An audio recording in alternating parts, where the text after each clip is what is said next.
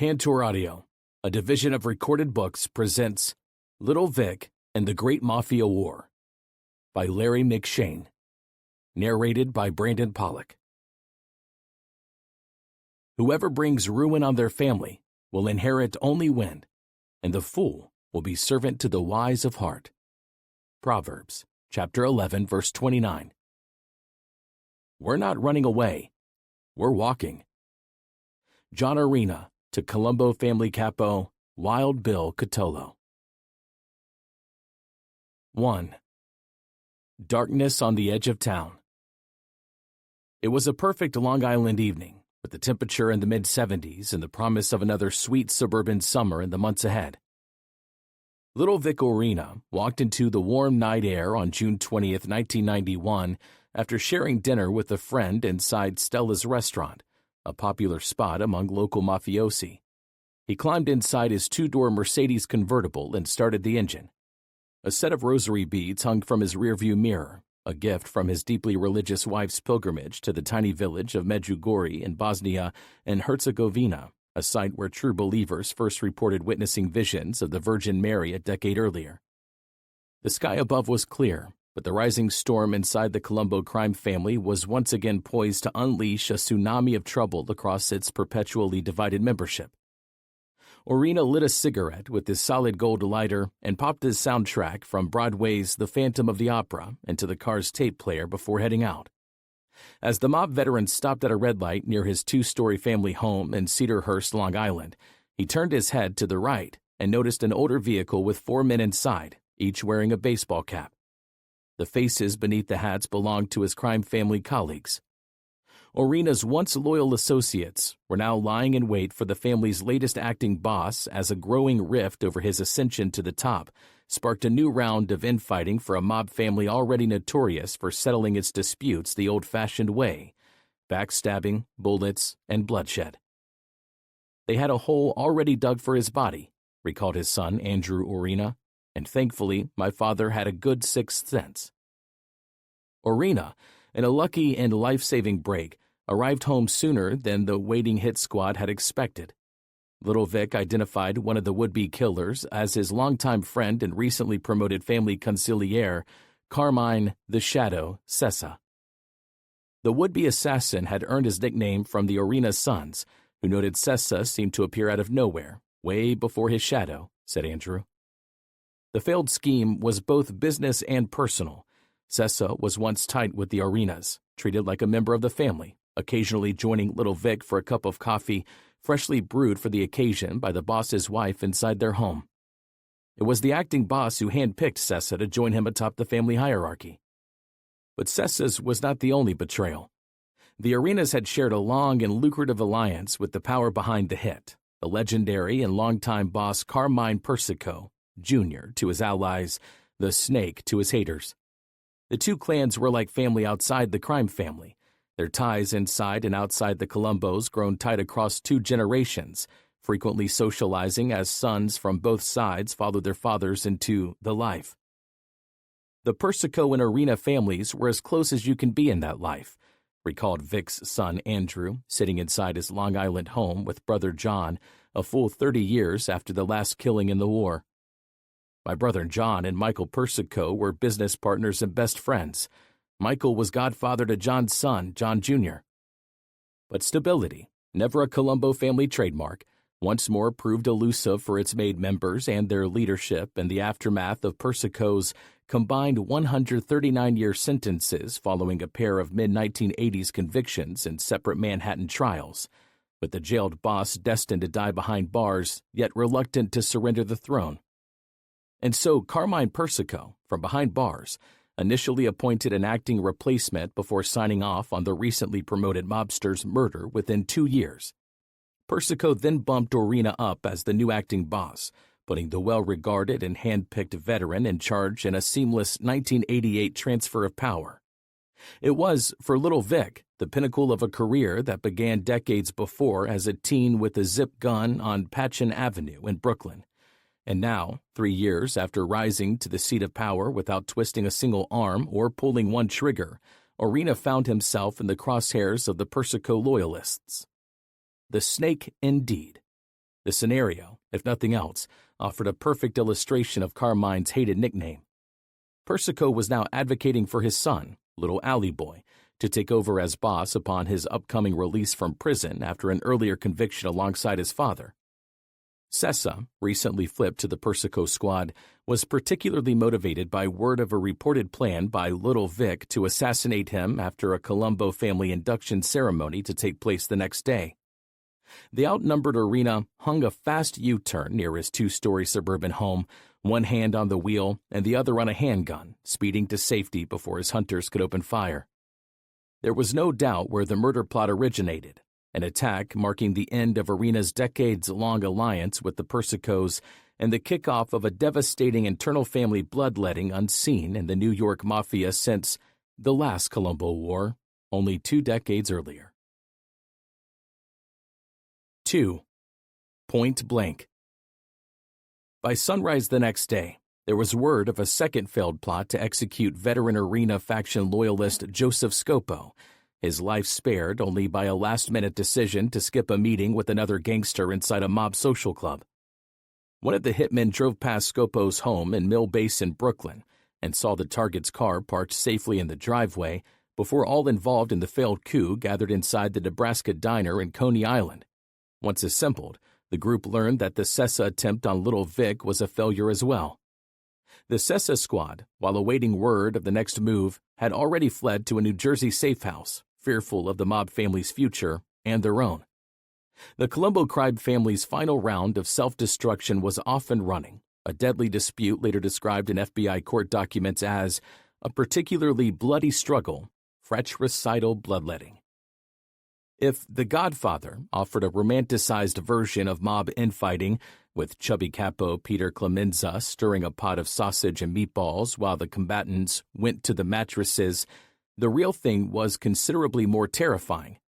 The Orena family and their backers abandoned their homes, wives, and kids to find refuge inside safe houses once the shooting started.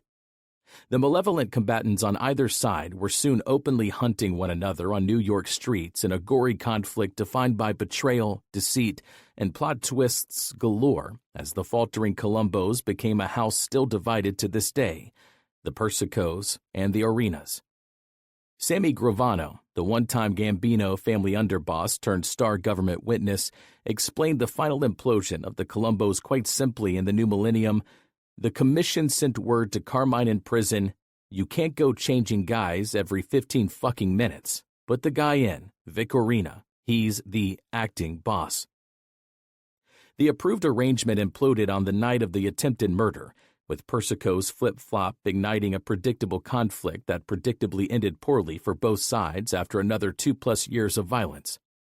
The lone winners emerged in a torrent of made men on both sides who fled into the arms of law enforcement, their oaths of omerta swapped for plea deals and federal cooperation agreements as they lined up to take the witness stand in multiple prosecutions linked to the war.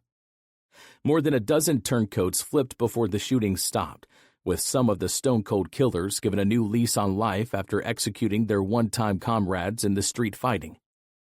Once the shooting finally stopped with the final 1993 slaying, the Orenas, and eventually Brooklyn prosecutors, came to believe the deck was stacked against them by an unprecedented alliance between a veteran FBI agent and 2 notorious Colombo killers, Lindley DeVecchio, a highly regarded law enforcer, and the infamous Colombo hitman Greg Scarpa, known with good reason among his mob colleagues as the Grim Reaper. The story sounded like an implausible pitch for a mob movie, right down to its finale, a shocking finish inside a Brooklyn courtroom long after the shooting stopped. But their too close ties were real, authorities said, and the shocking relationship would soon become the fodder for a series of books, magazine articles, and, most memorably, the final episode of the HBO mob series The Sopranos. It was a case of outrageous government misconduct, said Andrew Orena, offering his take on the whole thing. This thing was way bigger. These guys had carte blanche. Scopo's good fortune expired more than 2 years later when he became the final victim of a fight with losers on both sides, the literal war to end all New York mob wars, the last of the city's myriad and ultimately pointless internal disputes across the last 7 decades of the 20th century. I wound up growing up around a life that was a disease that has destroyed so many families throughout the years, including my own," explained fickle hitman Carmine Sessa after joining the ranks of combatants who found rebirth as government witnesses. "The movie Goodfellas explains it well," said the gangster/informant after admitting to 13 murders and betraying his ex-friends inside the Orena family, meaning everybody gets killed by a bunch of animals or so-called friends. This thing I thought I respected as a young man has no respect. All the families hate each other, and within the families they hate one another. Andrew Orena, decades later, still remained outraged by the betrayal of his father by duplicitous gangsters who had once been tight with Little Vic, particularly turncoat Sessa. "Carmine Sessa used my father's boat more than he did," he recalled. "He was like my father's son. He had the keys to the city. We were all close with him." The struggle for supremacy within the Colombo family, like an organized crime version of a Seinfeld episode, turned out to be all about nothing. And Little Vic, a patriarch fighting to preserve the crime family and his own family, wound up losing both after his rise to the top spot.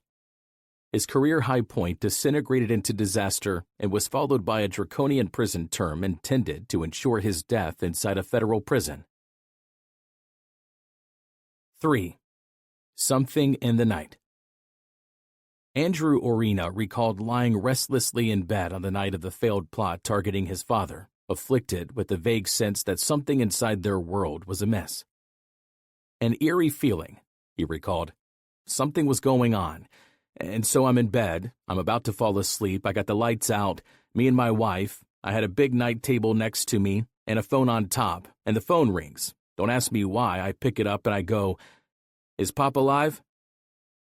The voice at the other end belonged to his older brother, Vic Jr., who assured Andrew their father was indeed alive and summoned him to their parents' house. Andrew, like the others called to the meeting of Orena loyalists, was told to wear a tie, shorthand for showing up with a weapon. Andrew quickly threw on some clothes and grabbed a 9mm Glock handgun, sticking the weapon in his waistband and jumping into his car for a tense ride to his dad's house. "My wife says, 'Is your father okay?' I said, 'I don't know. I've got to go to my father's house,'" Andrew recounted, the details still vivid. "We all knew this was part of the life, but we couldn't believe this happened from within, from Carmine, our friend and brother. We were angry, betrayed." Andrew arrived to find the younger Vic and sibling John already inside their patriarch's Long Island home, where he entered a scene like something out of The Godfather, with 5 Orena faction soldiers standing silent watch outside the residence in the darkness. "They all say hello to me and gave me a look like, it just got real," he recalled, "and one of them says to me, 'Get inside.'" But his father's front door was locked tight, and he began banging loudly until Colombo underboss Joe Scopo arrived to let him inside after dodging his own bullet. He goes, "Don't worry, Andrew, your dad's all right, he's alive." I go, "Holy shit, what happened?" He continued. I go inside and my brothers are sitting at the kitchen table. The other seats were filled by his father, alongside Orena loyalists Scopo, Pascal, Patty, and Wild Bill Catolo. It was Little Vic who spoke first. "They tried to kill me tonight." His blue Benz was parked in the garage, the bead still dangling inside, as Little Vic erupted inside the house. "My father looked at me and said, 'This fucking Carmine. I did nothing but help him and this is our thank you?'" recalled Andrew. Little Vic quickly asked one of the men to contact the suspected quartet of killers. Anyone who failed to respond was part of the hit squad, he said, before calling for a mandatory meeting of the family leaders one day later to sort things out as the Orena faction headed into deadly territory. Once the grim sit-down ended, Andrew Orena drove back home for a sleepless night as the Colombo family braced for one final war, a fight for control of a business nearing its expiration date, as New York federal prosecutors piled up indictments and convictions against the New York's 5 crime families. Vic Orena had instantly become the #1 target for his friends turned foes, with the threat of his possible execution hitting his worried sons hard. "He was the son that all of us revolved around," recalled Andrew. "I would wait on the stoop of our home every day for him to come home from work as a kid. Like clockwork, he'd come home and I'd hug him." But on this night, Andrew's thoughts were darker and more focused on the immediate future than on the past. the attempted coup, the murder plot against his father, and the role of Junior Persico in the failed hit. I said to my wife, "What about the Persicos? Carmine's a snake," he continued. "This is on my mind. My brothers are going to get killed. They're going to lose a decision, and they're going to get called to go down into a basement, this, that, all these things that we'd see. And listen, it could have went bad. My father and my brothers could have got whacked, and other people did." Sessa's prominent role was particularly painful, although the Orena son believed his father's life was saved only because the assassin panicked after spotting his dad. If he just waved and asked, "How you doing?" it could have been different. But the discord within the Colombos after Little Vic's rise to the seat of power, with Persico's full support, including a blessing for Orena to both order mob hits and initiate new members into the family, seemed somehow inevitable. The Snake's extraordinary endorsement for the acting boss saw Orena presiding over a 1988 mob ceremony where Associate Alan Quatrache became a made man, a good fella who later flipped and testified against the man who inducted him into the family. The morning after the failed hit, a still-rattled Andrew awoke and drove to a nearby suburban church, entering the empty house of worship and taking a seat in one of the pews. "And I'm scared," he said. "I'm scared about the whole thing." And I grab a book of Psalms and say, "Let me say my prayers." When I open it up, it's Psalm 56. Andrew read its pages, the message inside the holy book eerily apropos for his precarious situation. "Be merciful to me, my God, for my enemies are in hot pursuit. All day long they press their attack. They twist my words. All their schemes are for my ruin. They conspire, they lurk, they watch my steps, hoping to take my life." The younger Orena would emerge over the ensuing decades as his father's biggest post-war advocate, insisting that Little Vic deserved a chance at freedom on two fronts. First, he became convinced the Colombo boss was an unwitting victim in a war fomented by outside forces, including notorious family executioner Scarpa and his longtime FBI handler DeVecchio. Their alliance would take center stage in the waning days of the war amid allegations the two worked side by side on behalf of Team Persico, with DeVecchio eventually facing 4 murder charges linked to his ties with longtime federal informant Scarpa, and a shocking turn of events more than a dozen years after the killing stopped. And second, in the new millennium, Andrew would wage a fruitless yet ceaseless fight to bring Little Vic home from behind bars, with repeated appeals for his compassionate release from a life sentence imposed after his conviction, with the key witnesses emerging from among his former associates.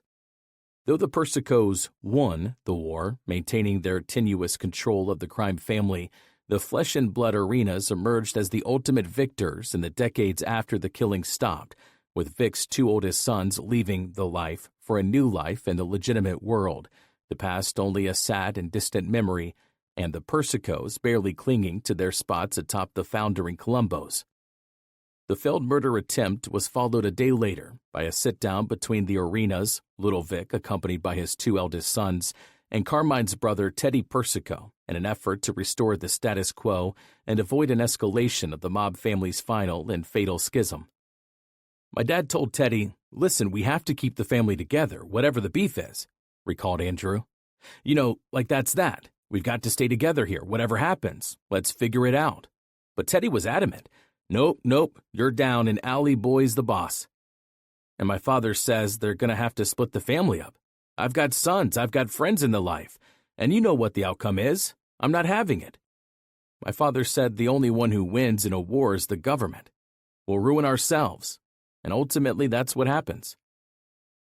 As the tension mounted, Little Vic stated he would step down as acting boss if directed to do so by Carmine Persico, and Carmine Sessa, representing the Snake's interests, said he was willing to accept Orena's promotion, but only if instructed to do so by the jailed Persico.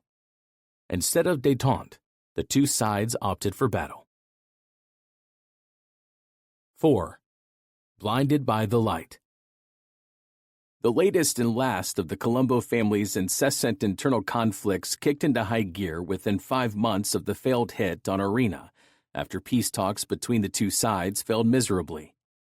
The lethal 1991 to 1993 Colombo conflict stood apart in the annals of organized crime in the nation's largest city, home to the 5 mob families forged in 1931 after their first episode of lethal infighting and later host to repeated violent regime changes.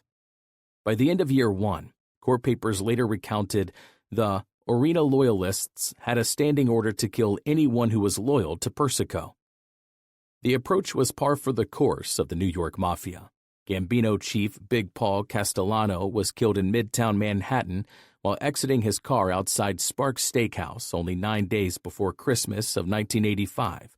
His body left on the street just steps from the entrance and his reserved table empty on the other side of the front door. 6 years earlier, Bonanno head Carmine Galante was executed after finishing lunch on the patio at Joe and Mary's Italian-American restaurant in Brooklyn, one of his trademark cigars still clenched between his teeth. On October 25, 1957, legendary gangster Albert Anastasia was famously gunned down in a barber's chair at the Park Sheraton Hotel after his driver/bodyguard went for a walk. And of course, Joe Colombo, boss of the family that bore his name through the ensuing decades, was whacked in 1971 while hosting an Italian-American rally in Manhattan's Columbus Circle, yet another example of the family's penchant for self-inflicted wounds. Carmine Persico would become Joe's replacement 2 years later, although the Colombos became a family in flux after their new leader's ensuing legal woes. However, their situation was never as bad as that of the foundering Bonannos, who were barred from the commission and treated as a second-tier operation for a number of reasons, including their infiltration by an FBI undercover known as Donnie Brasco. But this conflict was something entirely different inside the crime family notoriously plagued by unrest in its ranks and by regime changes, both violent and frequent. Even to the 5 families, the fighting Colombos have been black sheep, read a New York Times headline in year 1 of the war. The accompanying story by reporter Selwyn Robb offered this take on the murderous mobsters. Within the violent councils of America's Mafia, authorities say the Colombo crime family has long been feared as an erratic, troublesome gang. Combatants were soon lined up behind both Little Vic and his predecessor Persico, who despite his guaranteed death behind bars, continued to play a role for his side throughout the latest conflagration. At one point, authorities placed a bug inside the federal prison at Lompoc, California, in an effort to eavesdrop on the imprisoned boss in hopes of gleaning details on possible strategies from his side as the street fight dragged on. Senior federal court judge Jack Weinstein, in a court document written long after the shooting stopped, offered his take on the violence that took place during the waning days of New York's once mighty mob.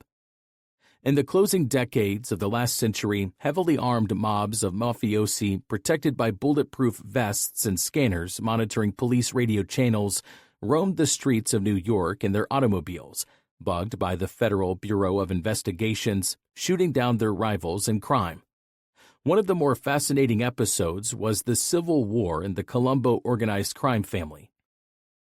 The battle inside a mob family on the verge of irrelevancy became a tipping point in New York's organized crime history, with the heads of the 5 local crime families all behind bars within a decade of the battle's final shots.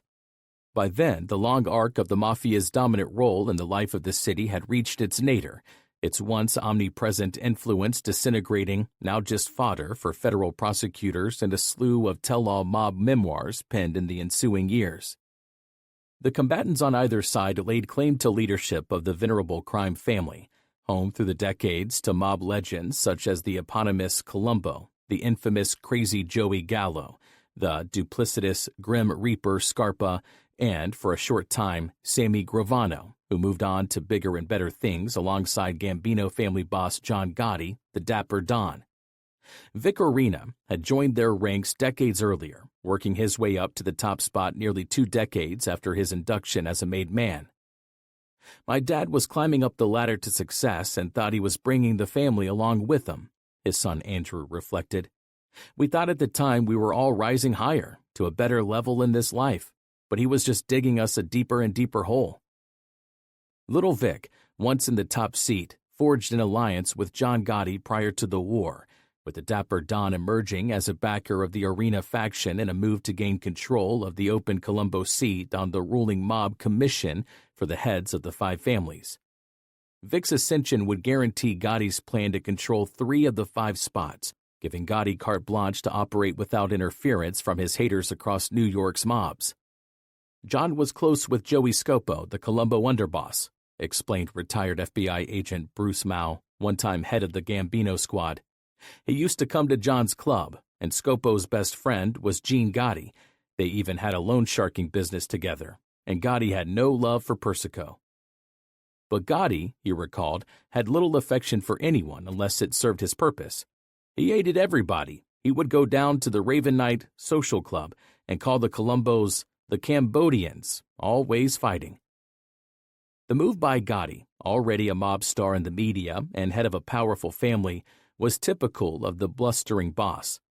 The Gambino head was enjoying a winning streak in his ongoing battle with prosecutors, earning his nickname, the Teflon Don, by beating 3 consecutive prosecutions, as headlines detailed the boss's swaggering rise in the wake of his hit on Castellano. "I've for Gotti," read one headline after Gotti walked on a 1984 charge of beating a mechanic in Hell's Kitchen, with the victim insisting from a witness stand 2 years later that he did not recognize the man who assaulted him. A 1986 racketeering prosecution fell apart after Gotti paid $60,000 to one of the jurors, and he was acquitted 4 years later in the shooting of a carpenters' union leader. The brash Gotti had predicted as much, 3-to-1 odds I beat this case. He did, too. The Colombo War eventually stretched across parts of 3 years, with the high-profile Gotti eventually behind bars for a 1992 federal court conviction as the carnage raged into the next year.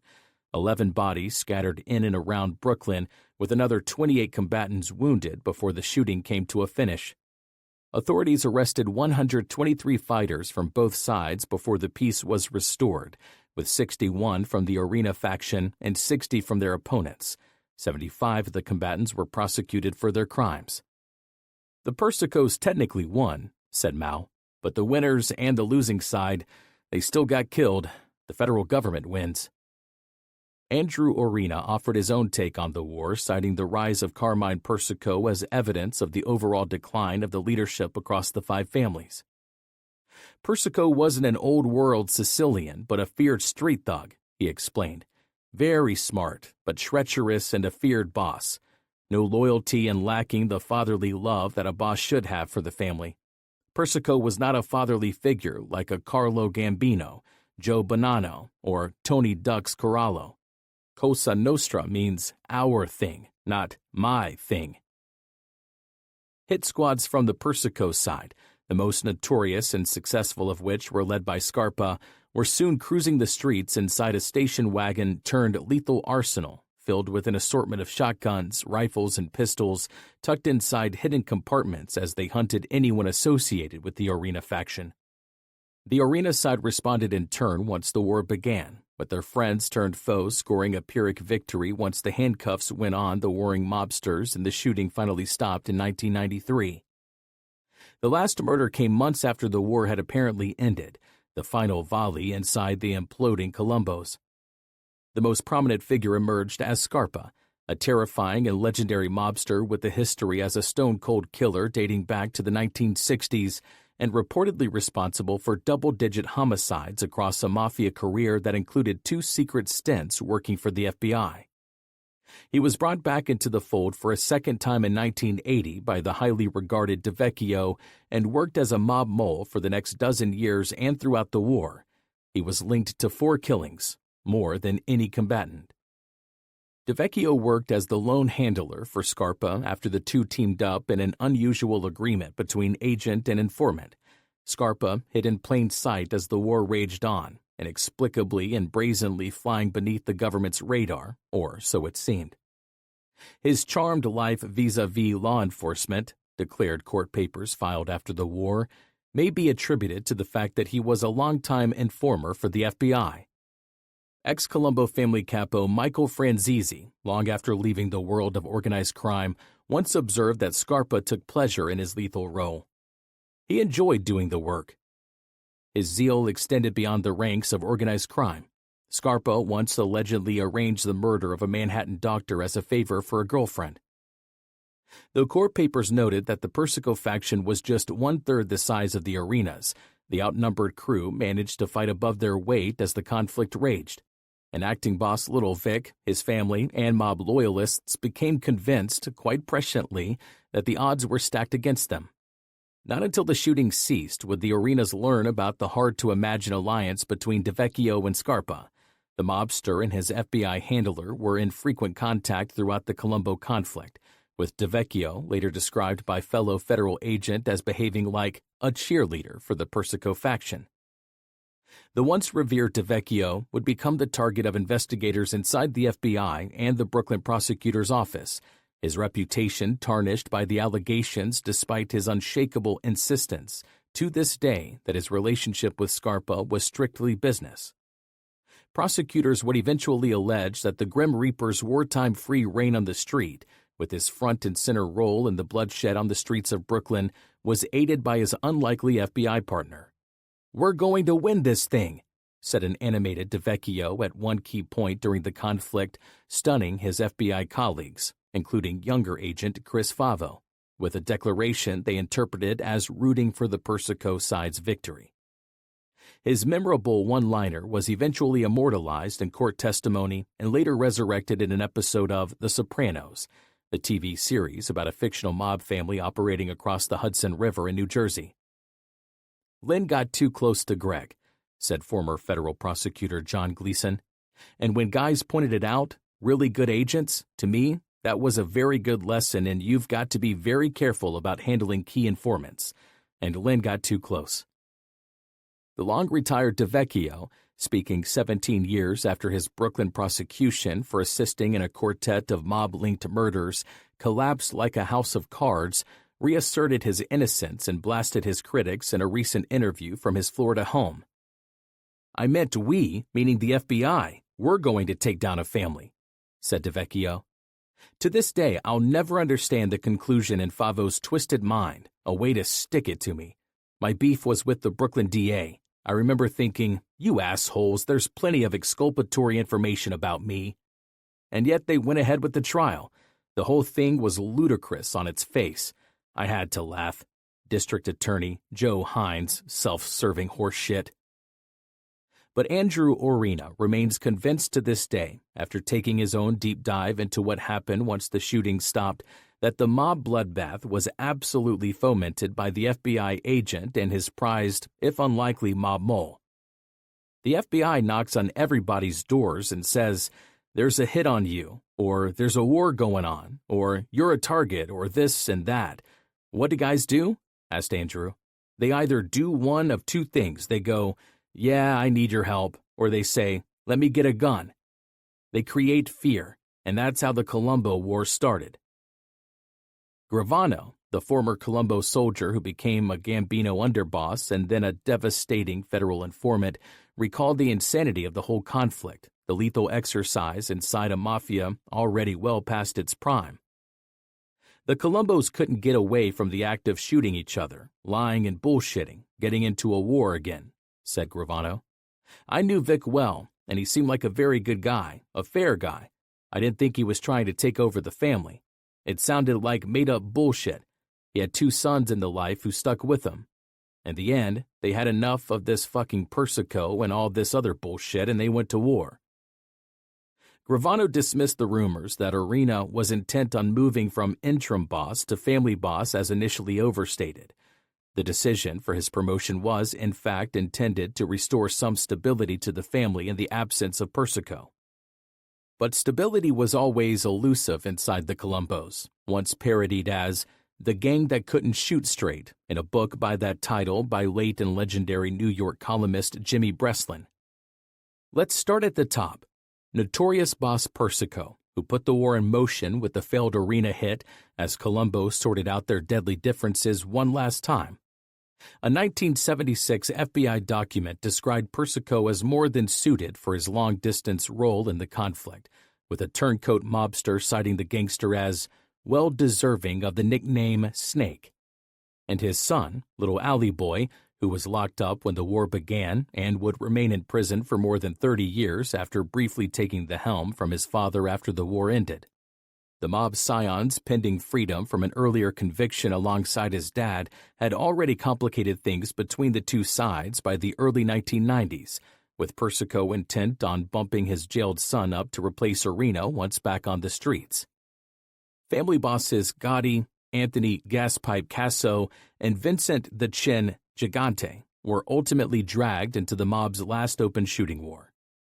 The Orena faction similarly featured Little Vic and his two eldest sons, along with the aptly named Wild Bill Catolo and veteran loyalists like Nicky Black Grancio, two Orena backers who would eventually pay for their allegiance with their lives in a pair of gruesome killings. Federal prosecutor Ed McDonald, at the time of the war, explained the self-destructive fighting simply, "It was very important to Carmine Persico to have his son, or future boss, Andrew Russo in charge." While Persico backer Scarpa emerged as the deadliest force in the fighting, the details of his life inside the life and in the embrace of the feds were only fully exposed after his 1994 AIDS death from a tainted blood transfusion. His decades of work for the FBI were ultimately detailed in an avalanche of unsealed documents dating to the Kennedy administration. Scarpa was paid a total of $158,000 across the years for his work as a mob mole and operated under a previously unseen arrangement with federal investigators. First, he would never be called to testify at trial, an almost standard part of any cooperation agreement. And second, his identity would remain a secret to all, including to federal prosecutors making cases off his information, an arrangement previously granted only to the most crucial of informers.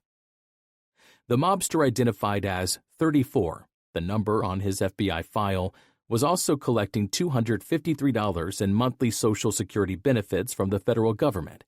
He in turn began referring to DeVecchio as the girlfriend or Mr. Dello during their phone conversations, and the agent was repeatedly welcomed into Scarpa's home for chats around his kitchen table.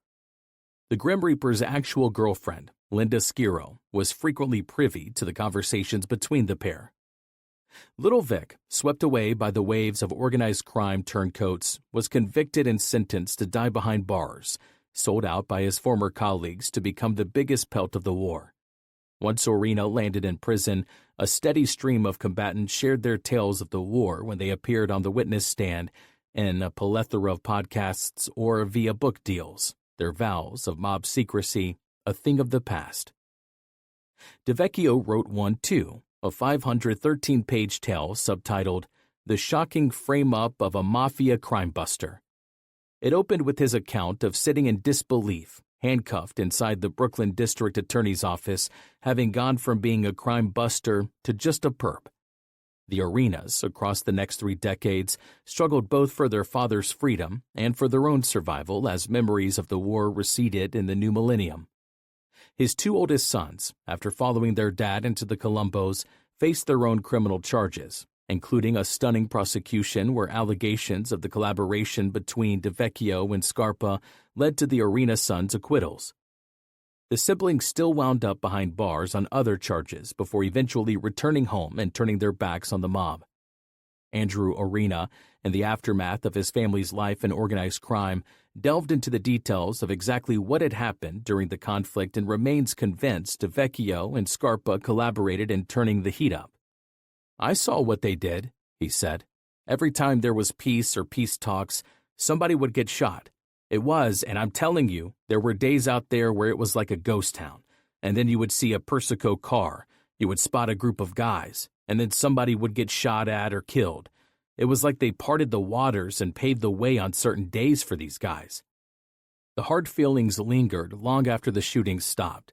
A decade after the war began, the wife and son of vanished Colombo family captain Catolo flipped to become government witnesses against the missing man's alleged killer. Persico's son, Alley Boy, was eventually convicted of the murder. Andrew Orena, in reassessing the self-destructive battle between the Goodfellas, remains convinced the real tell of the Colombo's demise was dramatically different from the one presented to jurors. "There's this very generic story out there that's been presented by the government," he said. that my father tried to take over the Colombo family from Carmine Persico. It was all nonsense, all bullshit. Everybody has their own truth, and that was not our truth. I decided to hold on to our truth. 5. My hometown. Victor Orena Sr. was the grandson of Sicilian immigrants, old-world furniture makers who found a new home in Canarsie, Brooklyn. The family name was actually Orena, but it was mistakenly altered by a sloppy transcription at Ellis Island in 1898. And their new home, unlike the Canarsie of the 20th century, was a largely rural area flanked by Jamaica Bay. The recently arrived family opened a successful furniture store and settled into their new surroundings in their new city. The change of their surname was etched in stone with the death of Patriarch Salvador, whose grave marker was simply inscribed, Orena. Vic was the older of two sons born to John Orena, who was 19 when he married 15-year-old Ruth. Much as his own sons would worship him, young Vic, born August 4, 1934, adored his father while growing up. Tragedy struck in the form of the tuberculosis epidemic, with the immigrant Orena family devastated by the then fatal disease. Among those stricken was Vic's dad. The father and his older son became inseparable in John's final days, with Vic grimly standing vigil as his dad's condition worsened. As the family story goes, John called out in Italian for his son to bring him a glass of water. By the time Vic returned, the father had changed his mind. John explained that he was just visited by a woman, dressed all in white, who materialized in his bedroom window and spoke to him directly. It was the Virgin Mary, the dying father declared, pointing with a trembling finger at the spot where she had appeared.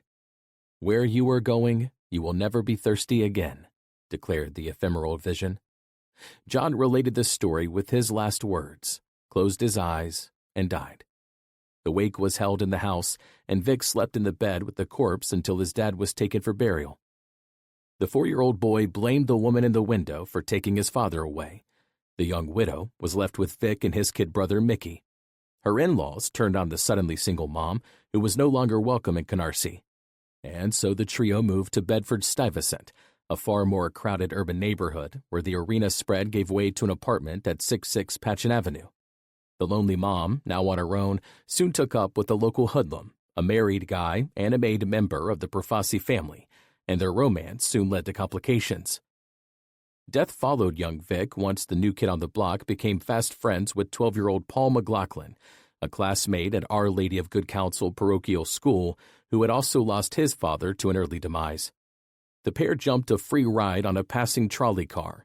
As the two 7th graders hung from the back of the trolley, McLaughlin leaned to the side on a street lined with parked cars. His head slammed directly into one of the vehicles with a loud thump. The young Orena jumped off the car, assisted him to his feet, and the two walked away, reported the Brooklyn Daily Eagle in a story headlined, "Boy, 12, hitching on trolley, dies in freak accident." Vic was even more stand-up than the ancient newspaper story indicates. The boys were riding with some other friends when the fatal accident occurred. The only one to stay and help the mortally injured Irish kid was young Vic Orena. But McLaughlin collapsed a short distance away, with a passing driver loading the injured youth into his car and speeding to Brunswick Hospital. The boy, his skull fractured, died a few hours later. Vic's efforts failed to pacify the school principal, who called out her student at a school assembly. This tragedy would never have happened if Paul avoided hanging out with hoodlums like Victor Orena. The investigation into the death led to a sit-down between authorities and Vic's Italian-speaking grandmother, Rose Labella, who decided the truth was the best way to go. Vic's mom skipped out on the session, and the outraged Rose laid the whole mess at the feet of her absentee daughter. "It's not his fault," she declared in accented English. "He gets it from her. I don't know what to do with the both of them." Vic, already branded a chronic truant, knew instantly that his chance of emerging unscathed was gone. Two things happened. First, he was dispatched to the Lincoln Hall Reform School before his 14th birthday. Second, a lifelong animosity toward his mom began festering inside the teen. "A classic case of Sicilian Alzheimer's. You forget everything but the grudges," noted Andrew. Vic was off to the reformatory in suburban Westchester County. The sentence likely saved his life, even as it put him on a course that provided both his deliverance and ultimate demise. If he didn't spend the time he did there, he most certainly would have died before getting out of his teens, said Andrew. The wayward young man received the sacraments of communion and confirmation, tentative steps toward the Catholic faith that he blamed for his father's death. And then his kid brother, Mickey, came to visit with a story about their mom and her gangster boyfriend. By now, she and the handsome mobster were parents to a baby girl, a complication that led to more complications. After one particularly explosive argument, Vic's mom called her lover's wife. The next time the now enraged mobster visited the Orena home, he was armed with a knife and sliced up her abdomen and face in a violent rage. The jailed Vic felt helpless at hearing the story, but plotted his revenge. On the day he exited Lincoln Hall, at age 16, Orena arranged to pick up a zip gun from a local pal. Armed with the single-shot homemade weapon, he stalked the streets of Bed-Stuy hunting the boyfriend. He found the man sitting behind the wheel of his car, stopped on the street. Young Orena bolted for the vehicle, gun in hand, heading directly for the driver's side window and firing the single bullet at the stunned target's head, only to watch as the projectile grazed the man's skull and slammed into his shoulder. Orena started swinging, landing punch after punch to the man's face as he tried to drive off. Each blow came with the same shouted warning: "You ever touch my mother again, I will fucking kill you." The kid scored a one-sided victory. "My father beat the shit out of him," said Andrew Orena, but the triumph appeared to come with a cost. The mobster went immediately to his capo with his tale of the attack on a made guy by a local street punk. The capo reached out to Vic's uncle, and the teen was brought before Profasi skipper Sebastian Buster Alloy inside his social club headquarters. Alloy first delivered a harsh tongue-lashing to the young man, loudly explaining the laws of the street and the need to respect his elders, especially those inside the life. Orena understood but refused to give an inch. "If he ever lays a hand on my mother again, I will fucking kill him and bring his head back here," said Orena in the old family story shared by his son Andrew. "And I don't give a fuck about the consequences." Alloy couldn't help but admire the balls of the teen, and there was soon consideration of bringing him into the family as a made guy despite his tender age. "They wanted to straighten out my father when he was 16 years old," said son Andrew, "but the books were closed. Anyway, Buster loved my father from that day on, and when my dad walked out of the club, all the guys with the fedoras tipped their hats as a show of respect. My father loved that." The fatherless young man found his mentors inside the Brooklyn Social Club, a group of older men who offered instructions on life in general and life within the mafia in particular. He proved a respectful student, keeping his ears open and his mouth shut while ascending through the ranks. His connections to the Alloy crew were strengthened when his aunt Gina married bookmaker Nicky Malia, a first cousin to Buster. He also forged a bond with the capo's son Vinny, who followed his father into the Colombo family. There was also, as the decades passed, his flesh and blood family, devoted wife Joan and their 5 sons, born in the same Brooklyn neighborhood where Vic came of age decades earlier. Little Vic would loom large in the lives of his boys, and ways both positive and problematic as he climbed up the mob ladder in the coming years. Future Colombo boss Carmine Persico and fellow Brooklynite Vic became friendly as Orena was eventually inducted during a 1973 ceremony after the family opened the books to accept new members. The revered and respected Carmine stood for the new initiate. At one point, Orena appeared poised to become a capo himself, but was passed over for the elevation of Persico's son, Little Alley Boy, and instead Vic was assigned to the young gangster's crew. The mob veteran shrugged off the slight, his commitment to the Colombo family still rock solid. "Allie was making like my father was going to be captain," said Andrew, "but it would make sense that the father would make his son the guy. You know, they were in the drug business. My father was adamant that's where he drew the line. He was like a moneylender who wouldn't lend money to bad gamblers. He figured it would only make it worse on them."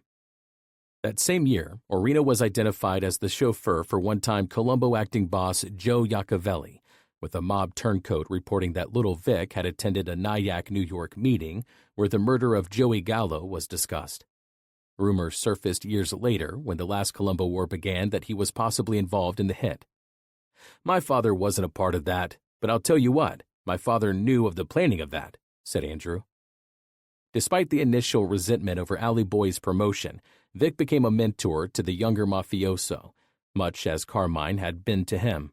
Orena shared his low-key and level-headed approach to mob business with Alley Boy. It was a style that served him well. Orena's rap sheet included only a pair of arrests for perjury and gambling, and his lone stint behind bars was for 4 months in a Long Island lockup for loan sharking. My father spent time with little Alley and had some influence in raising him into life, explained Andrew. Carmine Persico saw my father as a loyal, intelligent, trustworthy, and capable ally, and little Alley had both the traits of his father and the style of my father. When Carmine Persico was first imprisoned in the early 1970s for hijacking and loan sharking, Orena landed with the crew of underboss Vincent Alloy, Buster's son. Reports indicated that the pair's illicit earnings came from, among other things, loan sharking, union labor, and the garment district in Manhattan, as Orena became Alloy's right-hand man on the streets. They sat down together all the time, said one official about their close ties. Alloy and Orena were big earners and very popular with Persico. By July 1983, Little Vic's promotion had come through. He was identified as a Colombo family capo under boss Persico. An FBI document 1 year later confirmed that Junior remained as the boss, with his son, Little Alley Boy, as the consigliere, even as the elder Persico's legal woes continued to mount. My father knew these guys. My father did whatever he did, said Andrew, but he was more of a businessman. I shouldn't say that, but he got into trucking, the air freight business. He used to go to work every day to an office. The ties between the two clans were further tightened when John Orena went into a lucrative trucking business with Carmine's son Michael. The two were making millions of dollars with their Kennedy Airport-based operation, and the pair grew closer than brothers as their business flourished. The best of friends, recalled John, and we built that business up, and I had other friends who went into the business and became very successful. We used to profit about $1 million a year. We did a lot of airport business. I got up every morning and went to work. When John's namesake son was born, Michael Persico stood as the baby's godfather. The two families were close, no doubt, recalled one-time Colombo capo Franzese. No doubt, Alley Boys and Vic's sons were close, but Vic wasn't family. Vic Sr. eventually opened the door wide enough for his oldest sons to walk through and join the Colombo family. He groomed each son according to our different personalities, recalled Andrew decades later.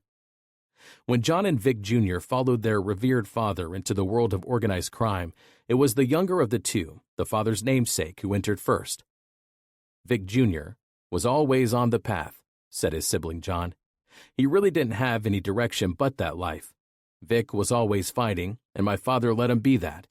He was a partner with my father in the shylocking business. Vic was a hothead, and if you said the wrong thing to Vic, maybe because he was short, Vic was an animal.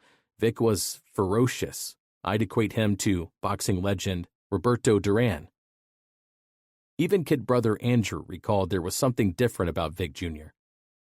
Vic is super intelligent, very smart, well-spoken, said Andrew.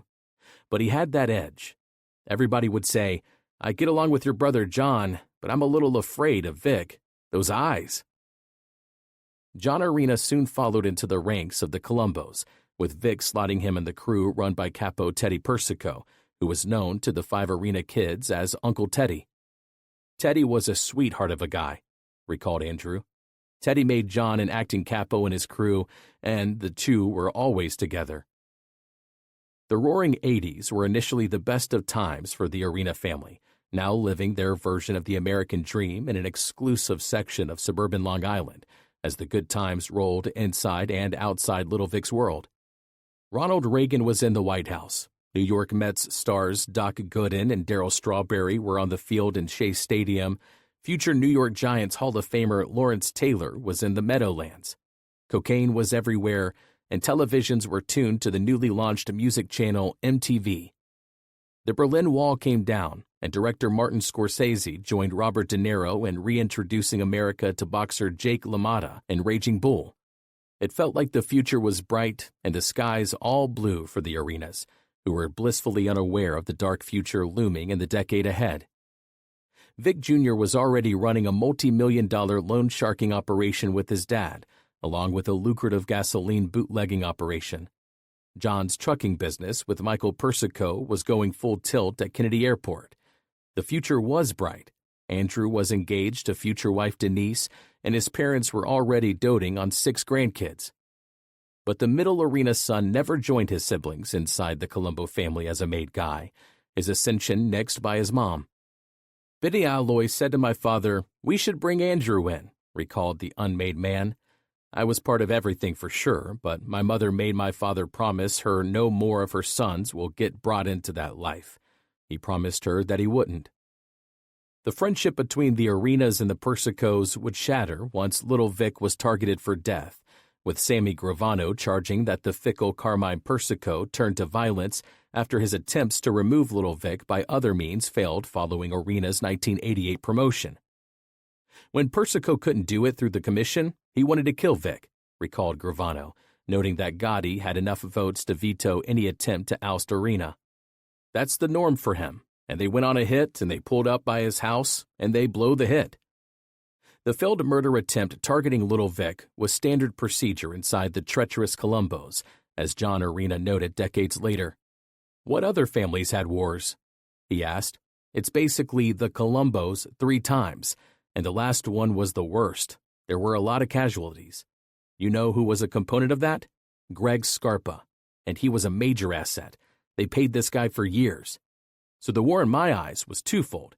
It was one of the most violent and notorious wars, and it was the last one. It was only Vic's prescient wife, Joan, the yin to Vic's yang, who felt the dangerous undertow that threatened to sweep the family away after her husband's ascension inside the Colombos. The deeply religious Irish Catholic, with 4 of her sons named for Christ's apostles, made her peace with the trade-off. The loyal wife began attending daily mass and joined a prayer group to pray the rosary daily, then made a trip with one of her daughters-in-law to visit a holy site in Bosnia and Herzegovina. My mom had mixed emotions about Pop's promotion, said Andrew. She was always conflicted about that life to begin with.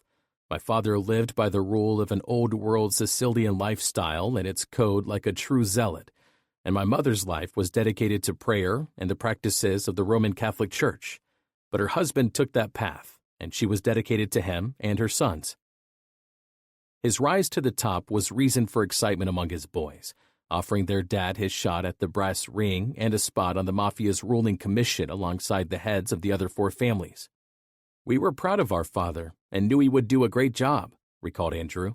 New doors would be opened in business, power and respect were all a part of it.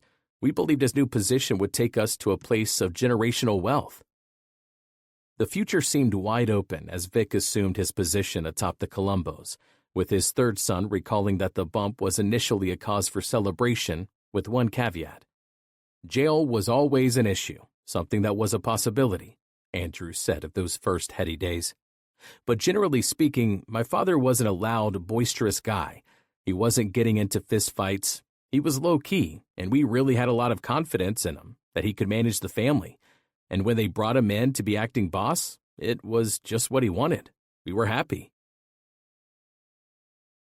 6. Growing up.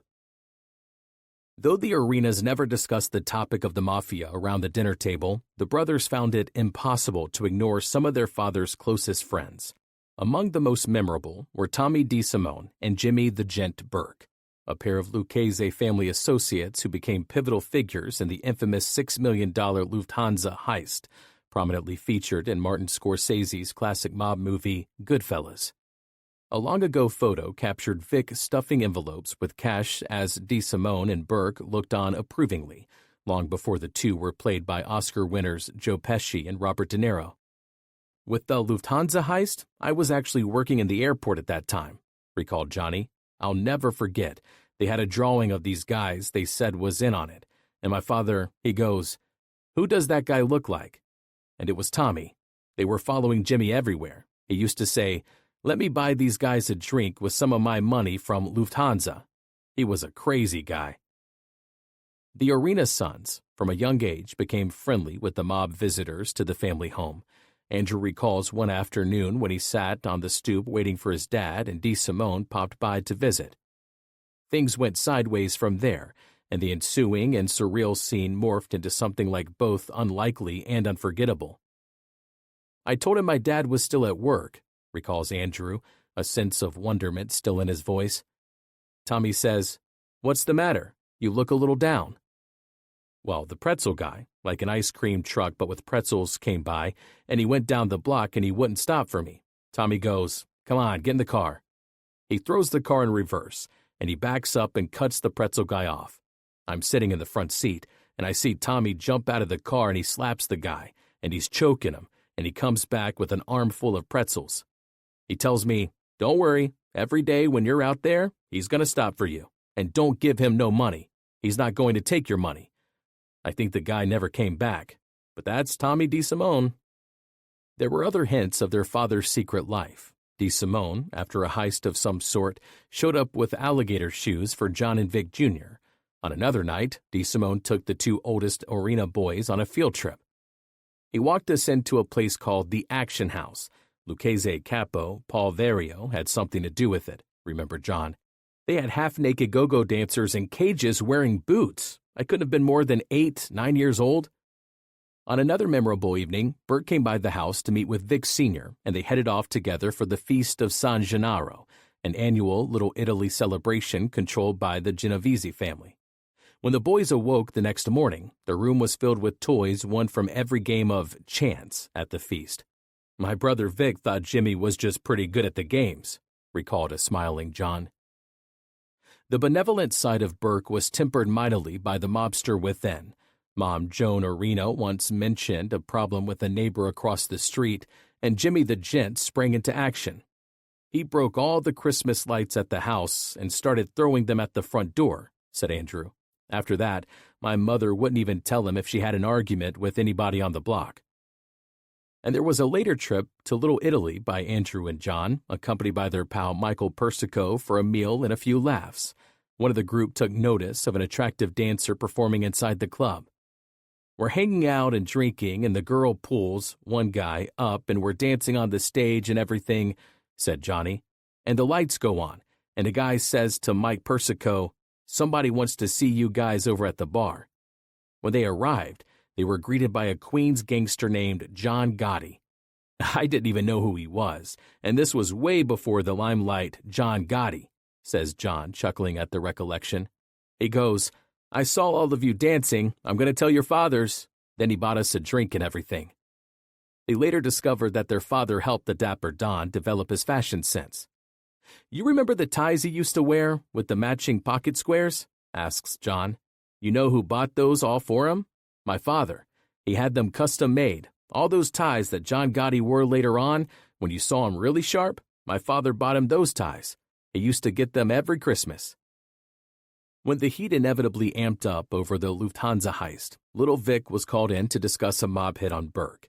His son Andrew recalled how his dad and two older siblings were initially considered to handle the killing before the plans eventually changed. "They wanted my father to kill Jimmy in his house in Cedarhurst because Jimmy trusted my father," said Andrew, "and they were going to use Johnny and my brother Vic to be there just to make Jimmy feel safe, and Jimmy would have got killed in the basement. My father was distraught over it. But it turned out Tommy took the brunt of it, because he was supposed to get made, and that was never going to happen. When Tommy disappeared, I'll never forget that, you know?" DeSimone's murder was reportedly handled by the Gambino family, with Henry Hill of Goodfellas fame insisting in 2007 that the execution was personally seen to by a young Gotti. In Hill's account, DeSimone was shot 3 times in the head, and his corpse was never recovered. A second account later emerged, laying the blame on Burke for the hit, alleging he took care of DeSimone after the Lufthansa worker identified his partner in crime from an old mugshot. That version had the same ending. Tommy's final resting place remained an eternal mystery. The Irish-American gangster died of cancer while behind bars in April 1996, following his conviction for the murder of a drug dealer. As Vic Sr. moved up the Colombo ranks, he did what any successful businessman would do. He found his family a nice home in the suburbs. The Orenas relocated to Long Island, swapping Bed-Stuy for upscale Cedarhurst, a square-mile slice of Nassau County settled before the Revolutionary War. It was a nice change of pace for little Vic's sons. Brothers Johnny, Vic Jr., and Andrew shared a single room, while a fourth son slept in a room with their parents. The Tony Enclave, one of the area's wealthy 5 towns, was named for the grove of trees near the old village post office. The family, instead of living in 2 cramped bedrooms, now resided in a beautiful 2-story house. Cedarhurst was a very beautiful town with wealthy people, recalled John with a chuckle. We always found the worst kids. Vic Sr. made a smooth transition into his new world, although his sons began hearing whispers about Dad's real business. By the time the oldest boys were in high school, their father was both driver and trusted confidant for underboss Vincent Alloy. It wasn't like today, when guys walk around a certain way and you could say, "That guy's a gangster," said Andrew. People just knew he was something different. Growing up, kids would say to us, "Is your father in the mafia?" To be quite frank, I didn't know there was a mafia. I thought these guys, Tommy or Jimmy, they were our uncles. And my father would always say, "If anybody asks you that question, just say it's baloney. It's not true. There's no such thing." So I was a zealot. I'd say, "No such thing." I didn't really know as a kid that there was a mafia. John, as the oldest, started to figure things out, and his father, as the boys grew older, acknowledged what John had long suspected about his dad's secret life outside the law. "When we were kinda young, we knew," said John. "I think he finally needed something to talk to us about. So if he said he didn't like somebody, of course we didn't like them. And if he liked somebody or he looked up to somebody or he used to tell stories about that person, we looked up to them like they were God. That's just the way it was. My father didn't want us to behave like idiots. He wanted us to act like men. And he did that until we were grown men. So if you talk too much, you gotta look. If you drank or started getting a little tipsy or mouthy, he'd say, 'Enough, no more.' You couldn't even pick one grape from a bunch if you were sitting at a table with other men. You had to take a whole twig, or that was a dishonor. I didn't even know. Maybe one day a guy pulled one grape and they figured out a reason to kill him. He's no good."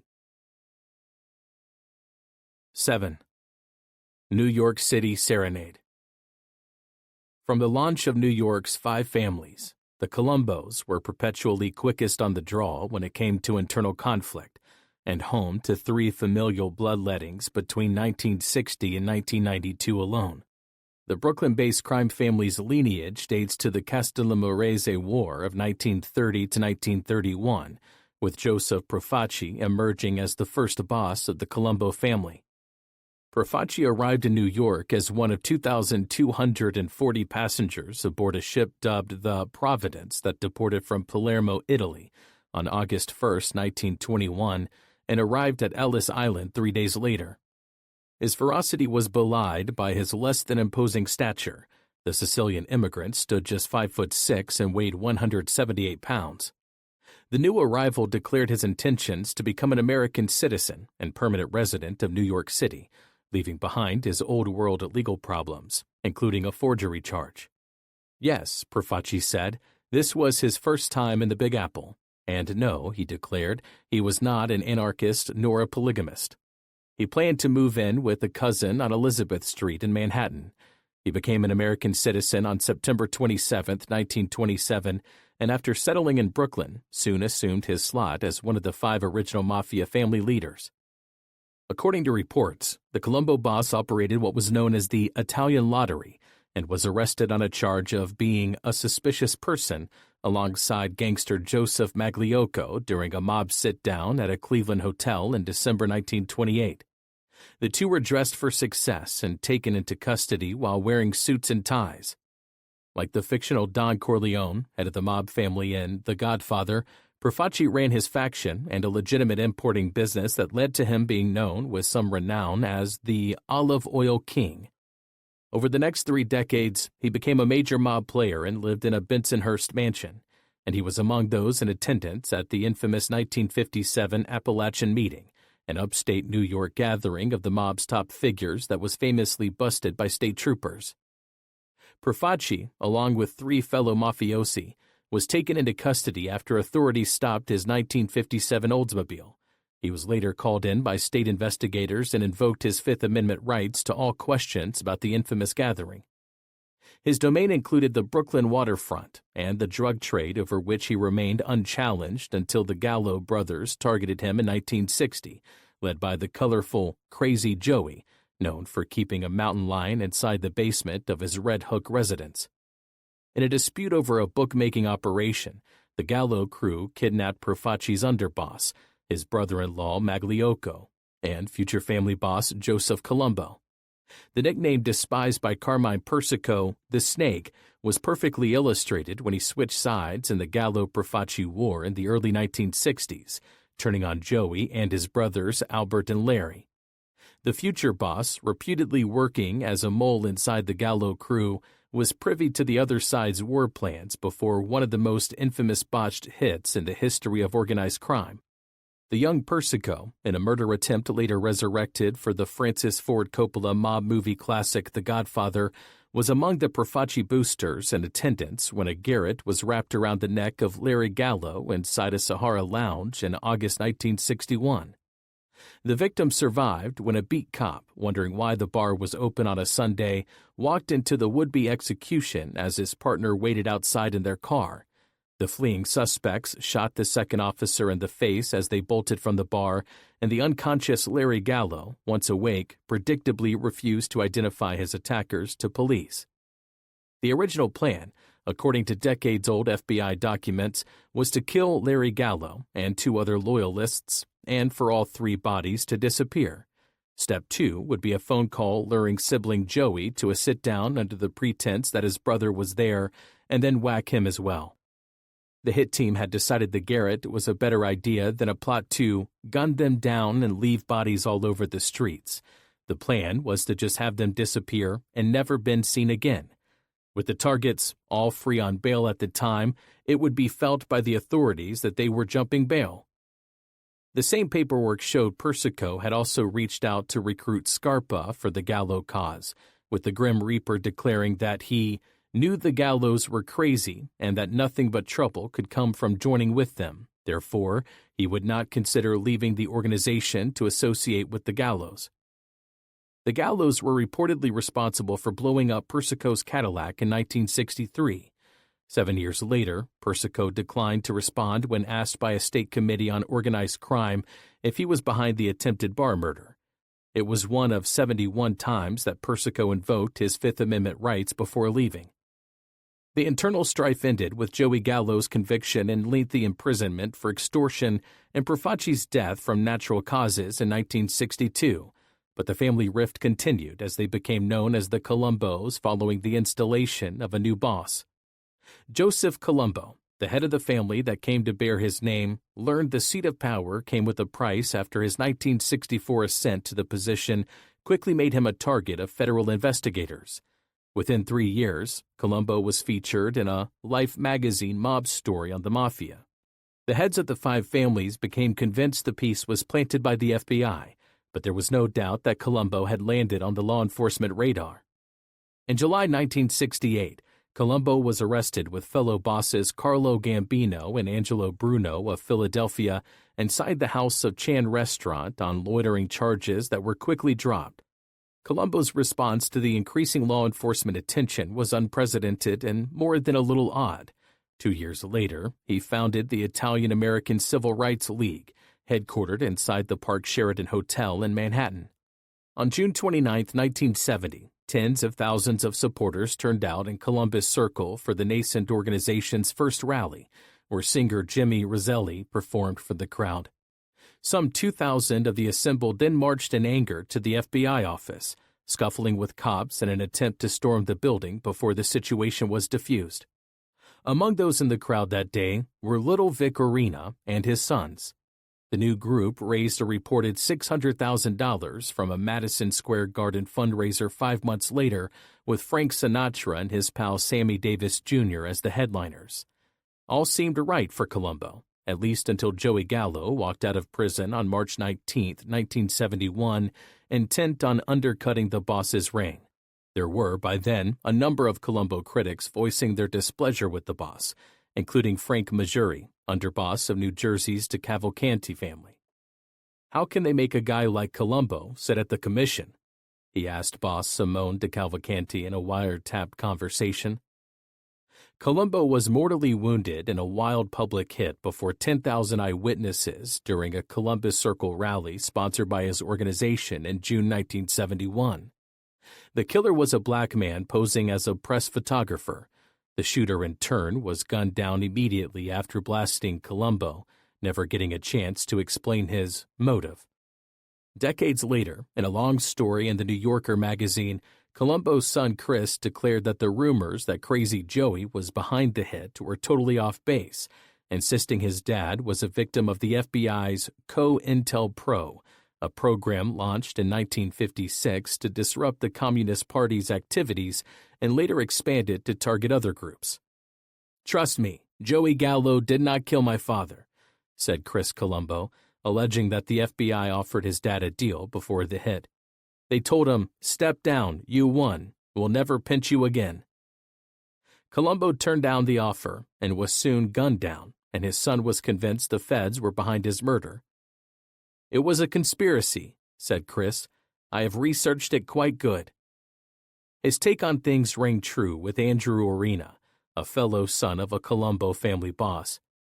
As Orena investigated after his dad's conviction, he discovered disturbing parallels between the handling of his father's case and the FBI's much maligned and ultimately disbanded program used to infiltrate the Communist Party, the Ku Klux Klan, and the Black Panthers between 1956 and 1971.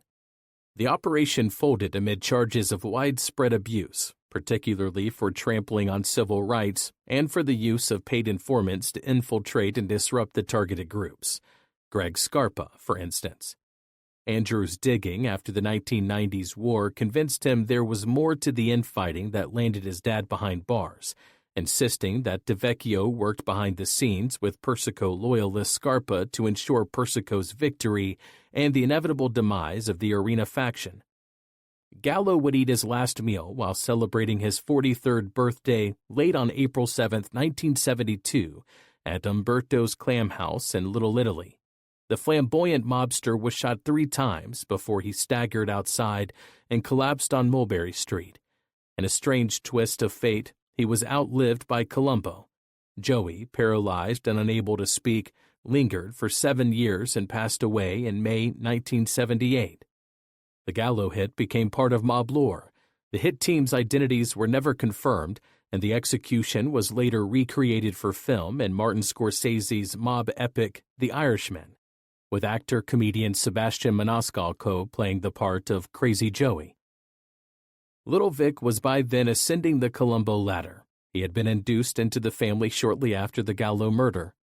In an odd twist of fate, Vic Orena owed his late 1980s ascension as Colombo head to mob-busting U.S. Attorney Rudolph Giuliani, a fellow Brooklynite from a family of Italian heritage. The high-profile prosecutor made front-page news after declaring war on the 5 families, while he pondered a future in politics.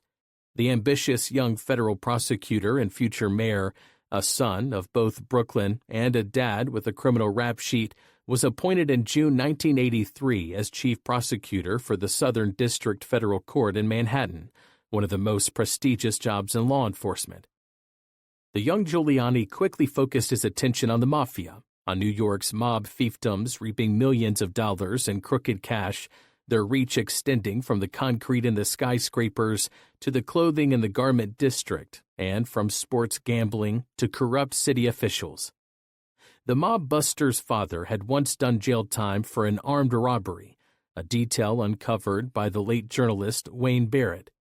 Barrett alleged that several of the mayor's cousins were involved in organized crime in the borough, and the mayor acknowledged that his parents moved to Long Island to keep their son away from the local gangsters. So there was a personal note to Giuliani's decision to take on the city's deeply entrenched 5 families in an unprecedented targeting of the mafia, and he went after the mob bosses and their top colleagues with a new tool, the Federal RICO Act, which opened the door for prosecutors to tie together unrelated crimes to show patterns of racketeering, convictions for which came with stiff penalties. Giuliani's targets included Carmine Persico and the heads of the Genovese and Lucchese families, all of whom were tried in what became known as the Commission Trial. In a shocking decision destined for defeat, Persico took a star turn as his own lawyer during the trial at the Manhattan Federal Courthouse. A family boss leading his own defense against the feds was unprecedented, and many of Persico's mob colleagues were stunned by his decision. John Orena once posed the question to the brother of powerful Genovese boss Vincent the Chin Gigante. "I was in jail with the Chin's brother Mario," recalled John, "and I asked Mario one day, we were talking, and me and Mario were very close, and he wasn't too friendly with too many guys. So I said, 'Let me ask you, Mario, how did Junior become able to be his own lawyer? I mean, you guys are right there with your brother and everybody else on the commission. They're going to let this guy be his own lawyer?' And he said, 'That's a long story.'" 8. Brilliant disguise. At first glance, Carmine Persico did not cut an imposing figure. Standing 5'6" and weighing about 150 pounds, he was a slight man. But he became a familiar and ominous presence in his native Brooklyn, typically dressed in a coat and tie on the streets of Red Hook, Carroll Gardens, and Bensonhurst. By the time of his death in 2019, Persico's rap sheet included an eye-popping 25 indictments, some of which disappeared, along with potential witnesses. The precocious future mob boss and high school dropout, eventually known to Colombo loyalists as Junior, emerged as a violent force at an early age. He was first arrested in 1949 after a fight on the boardwalk in Coney Island and was scooped up by police a year later after a battle between two local gangs in Prospect Park left a teen combatant dead from a gunshot wound. Though initially busted as a material witness, Persico was eventually charged for lesser crimes tied to the brawl. The young gangster, inducted into the Colombos at the exceptionally tender age of 21, quickly became notorious in Brooklyn and beyond. Two infamous tales illustrate Persico's cold-blooded policy of death sentences for those who ran afoul to the mafioso. The first came after a car ride with renowned horse racing jockey Albert Grillo, known as the Blue Beetle, on February 23, 1951. Grillo was driving a car carrying 17-year-old Carmine and older brother Alphonse Persico, along with an enemy of the siblings from an earlier dispute, in which Junior was shot in the leg. As they drove through the Brooklyn night near the Gowanus Canal, passenger Steve Bovey was shot and killed and his body dumped in the gutter, where a passerby found the corpse hours later. "As we were riding along, I heard a shot," the jockey testified. "I saw Alphonse, putting a gun to Steve's head. Steve was slumped down. He kept shooting 3 or 4 more times. He told me, 'Drive where I tell you, or I'll kill you too.'" Though Carmine was initially charged in the murder, Alley Boy wound up taking the weight for the gruesome execution. To dodge a death sentence, he pled guilty and was slapped with a 20-year prison stretch. Star prosecution witness Grillo wisely relocated to California. Fast forward 17 years. Grillo returned to Brooklyn in December 1968 and never made it back west. The old jockey was shot 4 times inside a Long Island social club only 3 days before the new year.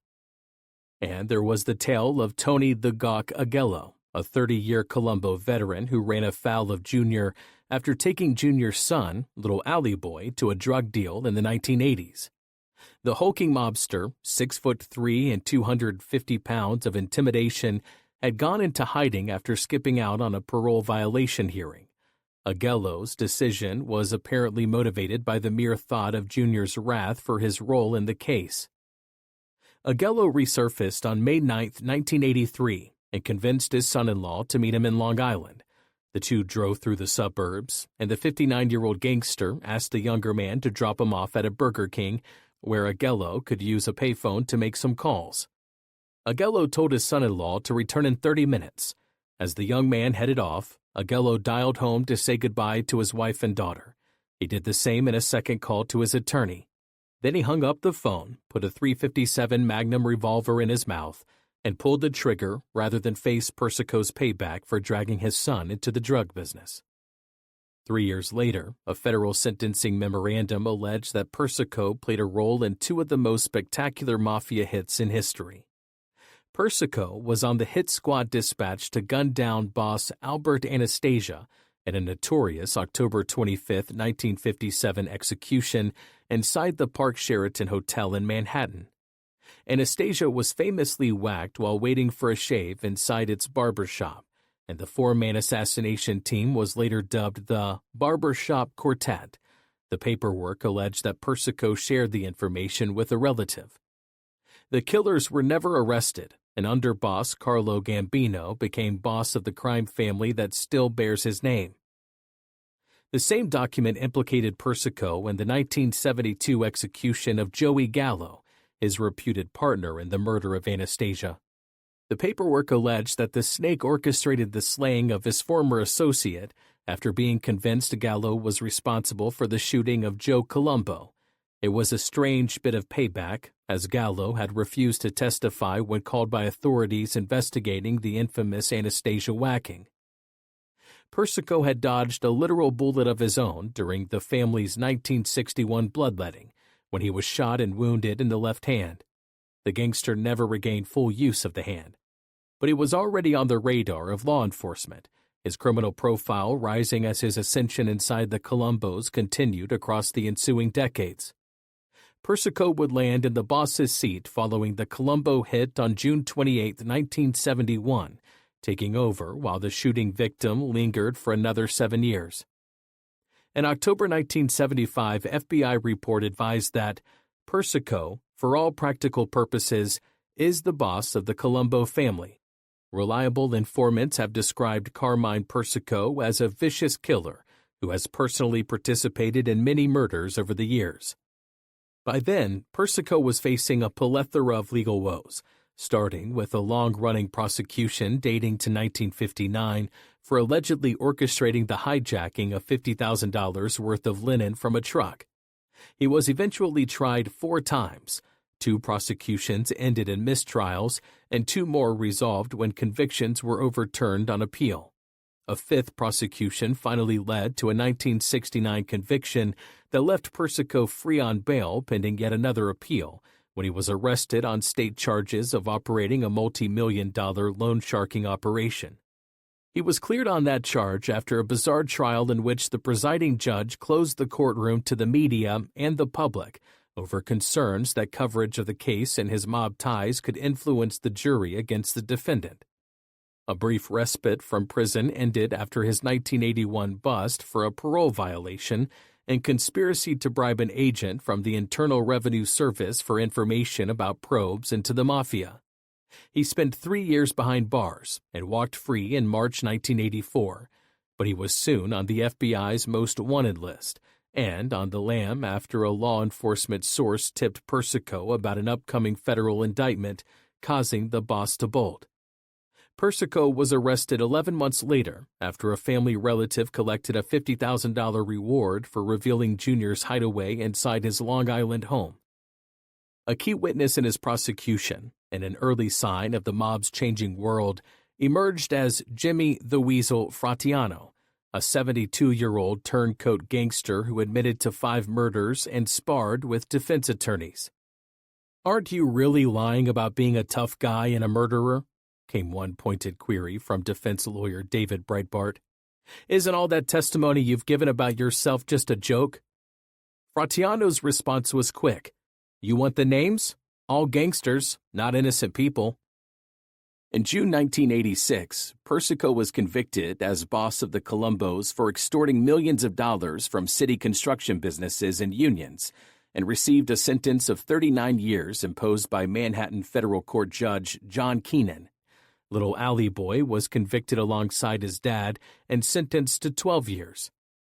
"Mr. Persico, you are a tragedy," Keenan told Persico at sentencing. "You are one of the most intelligent people I have ever seen in my life." The next indictment came just 3 months later, an unprecedented federal racketeering case targeting the highest levels of New York's crime families. Persico made the equally unprecedented move to work as his own defense attorney, a ploy that allowed him to challenge the government's racketeering and murder conspiracy case without actually testifying under oath.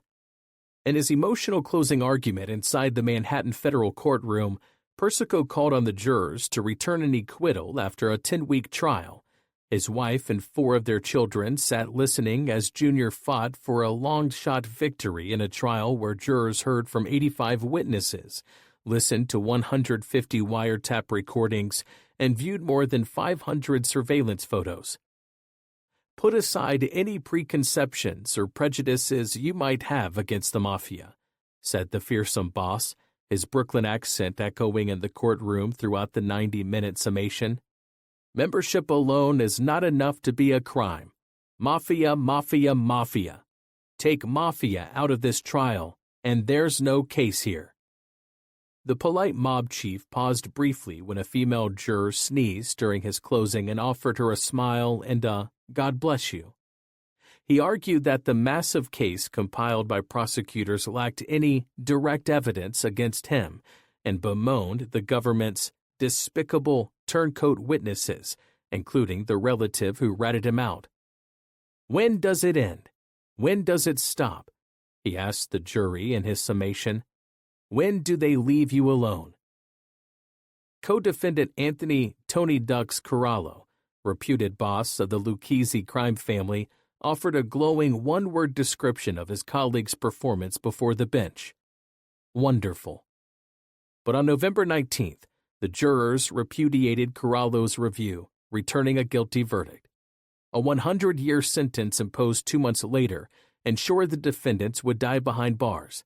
Yet the venerable Mafia Don was not ready to surrender the Colombo family reins and remained atop the family to promote Orena 2 years later, before changing his mind and announcing his preference for the imprisoned alley boy.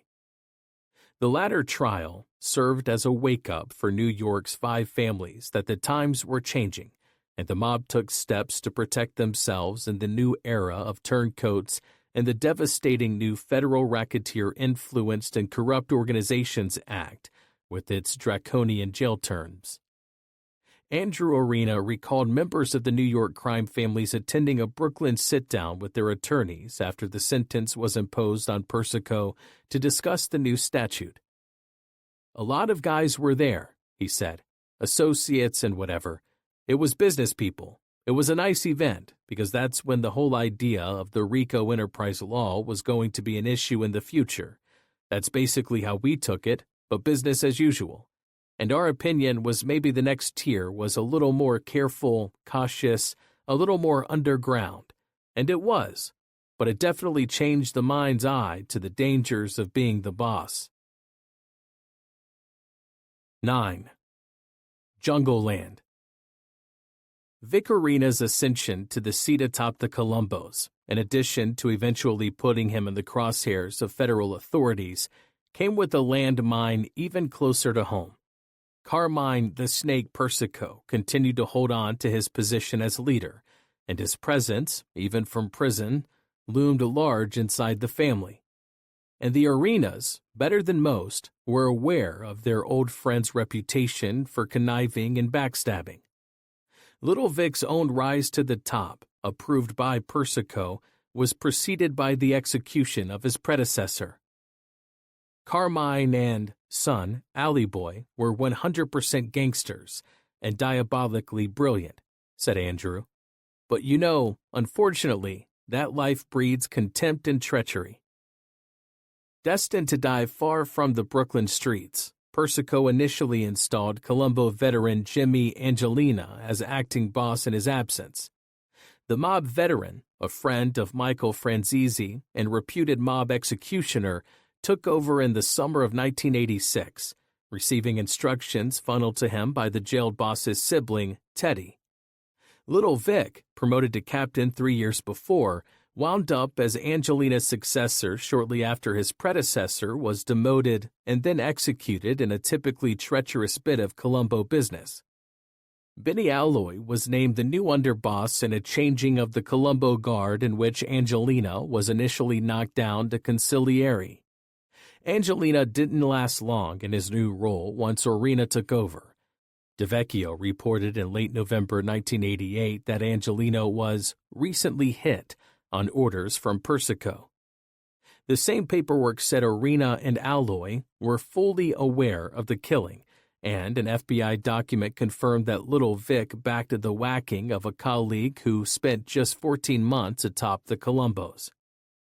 On November 28, 1988, Angelino was lured to his death by a mob colleague who picked the victim up outside his Garment District office for a final ride to Kenilworth, New Jersey, and the suburban home of a fellow-made man.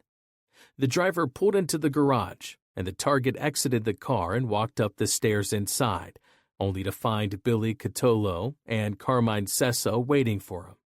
The garage lights went dark, and the killers blasted their old colleague. Angelina's body was buried after the killers cleaned up the crime scene. The details of the murder were eventually shared when one of the participants turned into a cooperating witness. Different explanations for the hit emerged. Angelino was making a power move on his successor Orena to regain his position atop the Colombos.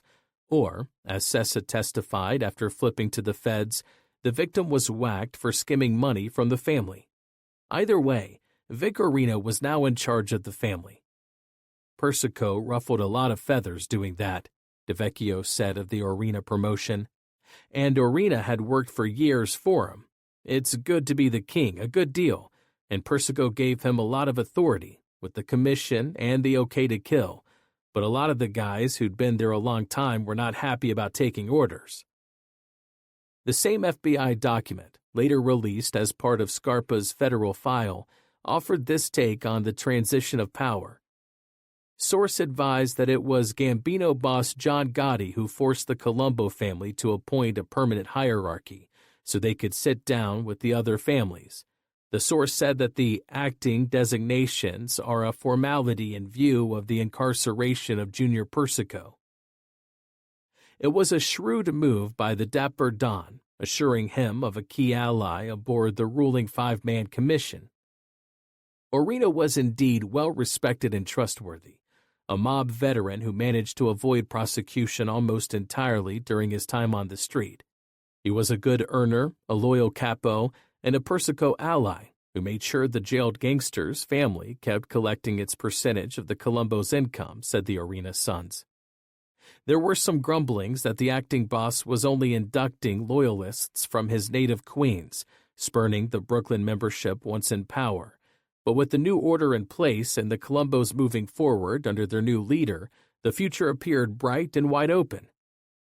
When they brought my father in to be the acting boss, it was just what he wanted, recalled Andrew Orena of his dad's new position, and we were happy for him reaching the level he wanted to attain. He built the family back up to something significant again, and he didn't do it with a hail of bullets. Little Vic was barely a year into the job when things changed on November 13, 1989, with the brutal execution of a made Long Island mobster and Colombo veteran named Tommy Orena. 10. The Rising. Orena was a well-known entity inside the crime family and the co-owner of the mob-friendly suburban restaurant, The Manor. Regular customers included Little Vic and his two eldest sons. Fellow Colombo associate Michael Sessa was inducted during a ceremony at the catering hall and restaurant in Merrick, Long Island. Orena, in the years before joining the Colombos and rising to captain, was a former prizefighter. In addition to welcoming an assortment of good fellas at his eatery, he ran a loan sharking operation and owned a piece of 2 illegal gambling clubs. Things went sideways for Orena on October 5, 1989, when Suffolk County Police raided his restaurant and departed with the owner's damning record books, including one with names, numbers, and debts owed by some of his customers. The rattled mafioso, accompanied by his girlfriend, Diane Montesano, paid a visit to the local cops 4 days later in hopes of recovering the books, only to find the police were holding on to one filled with his handwritten notes on assorted illicit loans. The paperwork could also implicate Little Vic and Patty Amato in the loan sharking. On his way home, the unnerved Orena stopped at a local bar to knock back a startling 5 martinis while pondering the prospects of his future after the potentially fatal faux pas. Orena's son stopped by Orera's restaurant a day later, asking to see Orena. Montesano checked with her boyfriend before driving them to a meeting at his home. Orena later received a pair of contradictory anonymous phone calls, court papers showed. One urged him to flee, and the other warned he was a dead man. Little more than 2 weeks after the raid, the couple left the manor around 1:30 a.m. after closing up. Montesano carried the night's proceeds, and each climbed into their own cars. Orena typically followed Montesano home to ensure her safety. On this night, she noticed 2 cars parked across the street near a Long Island Railroad station, long after the trains had stopped running. Neither vehicle, she noted, had a license plate.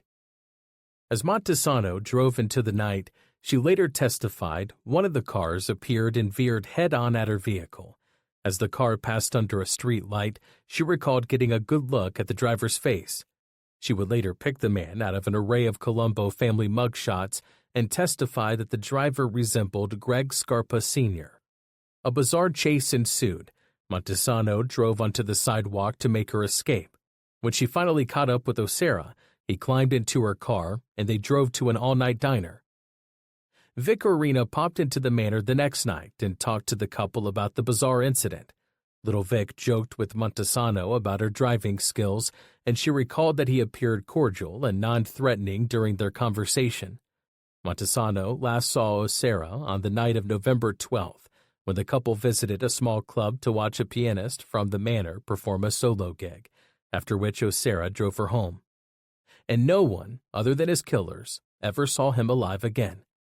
A confidential FBI document based on information from a redacted source 1 month after the killing confirmed the execution of the missing Orena, who was taken for a final ride that ended with his murder, a metal wire wrapped tight around his throat.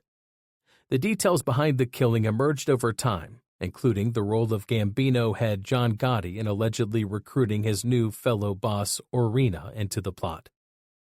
The hit plan, as later alleged, was hatched inside Gotti's headquarters in Manhattan's Raven Night Social Club, with the dapper Don asking Little Vic for vengeance against Orena in the killing of mob associate Greg Reiter, whose father was a close friend of Gotti's. It was an agitated Gotti who welcomed Orena to his lair for a private sit-down.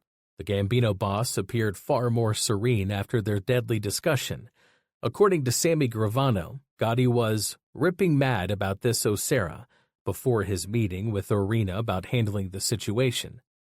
The session both improved Gotti's demeanor and sealed Orena's fate as the Colombo boss allegedly signed off on his first hit as acting head of the family.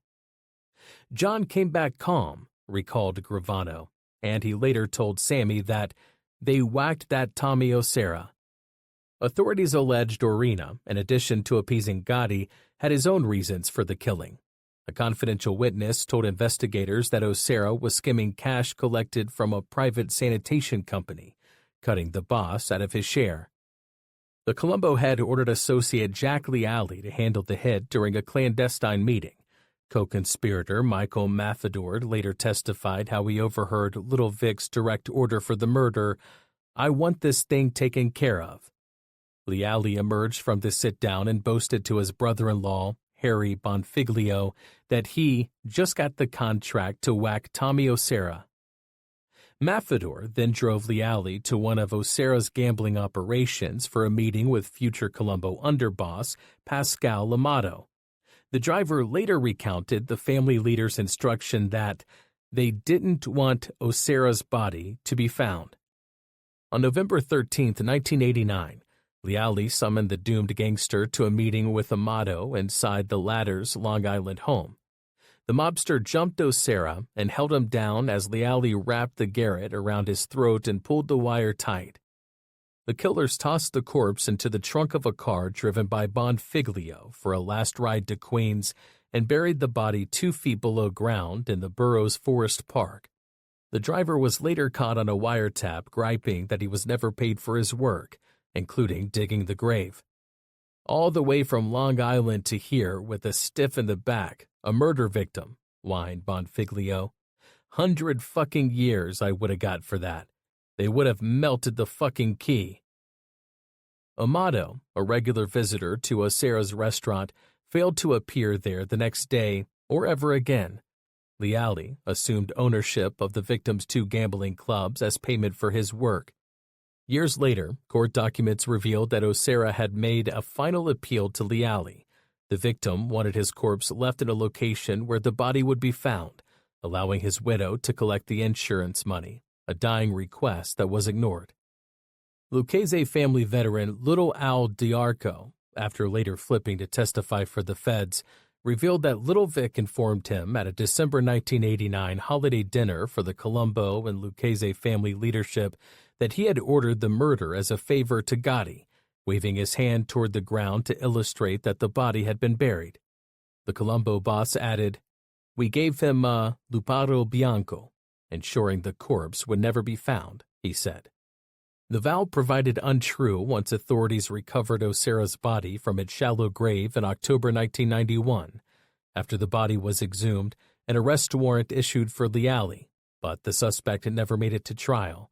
He was found shot to death in a Long Island parking lot 4 weeks later. The Orena side eventually became convinced the case, like many others, was actually the work of Scarpa, the Grim Reaper, and his efforts to unseat Little Vic from the top spot and gain free rein to operate unfettered within the Colombos. In court papers filed in 1997, attorneys for Vic Orena and Patty Amato argued that Scarpa and DeVecchio conspired on the Osera hit in an effort to instigate the Colombo War. Judge Jack Weinstein described the assertion as bizarre but not entirely implausible, and Orena's son Andrew agreed. Whether it was Greg Scarpa, whatever it was that got Osera killed, it was Colombo family business, he said of the killing. It wasn't Vic Orena business. Informant Frankie Spiracco said it was John Gotti who did the hit. So maybe permission was given? Maybe it was set up by both families, I don't know. Did it come from John Gotti? Possible, but I don't think there's anybody left to dispute things. Everyone's gone that was there. As far as my father, he said, Tommy's gone. That's all he said. The intrigue continued into the new millennium. A close friend of John Gotti Jr.'s would testify at the 2006 trial of the second-generation Gambino family boss that John Gotti Sr. set the war in motion in a power play to increase his control of the Mafia's ruling commission. He figured if he could get Junior Persico out as boss and Vic Orena in, he would have another vote on the commission, said witness Michael Mikey Scars DiLeonardo. Andrew Orena recalled that Gotti, one of his father's backers, had little use for Persico, and vice versa. John Gotti and Carmine Persico hated each other with a passion, he recalled. My father at that point had too many allies, which made him a threat to the FBI and the behind-the-scenes Persico faction. Either way, the Osera murder resonated across the Colombo family, for better and worse. Within a month of the killing, a redacted government document quoted a source as confirming that the Gambino family is the one that authorized the Osera hit, without permission of the hierarchy of the Colombo family. It was yet another troubling reminder of the growing number of loudmouth mobsters now in the embrace of the FBI, openly sharing information with the feds. According to the paperwork, Gotti had Osera killed because of a drug deal, marijuana. Source advised that the members of the Colombo LCN family were very uneasy about the above hit. Source has advised that Carmine Persico has been sent a message that he should name a permanent boss by January 1990, and if he does not, there will be trouble. The reigning mob commission, with Gigante, Gotti, and Lucchese head Vic Amuso, also expressed their support for Persico's son, Little Alley Boy, to take his father's seat upon finishing his latest stint behind bars, the document said. The Gotti mention seemed somewhat strange, given his friendship with Orena. The single-page memo concluded with a prescient take on the rising storm within the family and the festering ill will among the Colombos. Sources of the opinion that Persico will not name a successor and open warfare will break out in the near future, the memo read. As Orena retained his uneasy spot in the top seat, a heated family meeting where tempers flared led to Wild Bill Cotolo's demotion from his spot in the family hierarchy. Cotolo complained about the decision, declaring he had earned his bones by having taken care of Orena predecessor Angelina, an FBI document recounted. Carmine Sessa was bumped up as his replacement. John Orena recalled a conversation with his father when Little Vic was considering an earlier promotion for their colleague. Carmine was a very quiet guy, and I said to my father once, when he was thinking of making him consigliere, and I said, "Carmine's not that good of a talker," he recounted. And he says, "Yeah, but he's a good listener." Sessa instead emerged as a divisive presence within the Colombos. There was an immediate problem. Sessa wanted to kill Cotolo, but Orena flatly rejected the proposed hit during a meeting in one of his son's backyard. Little Vic's position was that the demotion was punishment enough. "My father was adamant, nobody's going to kill Billy," said Andrew. "My father did the right thing by taking down Billy, but my father wasn't looking to take over the family." The stress level inside the family peaked in the middle of June 1991, and the Orenas were unaware that the plot to murder Little Vic was already in the works. "Carmine is acting a bit mysteriously at this time, and it's a bit noticeable to us," recalled Andrew. "The quiet tension was so thick you could cut it with a knife. Those in my father's inner sanctum sensed that foreboding atmosphere, that things were changing. But we didn't know it would be the end of our glory days, before our descent into hardship and tragedy."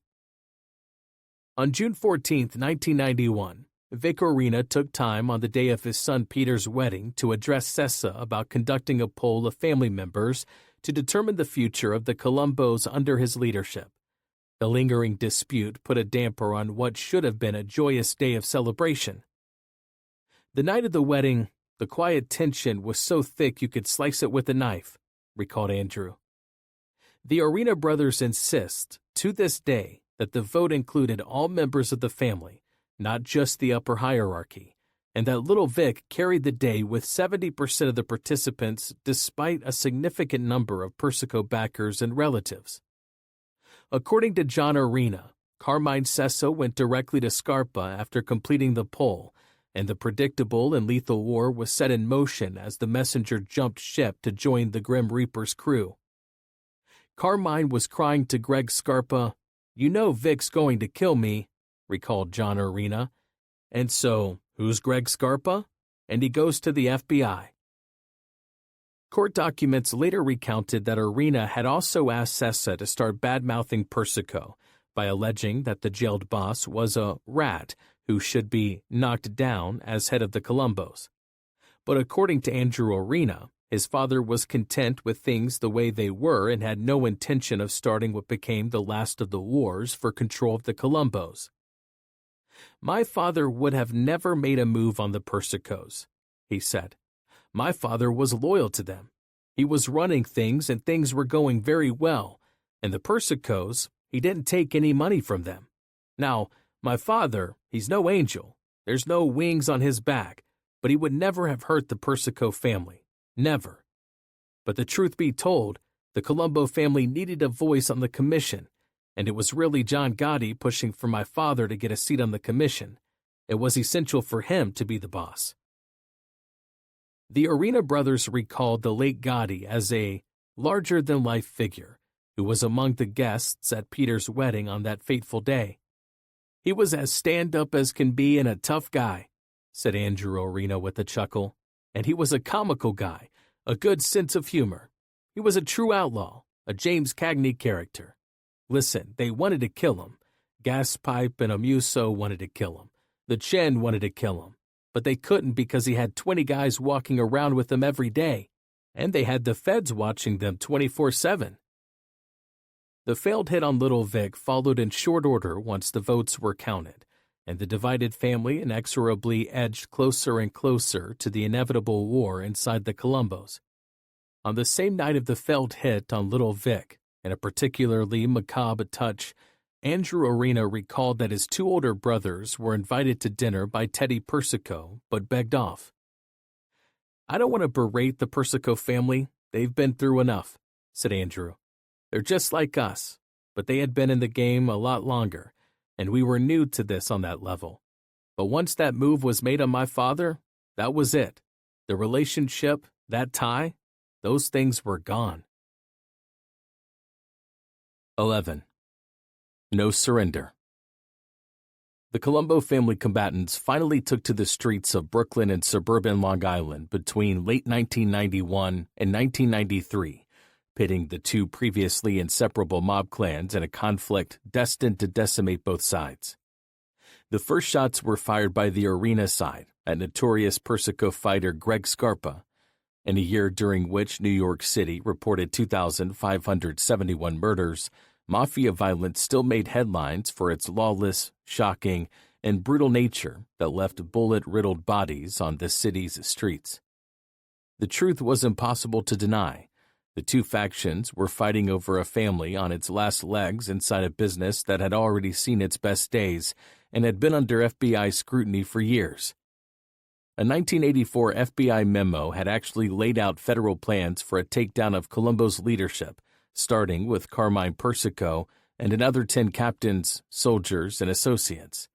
The Colombos were first targeted in 1980 by Operation Eclipse Star, beginning when court paper identified Persico as the boss. The paperwork discussed the upcoming move to topple the operation. The indictment will charge these individuals with operating a criminal enterprise known as the Colombo LCN family. This indictment will be significant in its scope and effect on the existence of the Colombo LCN family. The resulting arrests and convictions had opened the door for loyal Little Vic to emerge at the top of the family hierarchy. Orena was left to walk a fine line, hoping to operate as more than simply a placeholder for Persico's imprisoned son, while still pledging his fealty to the jailed boss. Vic's reputation was more a wealthy businessman than a mobster, said the FBI's Bruce Mao. He was well respected and not a person who liked to kill people. He's not one of those guys.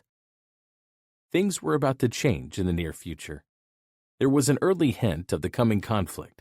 On January 14, 1987, 56-year-old Salvador Scarpa was gunned down inside a Brooklyn social club after 5 armed men burst inside just before midnight.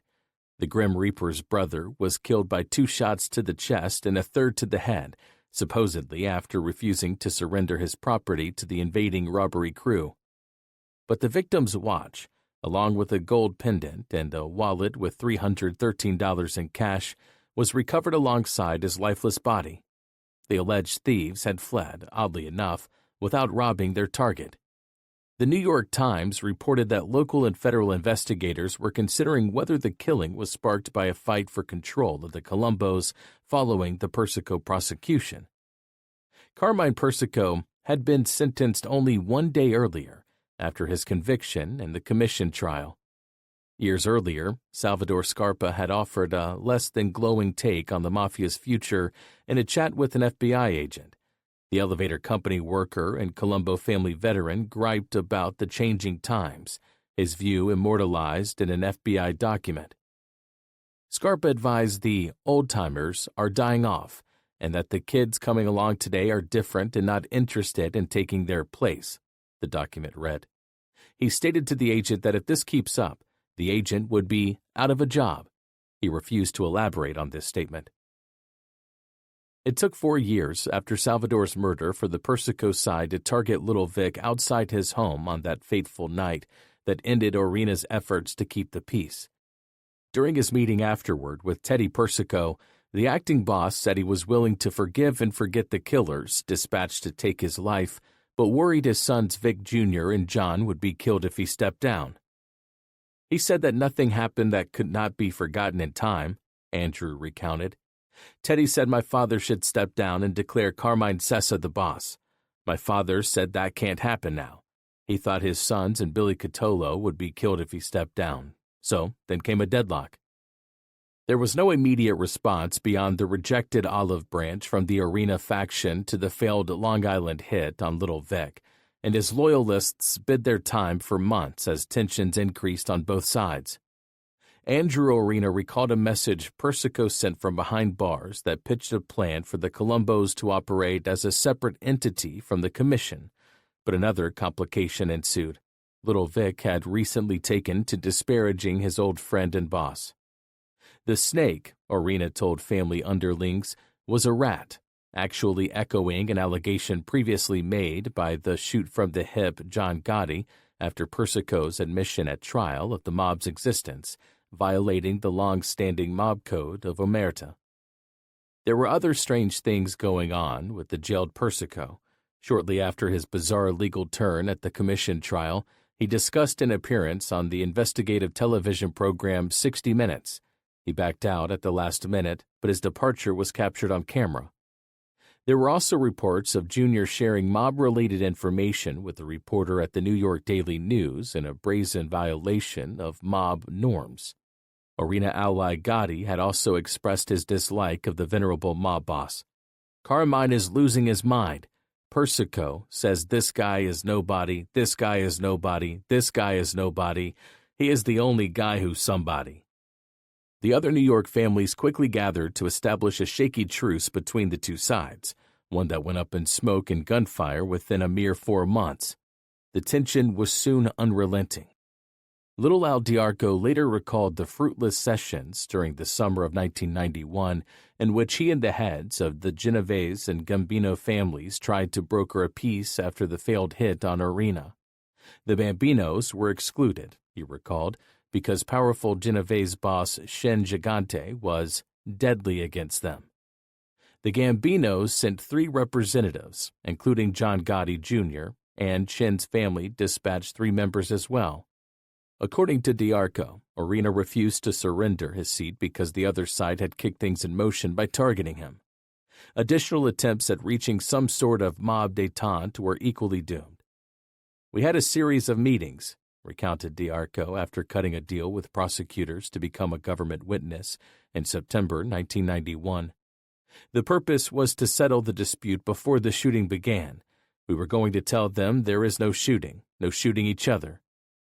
Orena bluntly declared he would have stepped down as the family's acting boss if Persico had simply come to him with a request for his departure. But Little Vic dug in after the failed attempt on his life, opting for war over détente. "They tried to clip me," complained Orena, who attended all the meetings. The people behind the failed assassination plot showed no remorse, and the festering ill will from the other side continued to grow. Persico Rep Carmine Sessa appeared separately to pledge his fealty to the imprisoned mobster and bailed out after attending a single meeting, a clear sign that peace was at best unlikely and that the divided sides were headed for a showdown. Andrew Orena later recalled a second failed attempt on his father's life.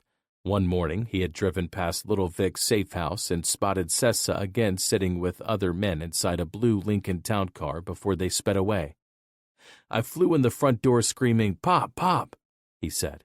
"He came out running out of his room with a .38 Beretta, and he was screaming, 'What's wrong? Are you okay?' And I said, 'Carmine Sessa just pulled out of your block.'" Father and son, with Vic slouching beneath a baseball cap, went out in search of the would-be hitters. "That motherfucker," Andrew recalled his father shouting. "Get in the car and drive. I'm going to kill that cocksucker and end this war right now." Sessa mounted a third try in November 1991 in a plot to whack Orena, Scopo, and a Colombo family capo on the streets of Ozone Park. The targets were gone when the killers arrived from a Brooklyn diner. Scopo was given a pass after heading to a Gambino social club for a card game, and the killers worried about the collateral damage if any Gotti soldiers were accidentally clipped in the gunfire. And John Orena recounted leaving a Queens dry cleaner after picking up his father's suits and spotting a car with potential assassins lying in wait. He and a fellow Orena backer frantically flagged down a cab to Kennedy Airport, where they mingled with masses until they felt it was safe. "Every day I would wake up and the reality would hit me that this could be the day my father was killed," said Andrew Orena. He was the #1 target of the Persicos, and by this point there were already murders, shooting attempts, close calls. An August federal court document filed by prosecutors revealed the first failed hit on Orena, implicating Persico backer and CESA crew member Robert Zambardi as one of the would-be killers. The paperwork made clear that the flow of information to the feds about the nascent dispute indicated that the mob's oath of omerta was not much of a thing anymore. 5 confidential sources have informed agents of the FBI that members of the Colombo family close to Persico and concerned that Orena wanted to take over complete control of the family ordered Orena's murder, the court filing stated.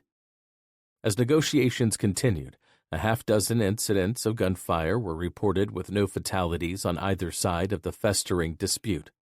The fragile peace between the divided factions would collapse before Thanksgiving. "Certainly not the best course of action to go to war," said Franzese, looking back on the battle without a winner. And Junior was a fighter. He knew a sit-down could go against him since he wasn't on the street, and nor was Allie. In his mind, war was the only solution. When the Orenas made their first move, they aimed to cut off the head of the Persico-friendly opposition, Greg Scarpa. By the time of the war, their target was boasting of himself in a court filing as the most powerful entity in the Colombo family and an authoritative figure who bowed down to no one. While the Orenas knew of Scarpa's fearsome reputation for violence, they and their colleagues in organized crime remained in the dark about his second job as a paid government informant. And FBI agents likewise remained unaware of Lindley DeVecchio's unique arrangement with Scarpa, although several would become uneasy about the alliance between the two as the war raged. The November 18, 1991, hit by the Orena faction served as a spectacular failure rather than as a death blow. The murderous Scarpa survived to emerge as the deadliest figure on either side, a bloodthirsty killer who gleefully celebrated his lethal efforts. The Stone Killer was on the wrong side of the flying bullets when the first shots were fired, courtesy of Orena backer Cotolo, who was motivated to action after an FBI warning 5 days earlier that he was at the top of the Persico hit list.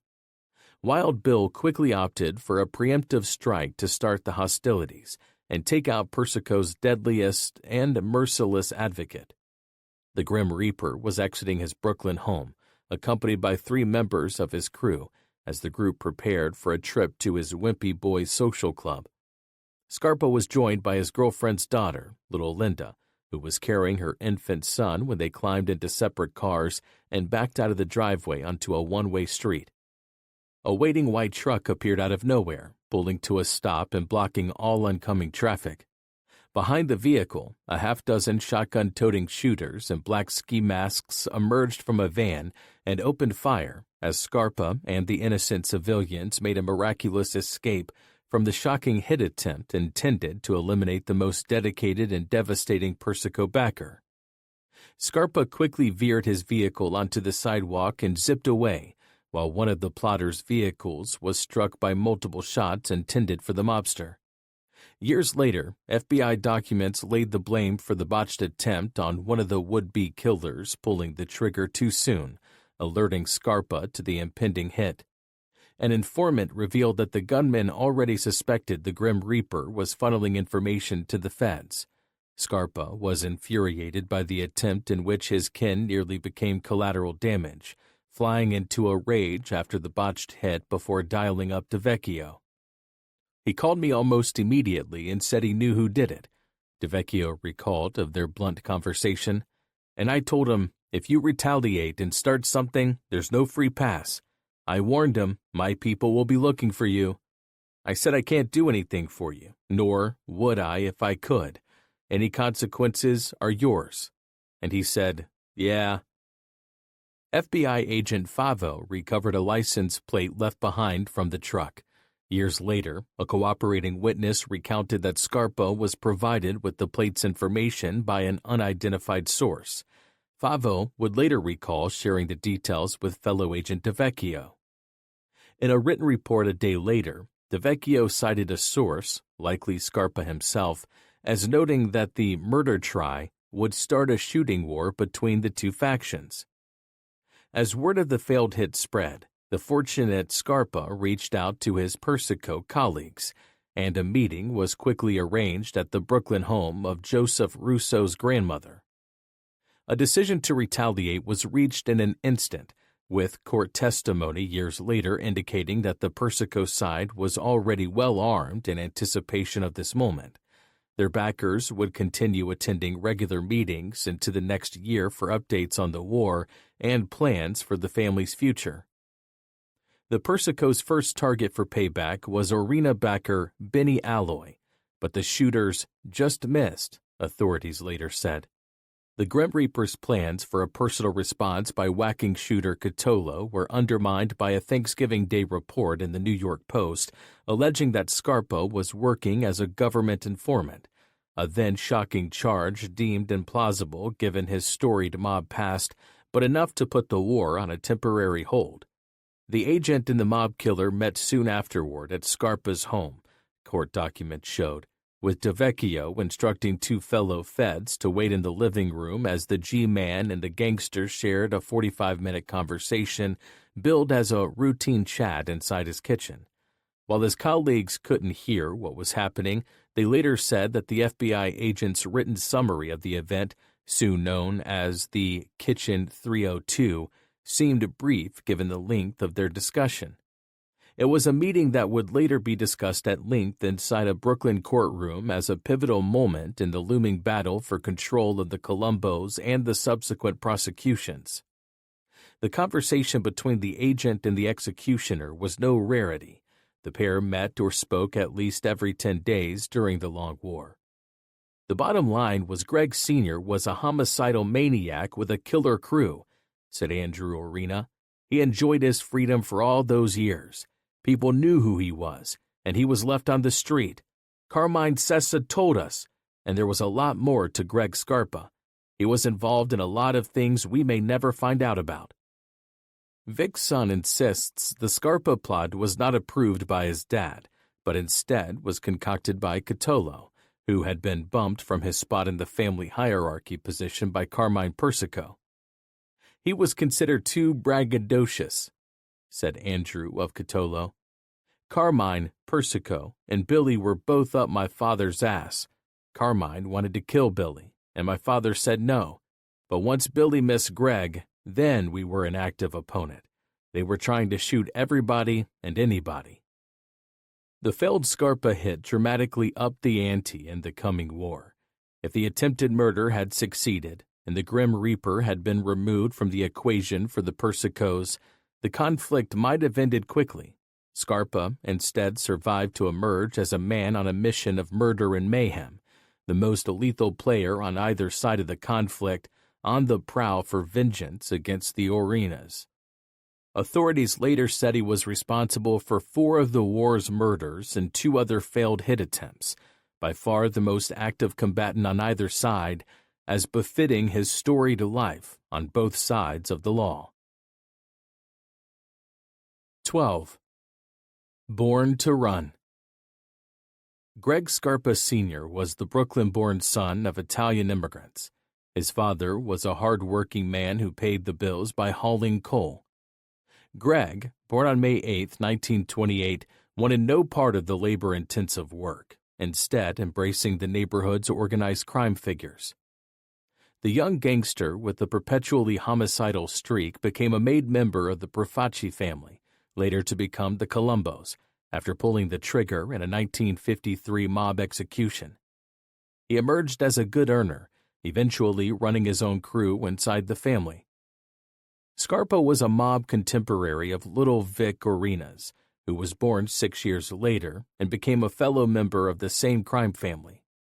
Like Vic, Scarpa brought his son Greg Jr. into organized crime and hailed from the same outer borough, home to his infamous social club. But Scarpa, unlike businessman Orena, had a fearsome reputation earned on the streets and beyond. There were rumblings over the decades that he worked as a snitch, too, an assertion often dismissed because no one believed the FBI would employ such a psychotic killer. By one count, his murders numbered more than 50. Despite their shared histories and positions in the Colombo family, Little Vic and Scarpa didn't move much in the same organized crime circles. "My father wasn't close with Greg," recalled Andrew. "He thought Greg was a shady character, that there was something wrong with him.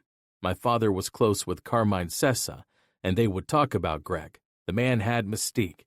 He was a strange guy, a very violent guy." Scarpa, a man both cagey and cruel, quickly emerged as the de facto head of the family's pro-Persico combatants in the absence of their locked-up leader. At the time of the war between the families, the relentless gangster was 63 years old and HIV positive after receiving tainted blood in a transfusion from a mob associate. His health woes did nothing to slow Scarpa down once the Orena faction fired the war's first shots his way. In his early days with the Colombos, Scarpa became known as a steady earner with multiple illegal income streams: drug dealing, loan sharking, bookmaking, credit card fraud, and auto theft. But his loyalties, despite a sworn allegiance to organized crime, would eventually extend far beyond the Brooklyn family to include the Federal Bureau of Investigation. The legendary gangster became a confidential informant for the feds, playing both sides for decades before his shocking twin allegiances were finally revealed. "The guy thought he was James Bond," a Brooklyn prosecutor later marveled of Scarpa. "He told his kids he worked for the government."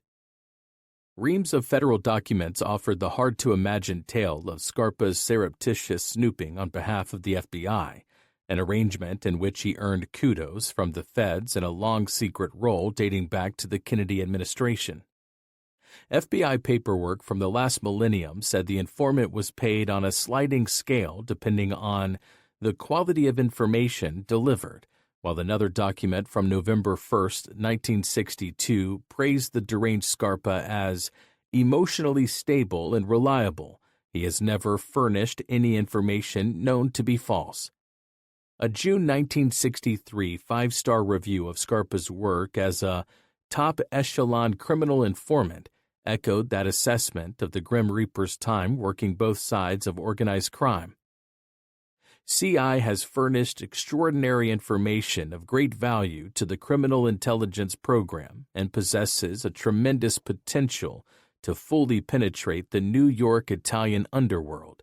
CI is among top-echelon informants who are members of La Cosa Nostra. CI continues to provide information regarding the Italian organization, and the information is of such a caliber that it could only be obtained from an active member, read one rave review. During his decades-long run as an FBI insider, he was behind bars only once, a 30-day stint for bribing two cops in 1978, a stretch where he was briefly out of favor with the feds. But the whiff of something strange about Scarpa continued, wafting through the mob cohorts, even as the idea of his alliance with the FBI seemed implausible to his Colombo colleagues. "I was stunned when I found out about Scarpa," said Michael Franzese, noting his old Colombo associate's frontline role in the war. "Greg was a different breed, but it was important for Junior, Persico, to have Greg remain loyal. He was strong and a good ally for the Persicos." Not all the mob veterans' associates saw Scarpa in the same light. A December 11, 1974, FBI report quoted a source saying he has hated Scarpa for many years and several years ago went to boss Joe Colombo and told Colombo that he strongly believed that Scarpa was an informant for the FBI. The mob vet was, at the time, already into a second decade working for the feds, including being summoned 2 times to assist in resolving a pair of hate crimes in the Deep South. His terrifying efforts on behalf of the feds were eventually fictionalized in the 1988 movie Mississippi Burning. The agents first reached out to the New York office with a request for Scarpa, officially informant NY3461, after the Ku Klux Klan kidnapped 3 civil rights activists in June 1964, 2 white Jewish New Yorkers, Michael Schwerner, 24, and Andrew Goodman, 20, and a black Mississippian, James Chaney, 21. The trio was working for the Congress of Racial Equality, a civil rights group looking into the torching of a black church. They were almost immediately presumed dead, and they were dead. The Klan had killed them and made their bodies disappear. A massive search conducted by a frustrated FBI turned up no sign of the missing victims. The call went out for Scarpa. His girlfriend, Linda Skiro, accompanied the mobster on his trip and recounted how he winked at a group of 8 or 9 federal agents upon arriving at a local hotel. One of the law enforcers subsequently appeared in their room and handed Scarpa a gun. The gangster solved the mystery in short order by kidnapping a local Klansman and ultimately breaking his will with an escalating amount of force. Scarpa first put the gun to the man's head, only to hear a story that turned out to be bogus. The mobster returned a second time and placed the barrel in the local mayor's mouth and cocked the trigger, only to hear more misinformation. Scarpa, at his third get-together with Klansmen, threatened to castrate the reluctant man with a straight razor. The bodies were soon recovered. Once the job was done, another federal agent recovered the FBI's gun and handed Scarpa a wad of cash. The Grim Reaper in Skiro left Mississippi for a vacation in Miami. Within 72 hours, the 3 decomposing bodies were uncovered by the FBI from where they had been buried 17 feet below a remote earthen dam outside Philadelphia, Mississippi. 2 years later, the Mississippi G-men again brought Scarpa aboard as they investigated a Ku Klux Klan attack on the home of a black man who had made his grocery store available to residents to pay their poll tax and cast their votes during an election in the deeply segregated South. Klansmen set Vernon Dahmer's home on fire.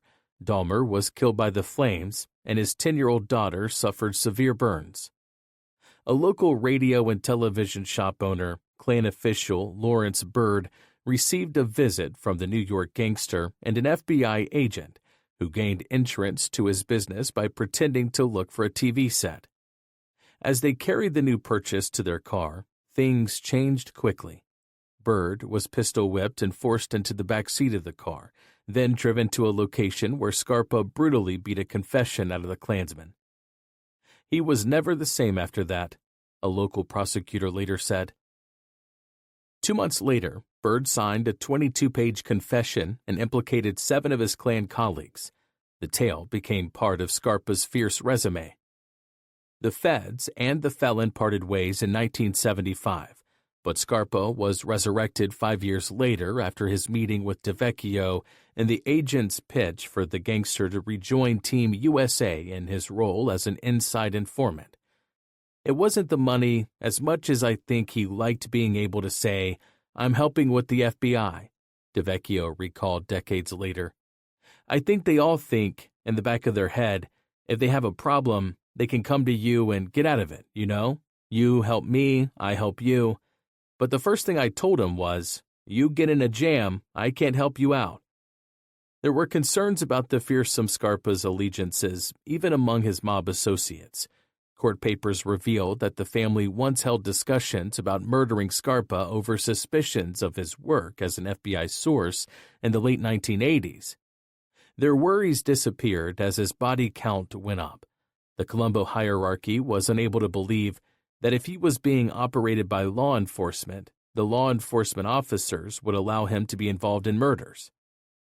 Andrew Orena described Scarpa as a major asset for the Colombo side, with his ability to operate with impunity on the streets as the fighting raged on and on.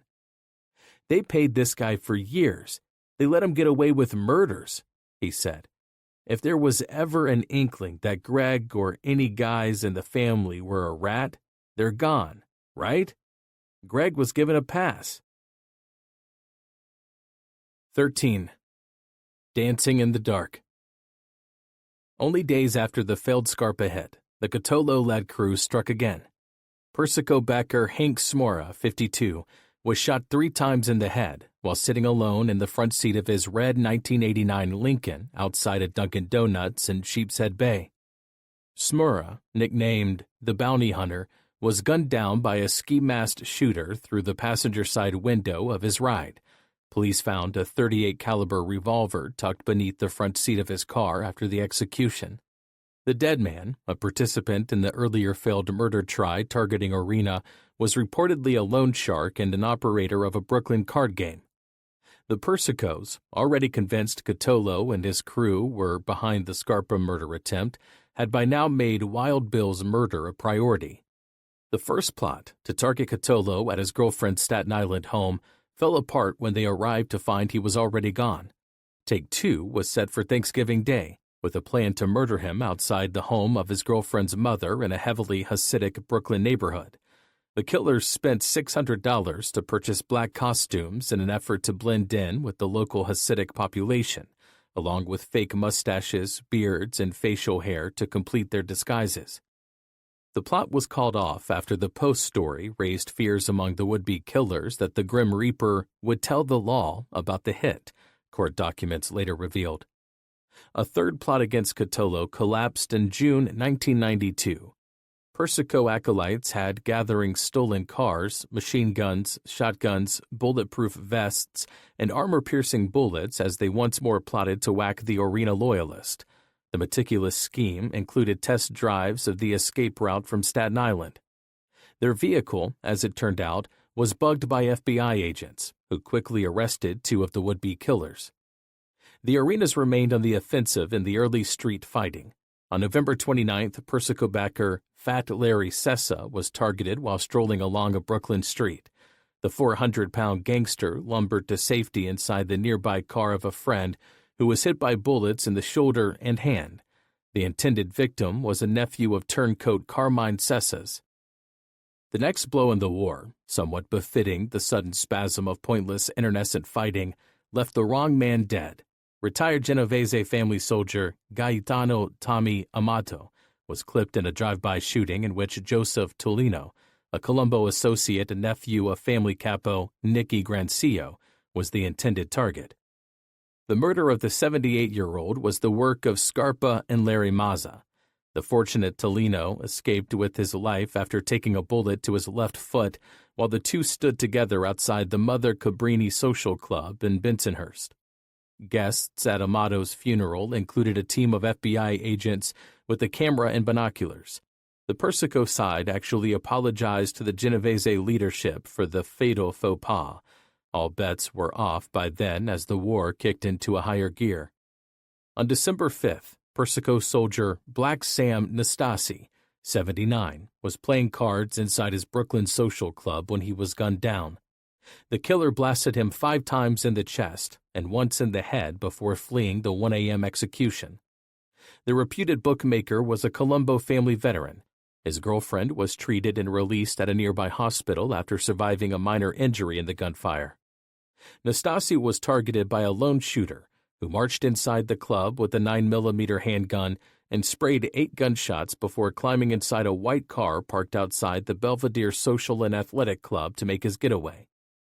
On that same day, Colombo capo Salvador Profasi, in a conversation captured on a bug inside a mob lawyer's office in Camden, New Jersey, expressed his support for the Orenas and their fight for control of the family. Victor Orena is a gentleman, beautiful person, the New Jersey mob veteran declared. Very, very capable, very, very qualified, level-headed.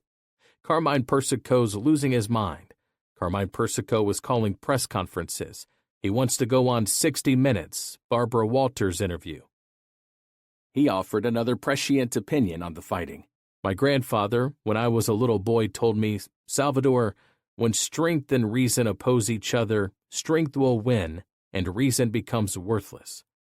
Now we started shooting, and where's it going to end? Few shared his opinion or heeded his advice. The city's looming holiday season was again interrupted one day later by one of the most stunning shootings, which targeted an unlucky Orena backer who was spotted hanging Christmas decorations outside his home.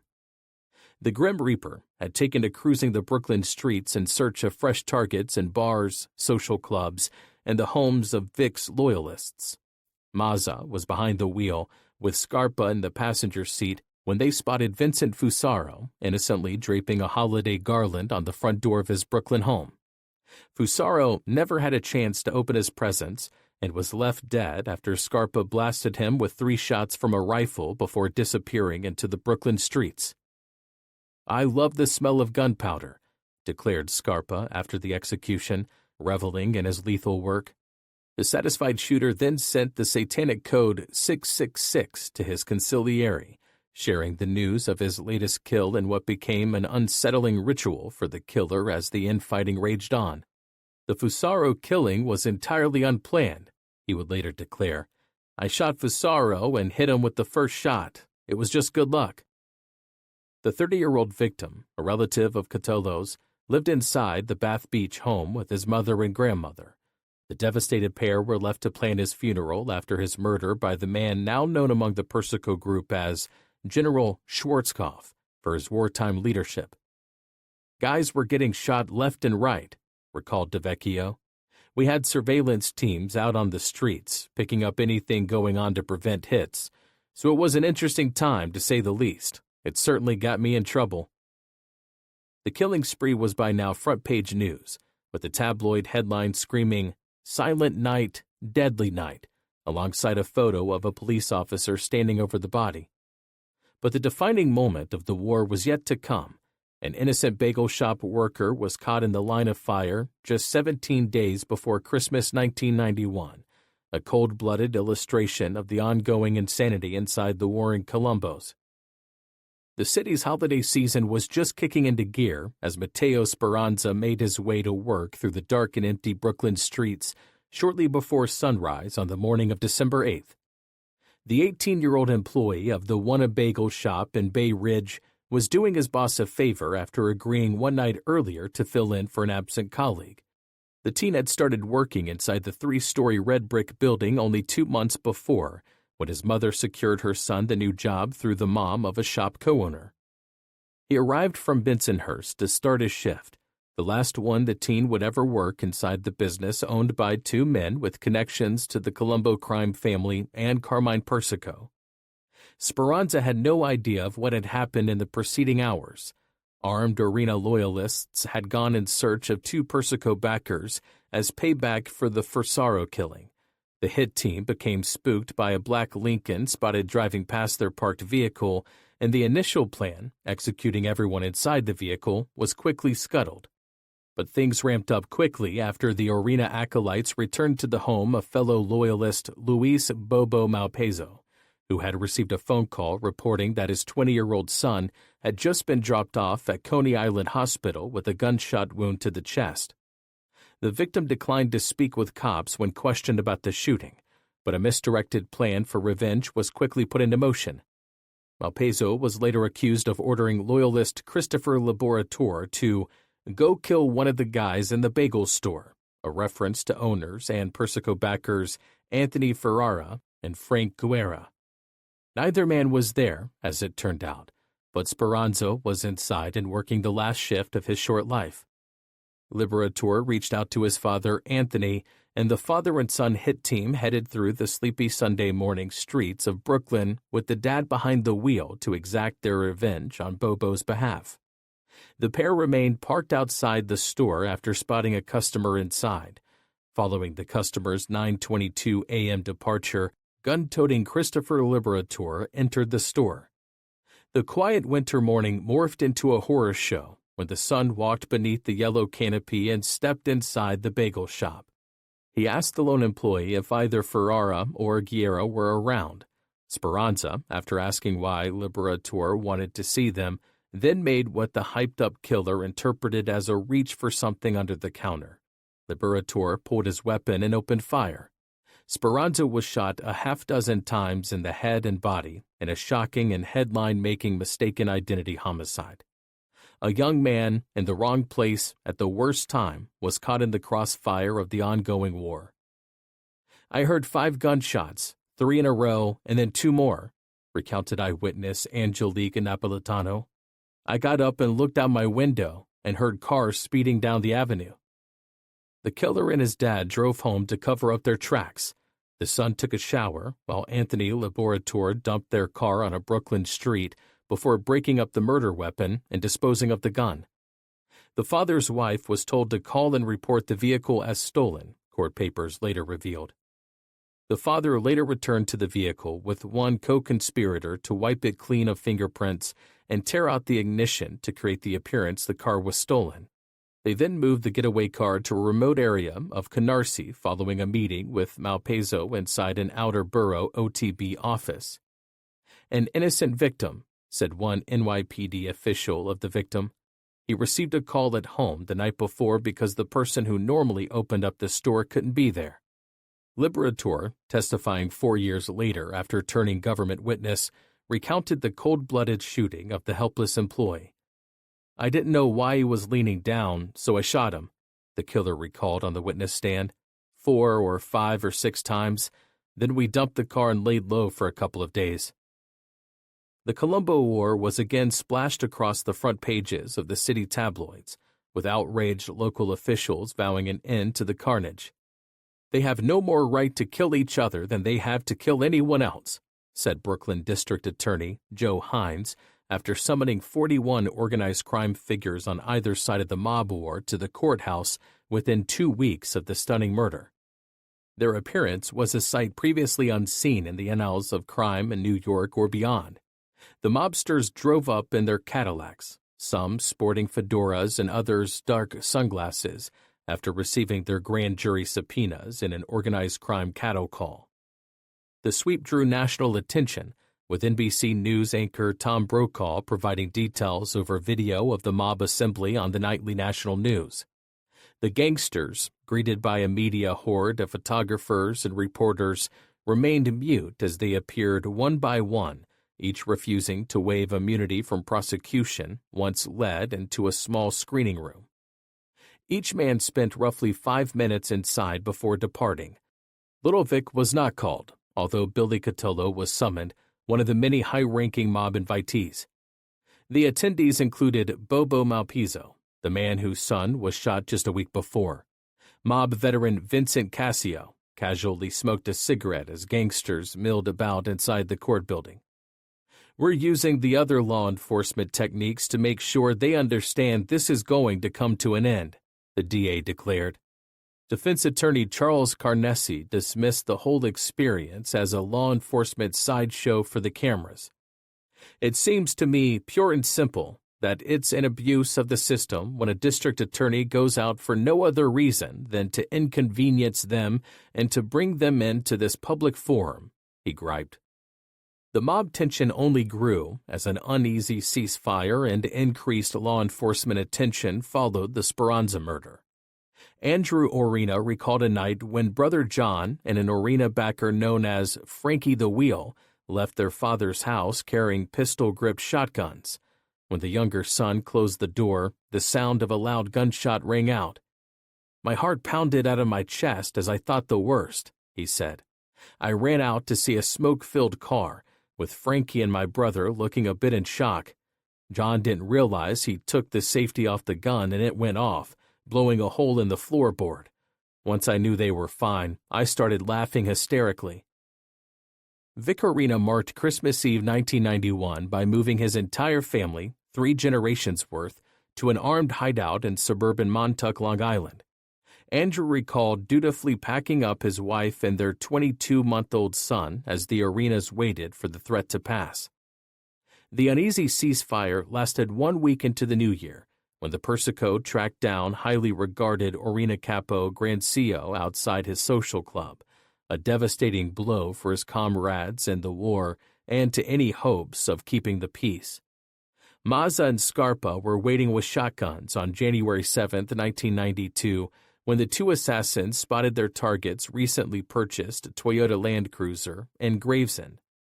Grancio was sitting behind the wheel as he chatted through an open window with his nephew, Joe Tolino, in the middle of the afternoon shortly after 3 o'clock.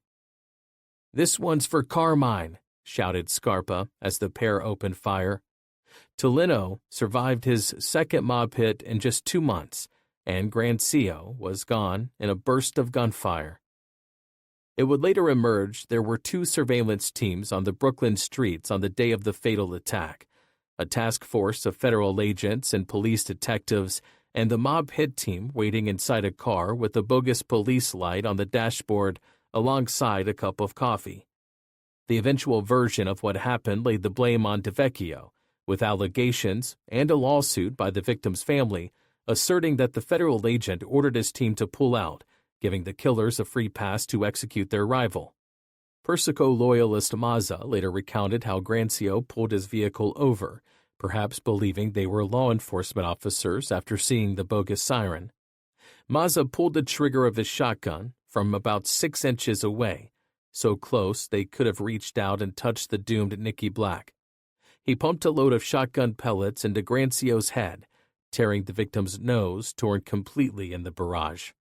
An FBI agent would later say his first suspicions of the allegiance between the Grim Reaper and DeVecchio came shortly after the brutal execution. The screams of Grancio's terrified nephew were audible to the killers as they drove away. Mazza recalled how he joined a fellow cold-blooded gangster afterward for a glass of wine as they watched an episode of Seinfeld. The execution in broad daylight deeply rattled Nicky's colleagues inside the Orena faction, where the veteran gangster was held in high esteem. "A sad day for us," recalled Andrew Orena. "On that day, I was in the car with my father when Nicky called him on his cell.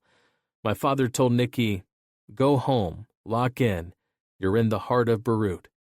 Nicky assured my father not to worry.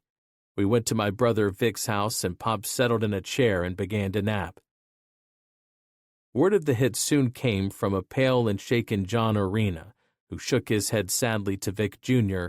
and then gently woke his dad with news from an Orena loyalist. Grancio was gone. "Tears in all of our eyes," recalled Andrew. "Nicky was a bigger-than-life character. We were all upset, every one of us." The execution targeted a mob veteran of decades with a lengthy resume. Grancio beat the rap in the 1975 murder of a Colombo associate whose body was found in the East River, stuffed inside a 50-gallon drum. He was also a one-time vice president of a Teamsters local, reportedly serving as the family's man at Kennedy Airport. "My father slumped into his chair, burdened by the divide in our family," said Andrew. "Guys that he loved within both factions, remembering what he told Teddy Persico before all the shooting started. No one wins in a war. The only one that will is the government." How prophetic and true that became. Mazza, years later, while in the embrace of the FBI, recounted how Scarpa was frequently in touch with DeVecchio throughout the war. "The way it was done, we would pull over to phone booths," he recalled. "We used cell phones and two-way radios to be in contact with DeVecchio. It was a constant back and forth. Scarpa would say, 'It's my girlfriend,' on the phone, and I knew who it was, and I knew what that meant." Payback came quickly. 36-year-old Persico loyalist Stephen Mancusi was shot 3 times outside his Staten Island home, miraculously surviving the hit attempt. But his good fortune soon expired.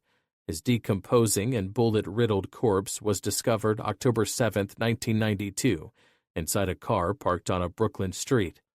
The Persico crew had by then already struck back on March 25th, when they executed Orena backer John Manevra and his friend Michael Imbergamo inside a champagne-colored Cadillac parked outside a coffee shop in Massapequa, Long Island. The two had just exited the Broadway Cafe, an Italian restaurant opened only 3 months earlier. A pair of assassins opened fire, and the pair were struck by 7 bullets before the hit team sped from the scene. The 66-year-old Minerva was targeted after defecting to the Orena side of the war. The innocent Imbergamo, a plumbing inspector and Republican committeeman, was in the wrong place at the wrong time. One of the lethal conspirators was Capo Anthony Russo, a former Orena captain who flipped to back the Persicos. Court papers later revealed that the hit followed multiple meetings of the Persico faction in which Scarpa and Carmine Sessa griped that they were unfairly shouldering the burden and murdering Orena backers, prodding the Russo crew into action. Minerva was specifically cited for death because he opted for Little Vic over the Persicos once the war began, the court papers said. His execution quelled complaints about the Russo crew's lethal efforts. The execution came 2 weeks after an earlier attempted hit had failed, and Sessa congratulated Joseph Russo for his nice work in taking out the Orena backer. The killers gathered afterward inside Wolf's Delicatessen in Manhattan to celebrate the twin slayings, with Russo noting a personal motive. Minerva had worked for years with his father before taking Little Vic's side in the fight. Russo would later argue, unsuccessfully, that Greg Scarpa was responsible for the executions. Both of the victims were armed, but neither had a chance to pull their guns. Devastated family members at Imbergamo's funeral said he was killed simply for being in the wrong place at the wrong time. The Reverend Tom St. Pierre, in his eulogy for Minerva, recounted the killing and called for divine intervention in the war. "Last week, a dark cloud settled over your family, this parish, and the community," he declared. "The violence, the blood, the shock, the evil, the horror, the ugliness, the cruelty that is sometimes is a part of life came to surface in front of the Broadway Cafe. We pray that all those who are thirsty for blood and vengeance may be thirsty instead for peace and forgiveness." His prayers went for naught, too late to spare the victims. And Little Vic didn't know it yet, but his time on the streets was about to end as well. On April Fool's Day of 1992, Orena was arrested inside his suburban Long Island safe house shortly after the sun rose by a legion of FBI agents, an event that failed to end the war or stop the bloodshed. The future, once so bright for the Orenas, was darker than any of them could ever have imagined a mere 4 years earlier, and was getting worse as they would learn. 3 months earlier, authorities had received approval to place bugs inside vehicles linked to the Orena faction, including Little Vic's, his namesake sons, and the boss's driver, Joseph Audino. The feds initially asked for a 30-day usage of the bug and received a 30-day extension as the targets spoke freely about the mob while the government recorded their damning chats. In a bizarre turn of events, one of the bugged cars, a Pontiac Bonneville, was actually purchased from a car dealership run by Vic's son Andrew.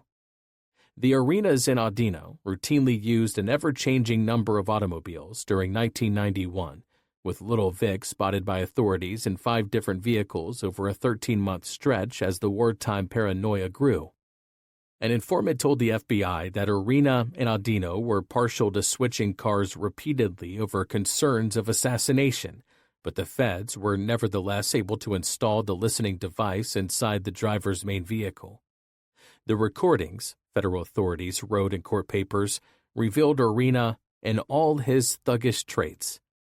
The Audino bug intercepted conversations in the 2 months prior to Orena's arrest, offering a first-hand glimpse into the war-torn family's mindset.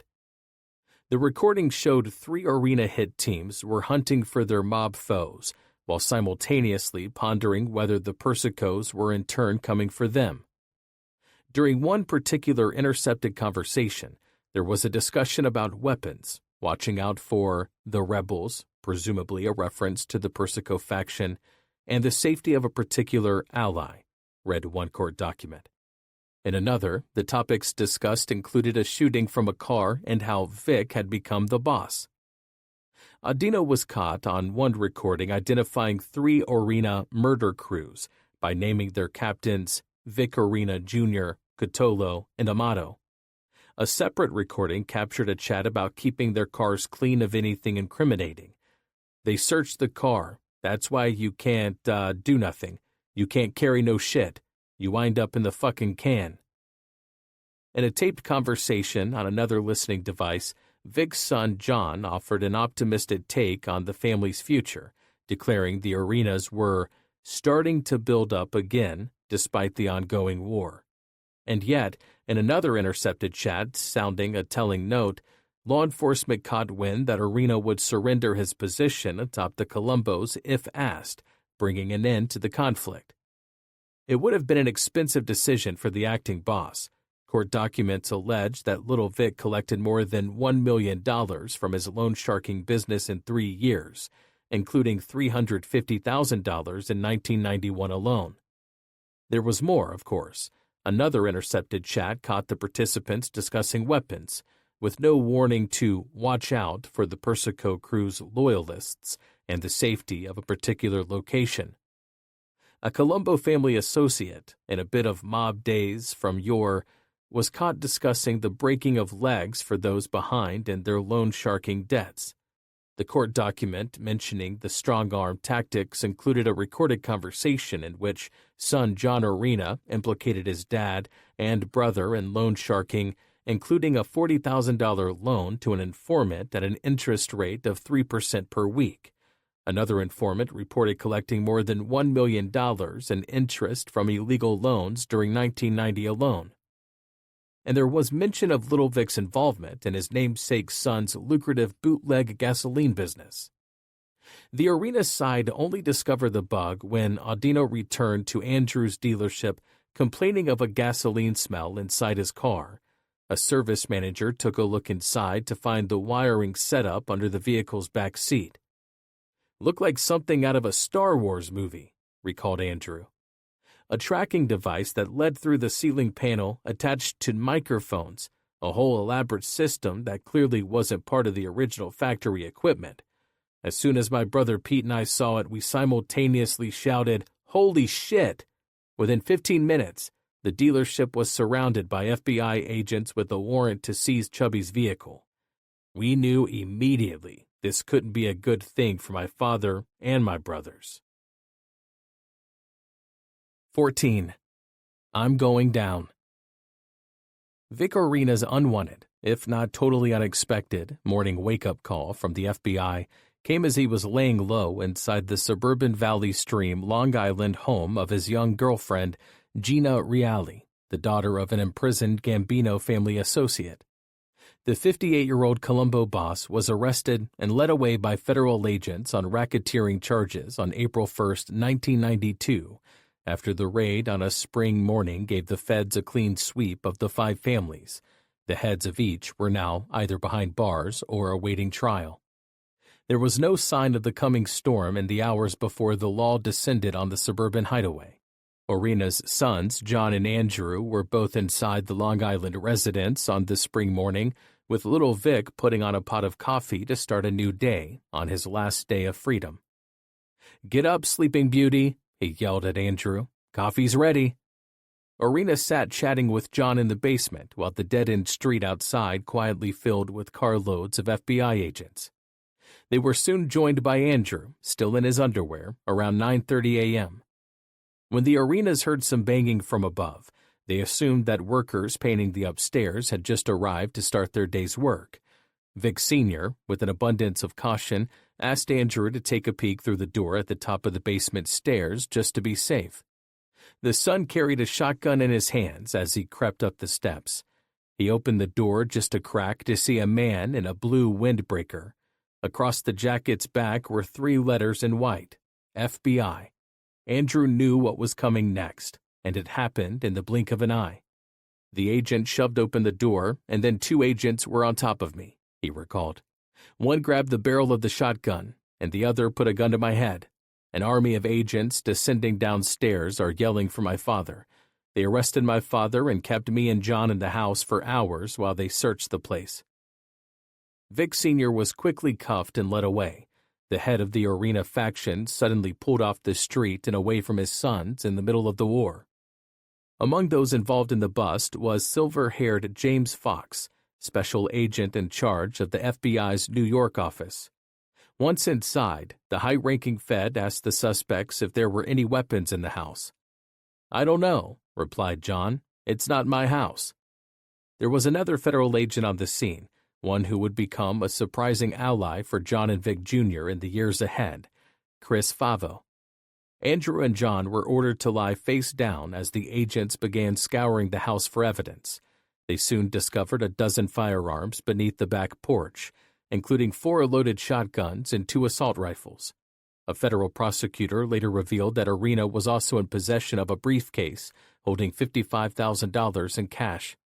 "An agent walked in with the green garbage bag," said Andrew. "He looked at me and John and said, 'Did you guys say there were no guns? Well, we just found this bag full of guns and you 2 are in a lot of trouble.'" The sweep of the residence also uncovered a list of telephone toll numbers used to find addresses for Persico Captain Joseph Russo and a friend of Carmine Persico's son, Teddy, with court documents alleging that Orena had ordered hits on both the mob capo and the younger Persico. The 57-year-old Amato surrendered that same day. Authorities cited electronic surveillance and, of course, an informant for prompting his arrest as the legal noose tightened on the Orena faction. Both suspects were quickly charged and jailed for the Orena murder, and Amato eventually won a legal battle to receive a severance from a trial alongside his boss. Little Vic also faced charges of conspiracy to murder Persico backers during the war, along with loan sharking, weapons possession, and racketeering conspiracy. It was a dark day for the Orenas, but the worst still awaited their jailed patriarch. "The world of Omerta is rapidly evaporating," said Brooklyn federal prosecutor Andrew Maloney following the latest arrests in the law enforcement war against the New York mob. The upbeat prosecutor even joked that the flood of recent mafia turncoats was breaking the budget of the witness protection program. Orena soon appeared before federal judge I. Leo Glasser for a Brooklyn detention hearing in which the acting boss was held without bail despite an offer from the defendant's family and friends to commit $2 million in assets to secure a federal bond for his release. Little Vic's appeal for house arrest was turned down flat by Glasser, who described Orena as both a flight risk and a danger to the community after Assistant U.S. Attorney George Stambolidis recounted the haul of weapons recovered from the suburban Orena safe house. The defendant, said Glasser, was the acting boss of a family that is involved in a terrible struggle between Mr. Orena and Mr. Carmine Persico as to who will control the family.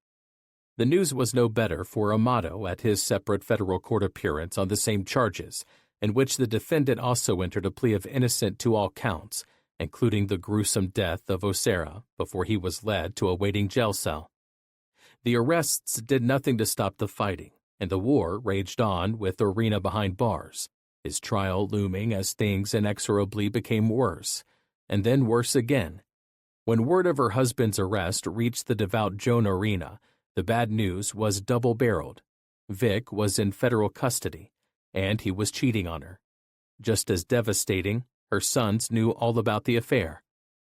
The federal backslapping for a job well done would disappear in 1995 when prosecutors in a case involving Orena's sons acknowledged that DeVecchio had earlier shared an address for the mob boss's girlfriend with Scarpa. Once the smoke from the morning's events lifted, with Little Vic led away and the FBI now gone, Andrew recalled climbing into his car and turning on the radio for some relief, only to hear a recap of the morning's raid. "I'll never forget the news flash. The FBI just arrested Victor Little Vic Orena, boss of the Colombo crime family," Andrew recalled. He put the car in drive and headed into an uncertain future for his own family and the crime family. It was 54 years to the day since Little Vic's father died in front of his eyes. One day later, and another sign of the changing times and a bad omen for Orena, Gambino family boss and Little Vic supporter Gotti was convicted in Brooklyn federal court of multiple racketeering charges. The Teflon Don was finally convicted and sentenced to die behind bars. The arrests on federal RICO charges were now increasingly the norm around the crumbling five families and were largely fueled by the testimony of turncoat mafia members and the embrace of their one-time law enforcement pursuers. 2 months later, if more proof of the new mob world order was needed, Lucchese family boss Vic Amuso was convicted of all 54 charges in his racketeering trial, including 9 counts of murder. The anonymous Brooklyn jury needed just 7 hours of deliberations to reach their verdict inside the hushed Brooklyn courtroom where little Al Diarco was joined as a star federal witness by fellow informant Big Pete Chiato, who survived an assassination attempt before taking the witness stand. Amuso, his chin up and his head cocked to one side, said nothing as his fate was determined. The reading of his convictions took a full 20 minutes, after which Amuso shook hands with his 3 defense attorneys and headed off to serve life in prison without parole. He remained behind bars for more than 30 years, with his latest appeal for compassionate release rejected in 2023. The upcoming Orena prosecution made new headlines only months later when a federal prosecutor told U.S. District Court Judge Jack Weinstein at a September hearing about information that one of the esteemed jurist's family members was involved in a money-laundering real estate deal with Colombo family associates. The allegation, made by an unidentified government informant, was not taken seriously and was denied by Weinstein. When defense attorneys pressed for the release of Amato and Orena under house arrest if they agreed to avoid the mafia, prosecutors argued that their freedom could topple the peace treaty between the warring Colombo factions. In the end, neither defendant ever made it home. 15. Code of Silence. Vic Orena's prosecution kicked off a mere 7 months later, with Assistant U.S. Attorney Andrew Weissman describing the defendant to jurors as the merciless overlord of the Colombo family, a man intent on keeping his tenuous position atop the mob faction at any cost, including murder. There was little cause for optimism as the Orena family arrived at the federal courthouse for opening statements in the trial of their patriarch. Vic's 5 sons, dressed in suits and ties, exchanged pleasantries with prosecutors before taking the seats each would fill for the length of the prosecution. Little Vic arrived for the day dressed in a suit delivered to his holding cell by his boys, who made sure he was properly dressed for the duration of the trial. Andrew recalled missing just 1 day of the prosecution when he left during deliberations after the birth of his son. The government's case was a monstrous one, Andrew said decades later. 7 cooperating witnesses, numerous recovered firearms, guns found under the house of my pop's girlfriend, FBI tape recordings from cars and the home of a Persico faction member. While the defendant was accused of a single homicide for the killing of Orena, the prosecutor laid blame directly on Orena for the bloody mob war that left the wounded and dead strewn across the city. Little Vic faced additional charges for racketeering and loan sharking, and optimism was in short supply for his sons. The Orena killing was an example of the lengths that man will go to protect his business. Don't skim money from me, the prosecutor declared in his opening statement to the jury. If you do, you will get what Thomas Orena got. The case is about ill-gotten gains, power, and about what Vic Orena will do to hang on to these things. He detailed the vicious Orena murder, with Weissman alleging that Orena's deadly ire was sparked by the siphoning of family loan sharking money by the victim, and by his own criminal interests. Gambino family boss John Gotti had also called for the victim's killing. Victor Orena, by killing him off, was also doing a favor for John Gotti, in hopes of landing the Dapper Don's support in the festering Colombo War, said Weissman. And Gotti wanted Orena on the commission as a swing vote, ensuring a majority of any mob business brought before the 5 crime families. Orena wanted to be the official boss, the federal prosecutor continued.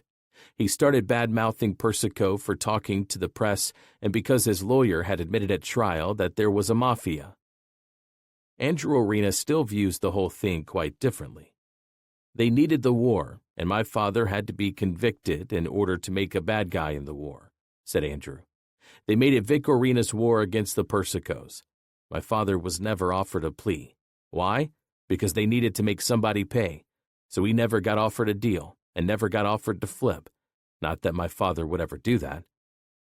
Defense attorney Gustav Newman, in his opening statement, ripped federal prosecutors for their reliance on mob informants in making their case. The feds had lined up 2 of their most devastating turncoats, ex-Gambino underboss Gravano and one-time acting Lucchese boss DeArco, to testify against Orena and their new careers as star federal witnesses. These witnesses have committed almost every crime known to man, from A for arson to R for robbery, and including M for murder, he declared. Their motives are to save themselves from life in prison and to keep their ill-gotten gains from a life in crime. They have replaced their guns with their mouths. A pair of prosecution witnesses soon took the stand, with co-conspirators Michael Mafador and Harry Bonfigolo testifying to the garroting death of Orena on say-so from the boss, with the latter again recalling Little Vic's direct order for the hit, "I want this thing taken care of," and he recounted the details of the murder plot, testifying that the hit was prompted by Orera's alleged theft of shakedown money collected for the Colombos from a suburban garbage carting business. According to Bonfiglio, his partner in homicide, Leali, boasted that Paddy held him and I whacked him. Leali was later killed himself as the war raged on, reportedly to ensure his silence in the plot.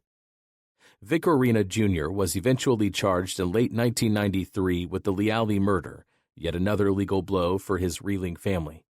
The authorities allege that the mob boss's son gunned down the victim in broad daylight after a wild chase through a hotel lobby and into a parking garage.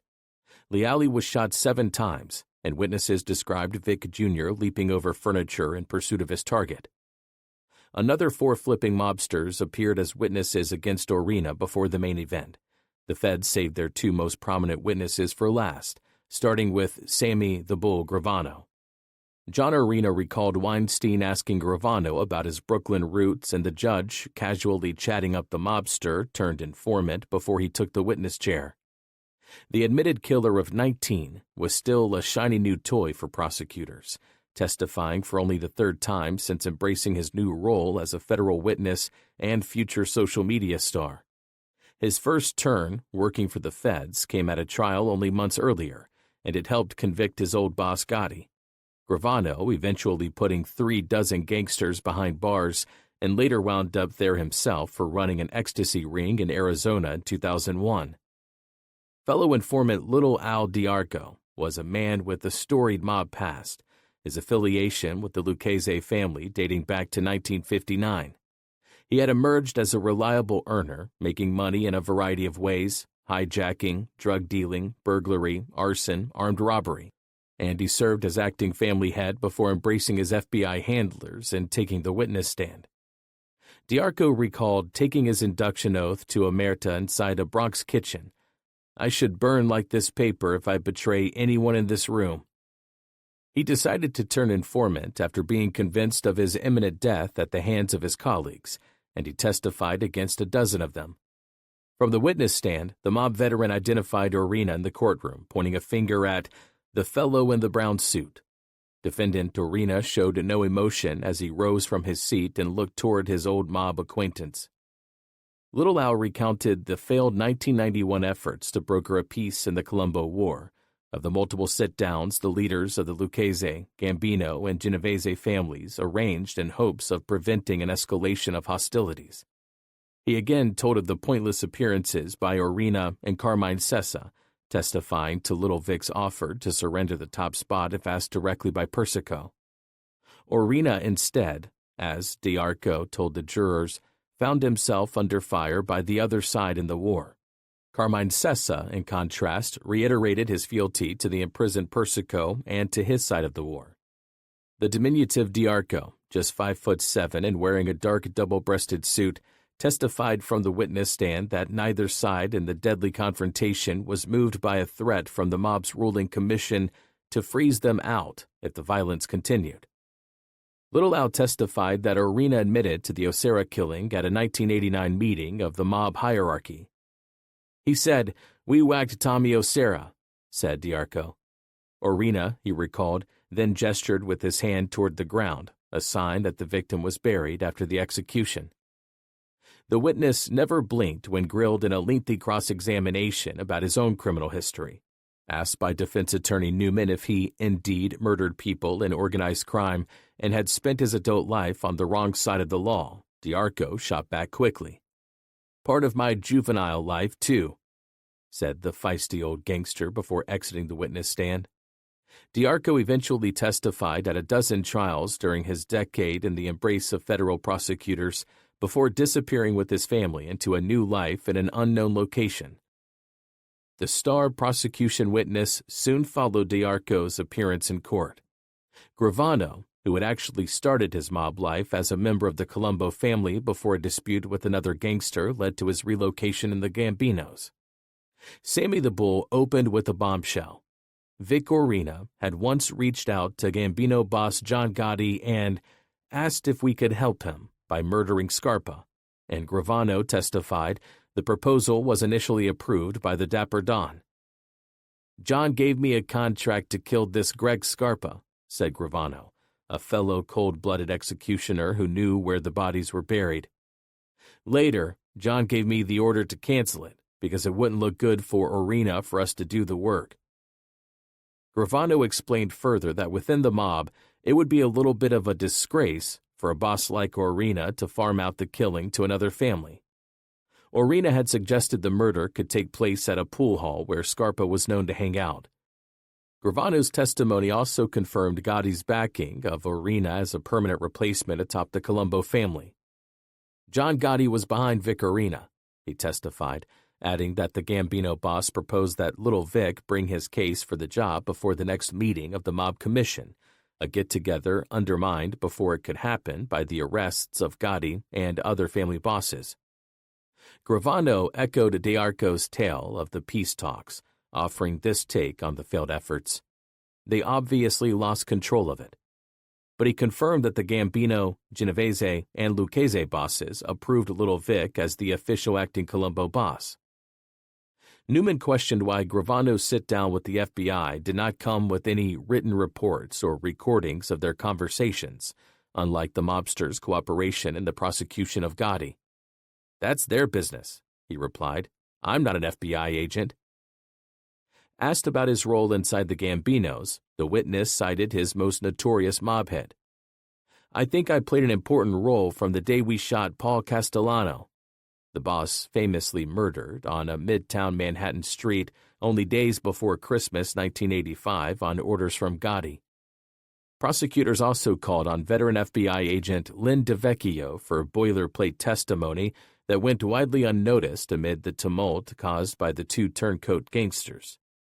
The defense argued that the guns found on the day of Orena's arrest were in fact planted by the Persico crew. An FBI analysis of the single fingerprint found on the bag showed no match with Orena, or anyone else on his side in the war, but the odds still remained stacked against him. During a break in the trial, Andrew recalled there was an unexpected and interesting incident when FBI agent Favo approached him for a chat unrelated to the ongoing prosecution.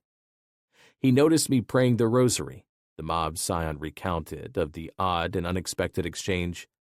"He asked if I attended Catholic school, that he did. Next day, on another break, I asked Chris if I could talk to him on the side. I handed him a set of rosary beads that my mom had brought back from Medjugorje. I told him, 'I'll tell you what, I'll pray for your family if you'll pray for mine.' And he took the beads." Divine intervention would not come for some time. Favo became convinced there was something very wrong with the alliance between DeVecchio and Scarpa and went public with his concerns in a move crucial to Vic Orena's sons. Federal prosecutor Gleason delivered the government's closing argument, unleashing a devastating tale of the defendant's short reign atop the Colombo family as the war raged on. By the time he wrapped up, any hope inside the Orena camp had evaporated. "John Gleason, that day, the lightning bolts were coming out of his mouth," said Andrew. "I want to tell you this. He was amazing. We kind of liked him. He was a gentleman with us. And the crazy thing was my father had a wonderful rapport with Gleason." The former federal prosecutor, fresh off his conviction of Gotti at the time, recalled how the Orena trial was a welcome change from dealing with the Dapper Don and the bluster of his defense lawyer, Bruce Cutler. "Acrimony and animosity," he recalled of the Gotti prosecution. "But Vic wasn't that way. It was, certainly compared to others, a pleasant experience for a mob trial. His attorney was Gus Newman, a revered gentleman, and Vic was all business. But he said good morning and good night each day, shaking hands before and after court started and ended." Andrew Orena agreed. Everything was cordial, even enjoyable, and then when the trial began, they got serious. His father's fate was now in the hands of a dozen strangers who headed back for their deliberations. 16. The Price You Pay. Andrew Orena, in the relentless grip of a panic attack, took a seat on the bathroom floor inside the Brooklyn courthouse, his chest tight, his lungs desperate for air, his own rosary beads in his hands. Prayers would not be enough just 4 days before Christmas of 1992. Just down the hallway, Andrew's world teetered on the verge of complete ruin as the federal jury returned on its third day of deliberations with a decision in his father's trial. The third of Vic Orena's 5 sons had already bolted past the court officers, leaving his siblings to hear the decision inside the crowded courtroom. He and a family relative found refuge, if not relief, on the cold tiles of a men's room down the hallway. "My nerves are shot," recalled Andrew. "We're all overwhelmed, we're frazzled, and the jury verdict comes in. I'm in the courtroom and I tell my brothers, I can't do it, I'm going to the bathroom." So they were like, "Are you all right?" And I was like, yeah. My cousin Michael followed me. I'm sitting on the floor and I can't breathe. The jurors' verdict was unanimous. Guilty on all 9 counts.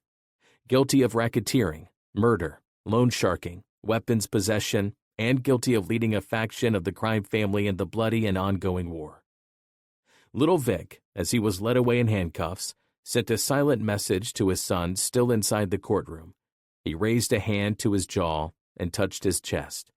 "We took one on the chin, but we're still strong. Love you all."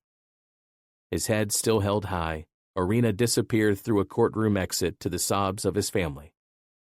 The bathroom door down the hallway from the courtroom swung open minutes later with a resonating thud.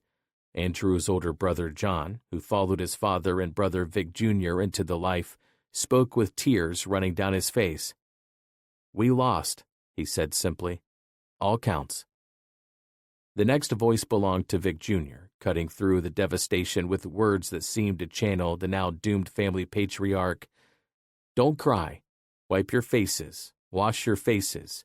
We're going out there with our heads held high." The boys' upbringing by the man convicted just minutes before demanded no less. Even in defeat, the Orenas would show no outward sign of weakness or the devastation each one felt, and neither would defense attorney Newman. "I won't jump over the net and congratulate my adversaries," he said. "I'm disappointed. I'm a sore loser." Vic Jr. led the way and the rest of the family followed as they exited the courthouse. There were indeed no public tears, and each of Vic Orena's sons ran the gamut of media in Cadman Plaza, their stoic demeanors hiding their devastation. The show of strength and unity would not stem the bad news ahead. Vic Jr. and John would soon face a combined 7 indictments, including their own charges from the Colombo shooting war and other allegations fraught with the threat of their own long stints in prison. Vic Sr. was facing almost certain death behind bars on his conviction. His arguments for release would fall on deaf ears in the coming decades. And the Orena family, after a 3-generation rise from Italian immigrants to the top of the New York Mafia, was left reeling without its patriarch. The future was bleak, the options were few, and the alleged role of DeVecchio in the war remained a secret to all. The conviction, a holy shit moment, Andrew recalls. "Now you're talking about my father's life. Done. I watched Goliath whip David's ass." But even before that, as Andrew sat in the courtroom seat that he would later bolt, the mob scion had a feeling that something wasn't right, although it took a while for the son to get past the conviction and begin to wrap his head around exactly what had taken place. "During my dad's trial, I learned much to help my brothers going forward," said Andrew. "You know how they say, 'Now the rabbit's got the gun'?" Andrew couldn't give his father freedom, but he would forever keep the faith, trying to deliver to his father 2 things in short supply at the federal penitentiary: hope and justice.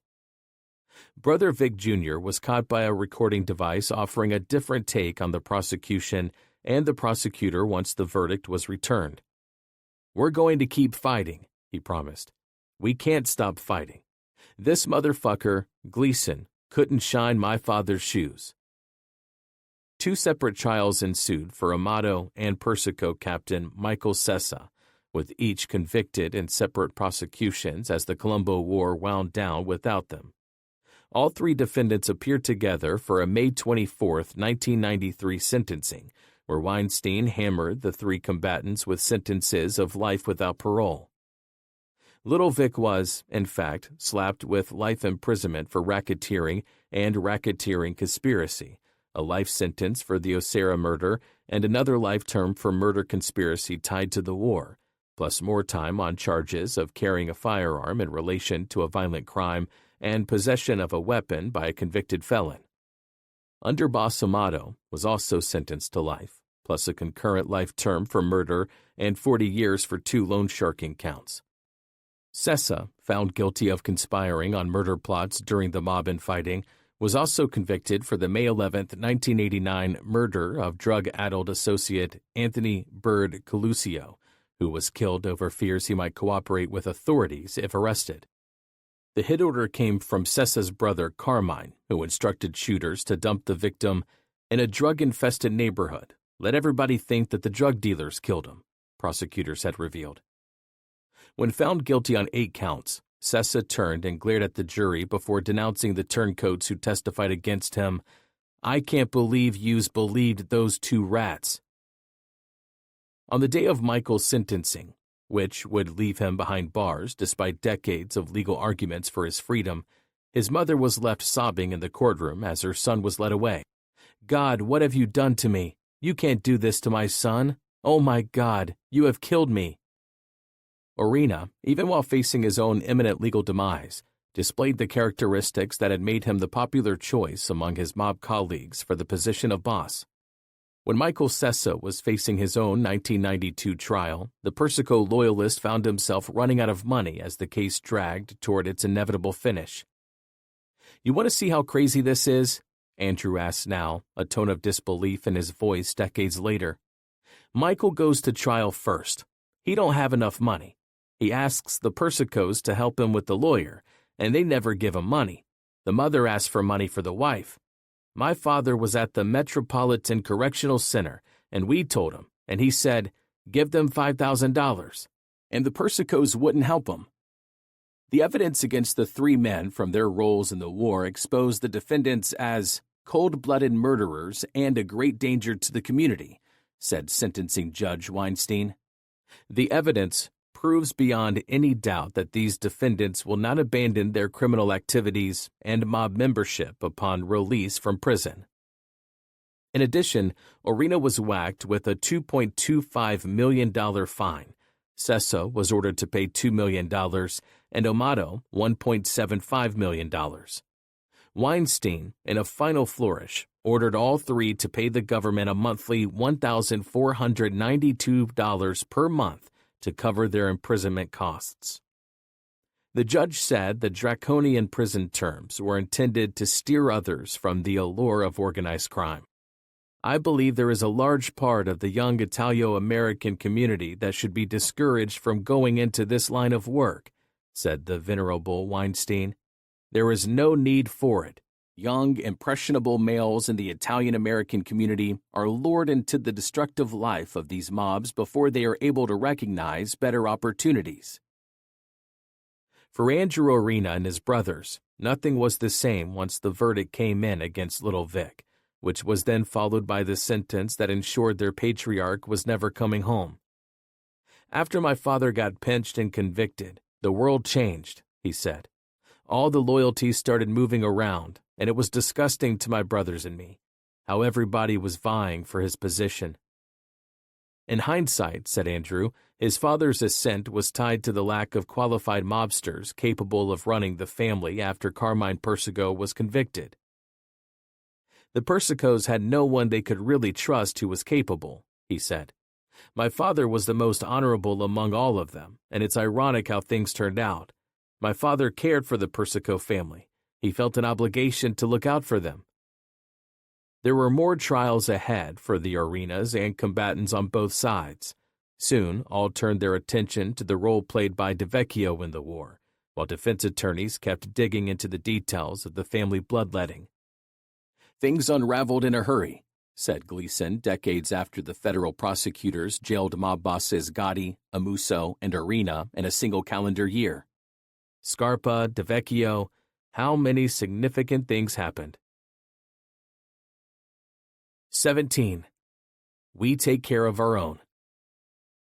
R. Lindley DeVecchio, the son of a decorated Army colonel who was buried in Arlington National Cemetery, was born in Fresno, California, but found his life's calling 3,000 miles east from there as an FBI agent working in the Organized Crime Division in New York City.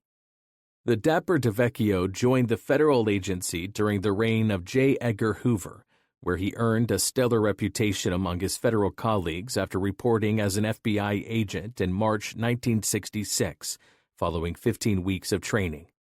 He was welcomed aboard with his classmates by a handshake from Hoover and assigned to the FBI office in Albany, New York, to pursue his hopes of a career as a crime buster. Just over a year later, on his birthday, DeVecchio was assigned to the New York office to investigate organized crime, a dream come true. He became the youngest agent ever assigned to the detail. To this day, I can't imagine a better job, a more fun job, he recalled. I loved every minute of it. It was not my choice, it was by chance. I went to the OC squad and that was it. I got lucky. I liked it so much I never left. The OC agents were assigned to develop mob informants. DeVecchio recalled how quickly he took to the task, lining up a half-dozen moles inside the Colombo, Lucchese, and Genovese families. While going through old case files, he came across the name of Scarpa, whose own paperwork revealed he was closed by the FBI 5 years earlier after a long association with law enforcement. In 1980, the now veteran Fed sought out Scarpa to successfully reopen the mobster. 3 years later, DeVecchio was promoted to supervisor of the FBI's Colombo and Bonanno unit and emerged as a key figure in the efforts to dismantle the 5 New York families, a mission accomplished as the feds eventually put the city's mafia bosses behind bars in a series of high-profile prosecutions. He recounted the first and fateful meeting with the Grim Reaper, a cold call to the cold-blooded killer on a sunny day in June. I literally drove to his house, he said. I thought, what do I have to lose? He's going to tell me to go to hell. He came out of the house and got into the black Lincoln, and I pulled behind him and blocked the driveway, and he said, who the fuck are you, and what the fuck do you want? And I thought, that's a good start. The initial response from Scarpa was a hard no, followed by a glimmer of hope. He took the agent's number and said he would consider the offer. 2 weeks later, Scarpa called back and returned to his surreptitious work as a top echelon informant, quickly identifying Carmine Persico as the Colombo boss and naming 5 family capos. We set up a meet and he told me to come by the house, the agent recounted, and he was my informant until 1992. It was the agent's longest-running association with any of his moles, and this one would come with a ton of baggage as their relationship went forward and allegations began flying about their too close ties, and as Scarpa remained on the streets during the war. DeVecchio had become widely acclaimed as a handler of mob cooperators, eventually instructing FBI recruits at the Federal Training Academy in Quantico, Virginia, on the nuances of bringing informants into the fold, although his efforts didn't always pay off. DeVecchio recalled a trip to Greenwich Village, where he crossed paths with Genovese boss Vincent Gigante at the mobster's Triangle Social Club. The Chin was already well into his performance artist phase, feigning mental illness to avoid prosecution in what became a long-running show on neighborhood streets as he shuffled about in a ratty bathrobe outside the apartment he shared with his Italian immigrant mother. Myself and an old partner went to talk with Gigante, he recalled. Anyway, we waited a ways back to see what was going on, and we see him, animated and talking to some guys. Then we got up to the front door of his social club, and they stopped us, and we said, we want to speak to Mr. Gigante. One of the guys had his hands up and touched me, and I said, don't ever fucking do that again. But we got to see Gigante fall into his crazy act. We could hardly contain ourselves from laughing. In 1983, DeVecchio was bumped up to supervisor of the FBI's Colombo and Bonanno squad. He was dressed for the part, sporting a gold bracelet, monogrammed shirt, and a silk pocket square, and his ties to Scarpa strengthened over time, with the snitch referring to DeVecchio as Mr. Dello or the girlfriend in their phone conversations. The federal agent ultimately emerged as a lightning rod for criticism over their alliance, including allegations that he was as much a criminal as a crime buster for keeping the mobster Scarpa out of jail and in the loop about developments during the war. But DeVecchio remains adamant that the two shared a strictly business relationship, despite all that happened regarding their ties. And he describes the fellow agents who later raised questions about his lengthy association with Scarpa as too inexperienced to understand what was going on. "You're walking a fine line when you're dealing with criminals," he said. "Giving out addresses? That never happened. Pure bullshit." To some degree, other agents were new to the game. They didn't know about organized crime and how they operate. Scarpa was a hit guy for Persico and everybody knew it. But it's one thing to know it and another thing to prove it. I was accused endlessly. "How did you know he's a killer?" But everyone had to kill to become a member.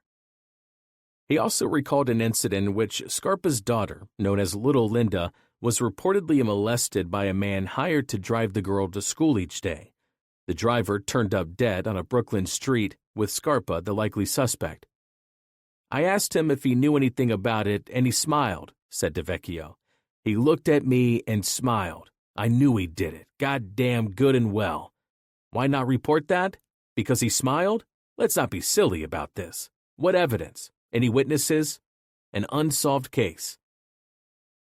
By the mid-1980s, with the war still 3 years off, Greg Scarpa was facing legal and health issues. He was HIV positive as the result of a 1986 blood transfusion from an associate when hospitalized with bleeding ulcers. Scarpa, refusing to get blood from a stranger, had issued a call for help from family and friends. One volunteer was a weightlifter pal who was already HIV positive after using a dirty needle to inject steroids. The donor would die 6 months later, and the once imposing 225-pound Scarpa would lose 75 pounds in the next few years after becoming infected. 1 year earlier, Scarpa had been arrested for purchasing 300 blank visas and MasterCards from an undercover agent. His case was resolved with a $10,000 fine and 5 years of probation after DeVecchio stood up for his informant, joining Scarpa for a meeting with the trial judge. Prosecutors had initially sought jail time, citing Scarpa's long criminal history and violent behavior. Once the war began, the duplicitous Scarpa's ties to the agent remained hidden from combatants on both sides of the shootout. This was not his first rodeo, and Scarpa, by then more than a decade into his work as DeVecchio's star informant, emerged as the war's deadliest participant. But the too cozy interactions between the gangster and his veteran handler set off alarms for fellow law enforcer Favo, a senior field agent working alongside DeVecchio during the mob fighting. DeVecchio, in a memoir written years later, derisively referred to Favo and the other less experienced agents as the FNGs, fucking new guys. They were new to the game and didn't know about organized crime and how they operate, DeVecchio said in a recent interview. In law enforcement, you bend a little to get good results, but you don't break the law. That's something a lot of people have difficulty grasping. You actually talk to people killing other people? The realities are, as I said in the book, you don't go to the local rabbi or priest. You go directly to the source. 18. The ties that bind. Scarpa was closed as a federal informant on March 3, 1992, amid rumblings he was plotting another hit against the Orena faction. The FBI cited credible allegations that Scarpa was involved in planning violent criminal activity. But he returned on April 8th, 1 week after Little Vic's arrest, after DeVecchio argued that the information about the Grim Reaper was the result of mob paranoia sparked by the conflict. The federal agent never told his supervisor about his move, which did not require approval from the boss. DeVecchio single-handedly reopened Scarpa as an informant, court papers revealed of their renewed collaboration. The lethal mobster reemerged front and center after barely a month back in the embrace of his FBI handler.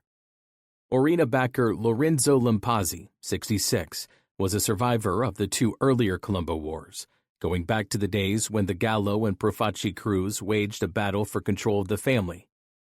In 1974, Lampazzi was seriously wounded only days before Christmas by a ski-masked gunman inside a Brooklyn hair salon. His luck evaporated in the early morning darkness of May 22, 1992, when the mob veteran was gunned down while opening the gate to leave his apartment building parking lot. Lampazzi had just exited his 1988 Cadillac outside his Borough Park residence when the killers opened fire, hitting their target multiple times in the head and chest.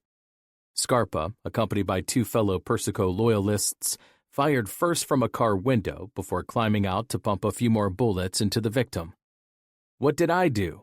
the dying man, shot 9 times, asked with his final breath in the murder that changed everything in the ongoing battle of mob factions and inside the FBI. When word of the assassination reached DeVecchio, his oft-quoted response about winning the war left his fellow feds slack-jawed. The remark particularly rankled Favo, who responded that they were FBI agents and not on either side of the Colombo War. Court papers filed 14 years later described another meeting between DeVecchio and Scarpa inside the killer's home, with the federal agent allegedly providing the target's address and a tip that Lampazzi left home every day for work at 4 a.m. 5 hours after the Lampazzi hit, Orena backer Richard Cappuccino, 50, was shot twice in his left shoulder while leaving a Bensonhurst grocery store with a newly purchased pack of cigarettes. The wounded jewelry store owner climbed inside his car and drove 10 blocks to Victory Memorial Hospital, where he was treated and released. While the violence slowed, the pressure from law enforcement continued. Within a month, 4 fugitive Colombo combatants were busted inside a Jersey Shore apartment. But as the conflict dragged into the summer, DeVecchio raised more eyebrows among his FBI colleagues by telling Favo to stop making arrests without his approval, citing an overload of paperwork. "I've had it," he declared at one point in the summer of 1992, his voice rising in a forceful declaration. "You will not arrest another single individual without my specific approval." FBI agent Howard Ledbetter was taken aback by the outburst, as squad members did not typically need DeVecchio's go-ahead before taking suspects into custody. He would eventually come to believe that it was possible that SSA DeVecchio was attempting to interfere with or otherwise stall the development of the investigation as it related to Gregory Scarpa. For those combatants who didn't have a friend in the feds, the arrests continued. On April 8, 1993, the feds descended on the venerable St. Patrick's Cathedral, where prayers were not enough to spare fugitive consigliere Carmine Sessa or his mob colleagues. Sessa, Carmine Persico's brother Teddy, and fellow Colombo capo Frank Spiracco were taken into custody on charges for conspiring to murder their enemies in the Orena camp. The Palm Sunday arrests outside the Manhattan landmark ended a months-long hunt for the fugitive Sessa, who needed all of 10 minutes to pledge his fealty to the feds, flipping to enroll in witness protection and eventually testifying in 8 mob-related trials against his cohorts. Chris Favo had a good source, recalled FBI agent Jeff Carey about the genesis of the arrests. "We picked up on a capo from the family early on a Sunday morning. We covertly surveilled him into the city to the meeting point at the cathedral. There was a guy driving a taxi with a fare in the back, and they were actually agents. Carmine Sessa was later quoted as saying he thought he was going to get whacked." Mob chronicler Jerry Capesci of the Daily News noted that Sessa's rapid ascension through the ranks was not a good thing for the Colombos. Sessa was inducted in 1987, bumped to capo a year later, and elevated to consigliere by Orena. His meteoric rise illustrates the talent shortage for top executives in today's mob, he wrote. "It is akin to an assembly worker becoming chief operating officer in 3 years. And like any corporation that doesn't take the time to train its top managers, the mob is losing its market share, as Sessa and dozens of other defectors leave the mafia gasping for life and new leaders." By July, the two sides had declared a truce in the killing, and by the end of 1992, 17 Colombo combatants were convicted of murder or conspiracy to murder, and another 5 on gun charges based on details provided by their fellow made men turned informants. Though the steady drumbeat of the pointless war had ceased, the final shots of the conflict were yet to come, along with the end of Scarpa's free reign on the Brooklyn streets. 19. Ghosts. Scarpa's decades-long aura of invincibility took its first hit with a March 1992 warrant issued for his arrest on a weapons possession charge for tossing a loaded handgun from the window of his car. The mobster did not surrender or reach out to the Brooklyn district attorney, but instead disappeared and contacted DeVecchio. The two subsequently met or spoke by phone while Scarpa remained on the street, authorities later said.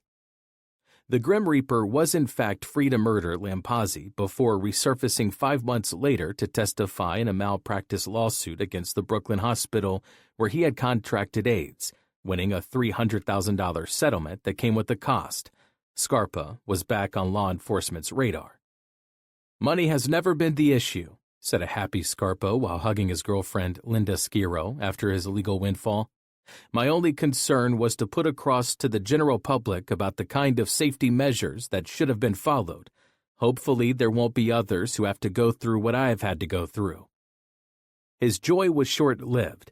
On the morning of August 31, 1992, only 2 days after his legal windfall, Scarpa was arrested and booked on murder conspiracy charges tied to the Colombo War. The unrepentant mobster was held under house arrest and ordered to wear an electronic ankle bracelet, allowing authorities to track his whereabouts while awaiting trial. 4 months later, the beeper on the bracelet went off. Scarpa, enraged to learn that his son Joseph was treated disrespectfully during a drug deal, climbed from his bed shortly after midnight on December 29th to trade gunshots outside his Bay Ridge home with 2 men involved in the dispute. Scarpa, his left eye shot out by a bullet during the firefight, walked back inside his home and grabbed a towel to stanch the bleeding. He then knocked back a glass of scotch and climbed into his bullet-ridden car. He drove 20 miles to a Manhattan hospital for treatment without notifying the police. Authorities recovered 25 shell casings on the street. Scarpa's targets declined to share with authorities any details of what happened. Federal officials moved quickly to incarcerate Scarpa following the shootout. The senior citizen gangster was later relocated from a jail cell to a hospital bed after Judge Weinstein received proof from prison officials that the mobster's health had seriously deteriorated inside the Metropolitan Correctional Center. Court papers revealed that the HIV-positive Scarpa's lifespan was down to mere months from the AIDS virus that was ravaging his body. The mobster had dropped another 25 pounds from his already gaunt frame and was suffering from bouts of dementia. But as Weinstein wrote in a March 5, 1993 decision to keep Scarpa behind bars, the defendant's dangerousness must be taken into account. There's no doubt that this defendant, in spite of his faltering health, would likely engage in further criminal activity if allowed to go free.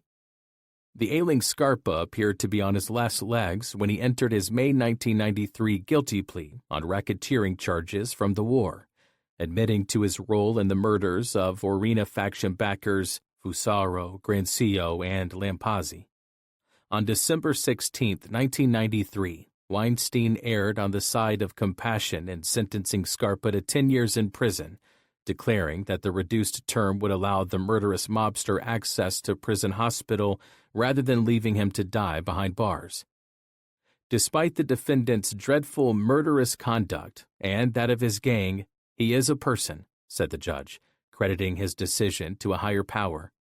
While he has done acts worse than those of a wild animal, we would forfeit part of our God-given humanity were we to ignore his status as a fellow human being. Scarpa made a last-ditch plea for leniency, the merciless killer now appealing for mercy. "I expect to go home. I tried to help, Your Honor. I am sure you're aware of that," he told Weinstein. "I thought there was the possibility of me getting to go home." Weinstein offered a terse rebuke to his suggestion. "That's impossible."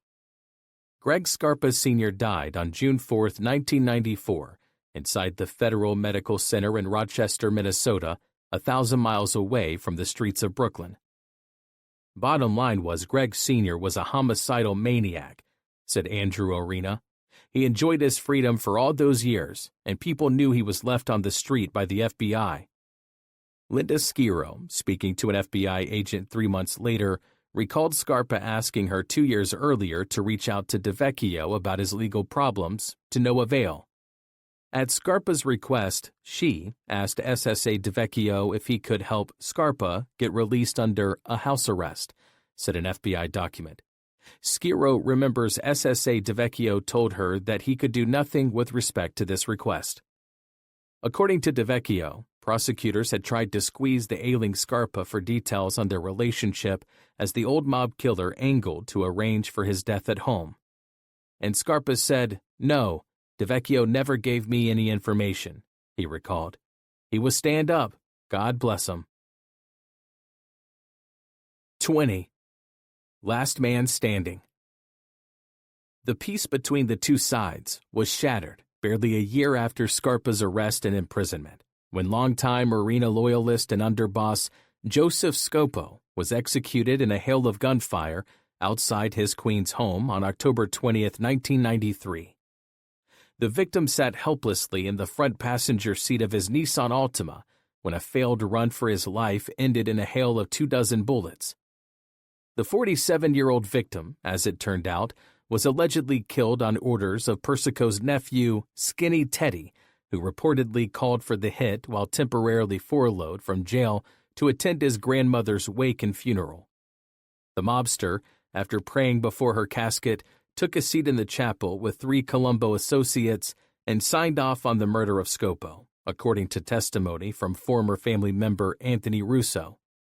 Teddy Persico, it was later revealed, was convinced the killing would end the war, which up until that night had already ceased for months. Scopo was gunned down after returning from dinner with his nephew and future son-in-law. The death of the family underboss became the final murder in the war, with the victim gunned down even as both sides were already facing a series of prosecutions brought with the help of their turncoat colleagues. Scopo was targeted inside the tan and gold 1993 vehicle driven by Angelo Barone, 27, with nephew Dominic Lagazzo, 26, riding in the back seat. When the trio arrived at Scopo's home in Ozone Park around 11 p.m., the assassins emerged wielding a MAC-10 automatic pistol and a .380 automatic pistol. Scopo immediately bolted from the parked car and ran for his life, making it 2 doors down before he was mortally wounded by 3 of the flying bullets. Cops later said that roughly 30 rounds were fired and 23 shell casings recovered. Scopo's innocent nephew took a bullet to the arm. "I am very much concerned that this killing might mark a renewal of warfare within the Colombo family," said Queens District Attorney Richard A. Brown. Scopo was the former vice president of Local 6A of the Cement and Concrete Workers Union in New York City and the son of Colombo family bigwig Ralph Scopo Sr., who died behind bars while serving a 100-year jail term for racketeering following the federal commission trial alongside Carmine Persico. "I heard shots," recounted neighbor Bob Tabasco, a UPS driver. "It sounded like a pack of firecrackers going off. There were 4 or 5 shots. I assumed it was an Uzi rapid fire or a machine gun of some kind. I saw a guy lying on the ground. I was just holding his hand, trying to comfort him a little. When his son came out, he snapped out of it. He snapped out of it as soon as he saw his son's face." Scopo died 2 days later at Jamaica Hospital. The shooters fled in a stolen car, which was later recovered with a weapon and a silencer left behind by the assassins. A full 2 decades later, Persico faction associate Big Frank Guerra, one of the intended targets in the botched bagel shop murder, was identified as one of the shooters after his conviction as a drug peddler. According to federal officials, in addition to the Scopo murder, Guerra was responsible for the 1992 execution of Michael Devine, a victim with no mob ties beyond his romance with Little Alley Boy Persico's wife while her husband remained behind bars. The killer, authorities later alleged, made sure to fire 2 bullets into Devine's crotch. Guerra was initially cleared at trial after witnesses testified that the gangster was at home with Colonel Mustard and Professor Plum, playing a game of Clue on the night of Scopo's execution. His good fortune didn't last. In September 2013, Guerra was sentenced to 14 years in jail on the drug charge, with a press release declaring a preponderance of the evidence showed that the defendant had committed numerous additional crimes, including the 2 hits. With the fighting now over, court papers detailed how the FBI intervened repeatedly during the war to slow the carnage. The 1995 document reported that the feds had forestalled a number of planned murders by both sides. The feds surveilled and searched family safe houses on both sides of the conflict, recovering more than 100 guns. Bugs installed in cars and other locations provided the feds with a steady flow of details about the ongoing battle. In one incident, agents rushed to Orena underboss Patty Amato's home on February 27, 1992, after learning of a Persico plot to murder their rival, only to discover that Amato was already in the wind. Amato finally surrendering after a month on the run to face his trial alongside Little Vic. Court papers later reported that Amato's wife and their home were under federal surveillance for 6 weeks to thwart the Persico side's attempt to whack their target. The war's luckiest combatant emerged as Orena soldier Bobo Malpezzo, the survivor of 3 separate and unsuccessful April 1992 murder plots by Persico backer Michael Sessa and his crew. The first attempt to kill Malpezzo came when a hit squad spotted his white Lincoln Continental car parked outside a Brooklyn social club. The assassination was scrubbed when the plotters saw a suspicious-looking car on the street nearby. Believing the vehicle belonged to either the NYPD or the FBI, the gangsters drove to a nearby auto shop and dumped their weapons. Malpezzo remained unaware of his brush with mortality. As it turned out, their fears were accurate. The feds had called in the cops to interrupt the plot. The same crew returned to the same location several days later and spotted a car belonging to Bobo's girlfriend outside the same club.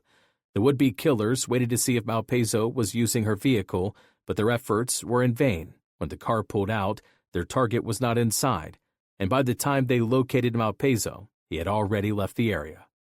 Take 3 came 1 day later. The co-conspirators surveilled the girlfriend's home on multiple occasions until Sessa, using a set of binoculars, spotted Malpezzo in his car.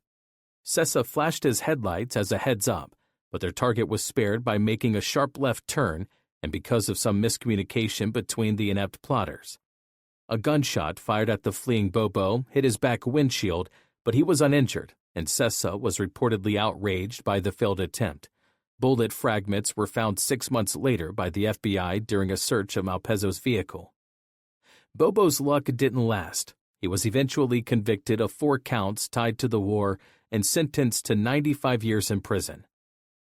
Authorities also implicated Sessa in yet another plot to murder Wild Bill Cotolo, this time with a crew of 17 gangsters assembled for the proposed killing of Cotolo outside his girlfriend's Staten Island home.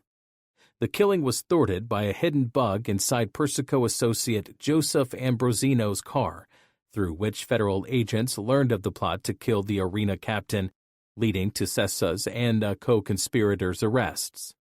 The decision forced the FBI to shut down the recording device and give up the flow of information from the listening device.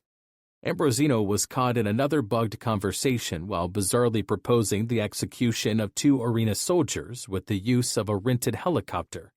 "Fucking shots coming out of the sky," said enthusiastic mob colleague Michael DiMatteo of the plot, with Ambrosino, dubbed Joey Brains, after once leading police to a mob social club, just as excited by the idea.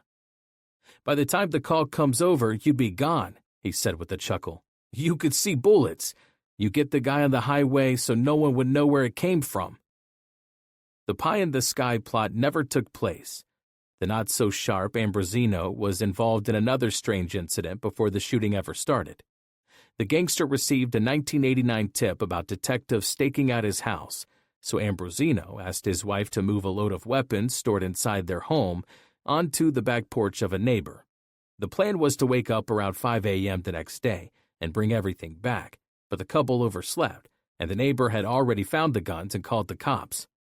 The mobster, like so many colleagues, eventually became an informant and took the witness stand against Vic Orena and Patty Amato. Among the tales Ambrosino shared once in federal custody was a plot that involved a 5-member hit team to target an Orena faction member. After waiting in vain, the frustrated crew drove to Coney Island and honed their marksmanship at the Boardwalk Shooting Gallery, then went for hot dogs at the original Nathan's famous hot dog emporium. 21. Waiting on the edge of the world. With the war finally over, the mob family in complete disarray, and the trials already underway, one thing remained the same inside the remnants of the Colombos. The Persicos were still running things. Reports had already surfaced about their apparent little alley boy's bright future in the fading family business, noting his coming release from prison. The Persico son's eventual promotion followed his acquittal 5 months earlier in a federal trial on charges from the war in which the late Great Scarpa emerged as the key witness. The Grim Reaper, only days before his death, agreed to meet with the Persico defense lawyer and provided 2 affidavits clearing the defendant of any role in the Colombo conflict. In all of the meetings that I attended during the war with Persico faction members, Ali Persico's name was never mentioned by anyone, he declared. There was no reason to mention Ali because he was totally uninvolved and unimportant. Ali has no power to give orders, permission, approval, or anything else. The young Persico returned to his dad's newly refurbished social club in Brooklyn's Park Slope, rechristened as the His and Hers Social and Athletic Club. And on January 8, 1995, the Daily News reported in a front-page story that Carmine's son had finally ascended to the seat once held by his father. "The new boss," read the headline. The designated replacement didn't enjoy much time at the top before his own legal woes emerged. The heir apparent eventually faced a life sentence as the city's 5 families continued their downward spiral and the feds continued their assault on the mafia. The news was no better in the Orena camp. With their patriarch behind bars, the 2 eldest Orena sons, Vic Jr. and John, came to the attention of government prosecutors. Already facing charges linked to their roles in the Colombo War, they were indicted for a new pair of alleged crimes. Vic Jr. was accused in May 1993 of running a multi-million-dollar gas bootlegging scheme on Long Island. He was also accused, with sibling John, in a separate indictment of operating a $600,000 loan sharking operation. "So now we're going to jail. We're looking at our families and saying we're never going to see them again," recalled John. "We had 7 indictments. I had 3 and my brother Vic had 4 plus a murder indictment." The brothers were offered a deal, 15 years apiece for their guilty pleas. They decided to fight, although John now acknowledges that they would have likely signed off on the agreement if the feds had promised a sentencing range of 5 to 7 years. The siblings, behind bars in Brooklyn's Metropolitan Detention Center, were joined by family capo Cotolo, the man who fired the first shots at Scarpa to kick the war into overdrive and was now locked up and facing his own war trial. John Orena recalled a jailhouse get-together between the 3, with the brothers declaring they were leaving the life and the Colombo family, win or lose at trial. They were done with the mob, the backstabbing, the treachery of old friends and colleagues. "We're not running away," he recalled telling a stunned Cotolo. "We're walking." Their decision was questioned by Dad Little Vic, who worried about his oldest son's life expectancy after turning their backs on the mob. "My father said, 'They're going to kill you,'" recalled Andrew Orena. "And my brother Johnny said, and my brother Vic felt the same way, 'I'd rather get killed on the street than get killed in a basement by one of my closest friends.' My mother had a big part in that, her faith. How miraculous." Orena's sons, recalled brother Andrew, had seen the future of the Colombo family and realized they needed to cut ties with their past and move forward. "Why were they done?" he asked rhetorically. "The reality of the life was bullshit. It wasn't this honorable thing that my father sold them. All their friends turned rats, and the treachery involved as well. The minute my father got convicted, everybody scurried around and vied for the position, you know?" The gas case followed a 2-year federal sting operation, with Vic Jr. accused of conspiracy and tax evasion in a lucrative scam in which his crew teamed with immigrant gangsters from Israel or the former Soviet Union to collect a mob tax of up to 3% per gallon in return for providing protection to local gas stations. The details of the probe were astounding. The FBI and the Internal Revenue Service established a trio of sham gasoline companies in Baldwin, Long Island, and the office adjacent to theirs was set up as a video production company that really served as a hub for the probe while authorities recorded all the illegal activity for posterity. The feds undercut the mob's demanded cost for gas, setting off a price war and eventually grabbing 25% of the local market, 10 million gallons a month, officials said. The sting was shut down after threats were made against the lives of the FBI undercovers, followed by the delivery of a large funeral wreath to their office with the message, R.I.P. The agents attended one final meeting with the mob representatives in which the undercovers were ordered to enlist in the Colombo scam or die. The agents quickly signed on to ending the sting before the arrests of 18 defendants in the scam. Vic Jr. and his brother, while free on $1 million bail apiece, were looking at some very hard time. This is a significant crime scheme, which shows some newer immigrants linking up with traditional organized crime to cheat both the government and the average citizen, said U.S. Attorney Mary Jo White in announcing the arrests. She added that some of the defendants had already fled the jurisdiction. The sons of Vic Orena had not fled. The first bit of good news for the Orenas arrived in early 1994, although they remained unaware of the development. Agent Chris Favo approached his FBI supervisor to report several of the Persico combatants. After flipping to the feds, shared their beliefs that Scarpa was the beneficiary of a law enforcement source sharing confidential details about the ongoing war. Scarpa crew loyalist Mazza had also flipped to become a federal cooperator in March 1994, filling in the blanks for prosecutors about the almost unbelievable deal between the agent and the mob killer. A second and similar tale from a co-defendant of Greg Scarpa Jr.'s in a separate drug case alleged that Scarpa Sr. had provided defendants with paperwork warning of their impending arrests. According to Mazza, Scarpa had bragged to him at one point during their time in the war of receiving information about the hideouts of Orena backers from a law enforcement source.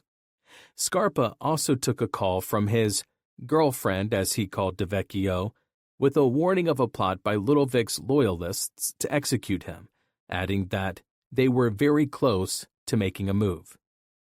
That same month, an internal FBI probe of the veteran agent was launched, a game-changing development for the Orena faction and their looming trials, with defense attorneys now on the offensive and armed with this new version of the infighting. The first beneficiaries were Wild Bill Cotolo and 6 associates in a Brooklyn federal courthouse prosecution 9 months later.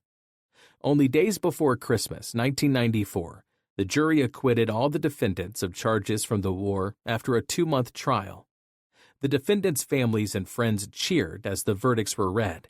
The defense attorneys had put DeVecchio and Scarpa on trial in a winning case that raised hopes for Little Vic's 2 sons and their quintet of co-defendants in their upcoming prosecution. "Thank you, Jesus," shouted Cotolo's wife, her hands clasped in prayer as the verdict was read aloud.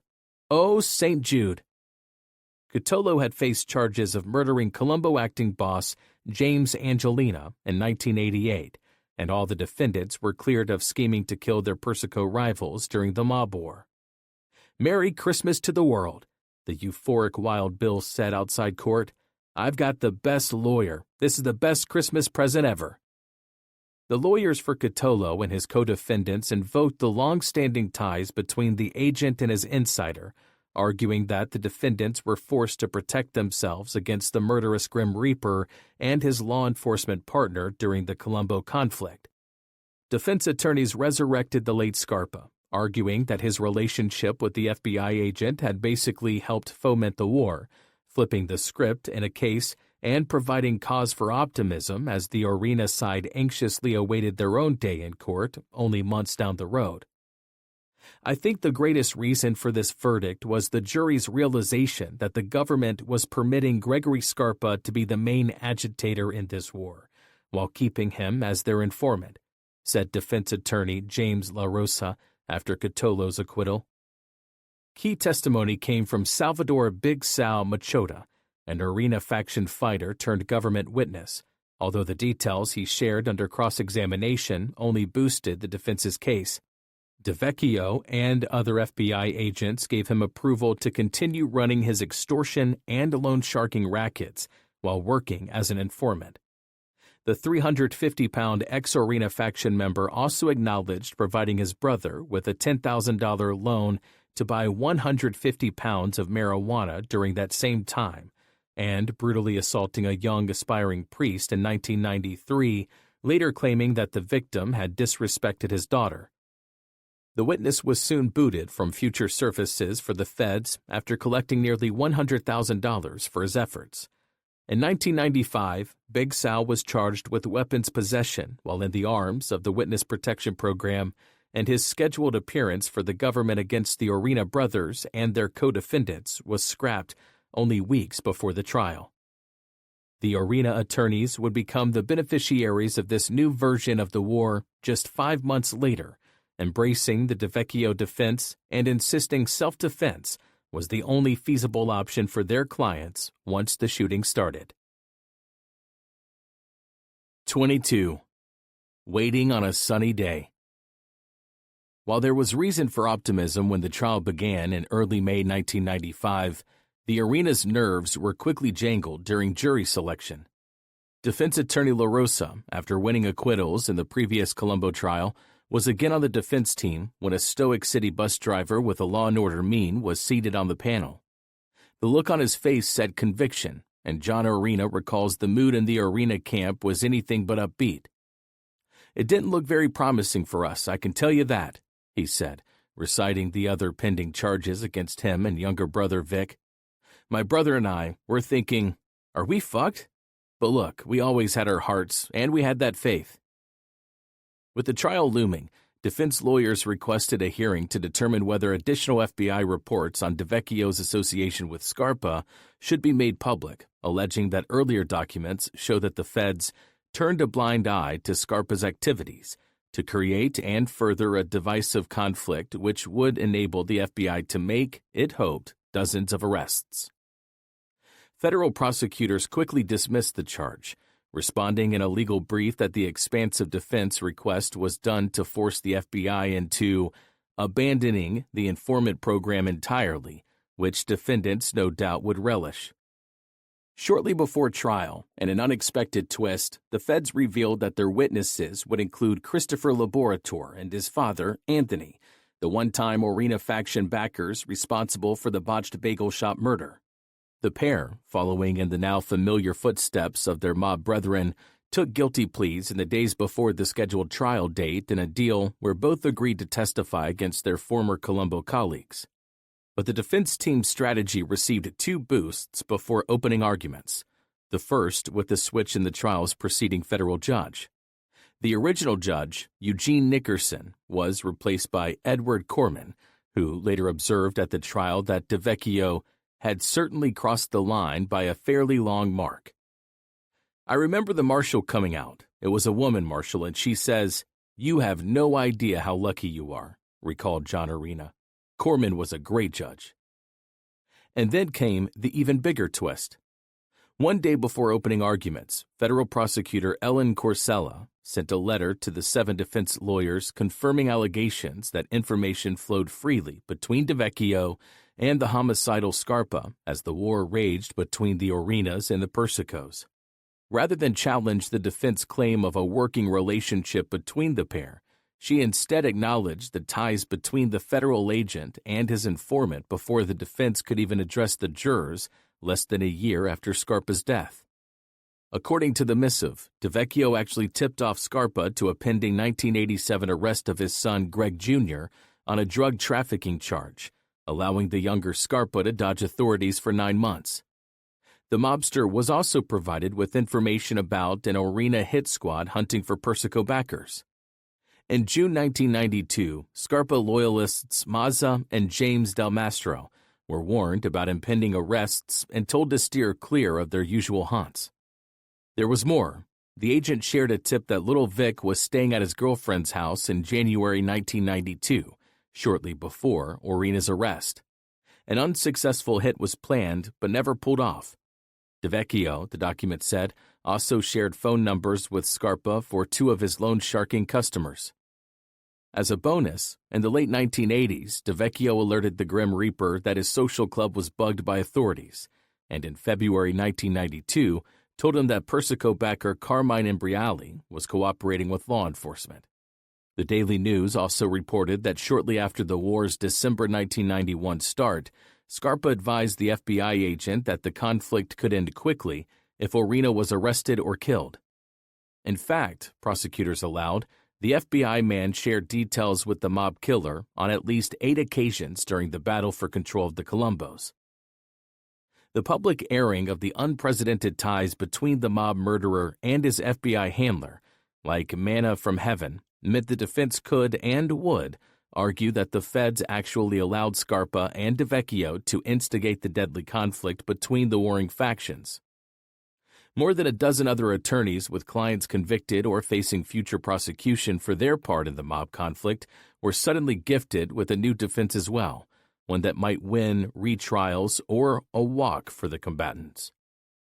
Corsella, in her preemptive strike during opening arguments, quickly acknowledged the ties between Scarpa and DeVecchio, revealing that fellow FBI agents had blown the whistle on the G-Man 1 year earlier. "Don't be distracted or detoured by Scarpa," she urged the jurors hearing the case. "You are not here to determine if Agent DeVecchio was incompetent or guilty of a venality or if Scarpa compromised DeVecchio." The FBI agent, she added, would get his day in court. He was acting, however misguided he may have been, in what he thought was a law enforcement purpose. Defense attorneys, their booming voices filling the courtroom, unloaded on the government and its rogue agent. The men on trial were portrayed as the real victims, forced to respond in self-defense against the Persico loyalists in a mafia battle sanctioned by the nation's preeminent law enforcement agency. "This is one of the darkest days in the history of law enforcement in this country," said lawyer Gerald Shargle in his opening statement. "The idea that this was a war with two sides is nonsense. This war was sparked and fueled, believe it or not, by a special agent of the FBI." La Rosa described Scarpa as a crazed killer before running through the exculpatory evidence revealed by prosecutors.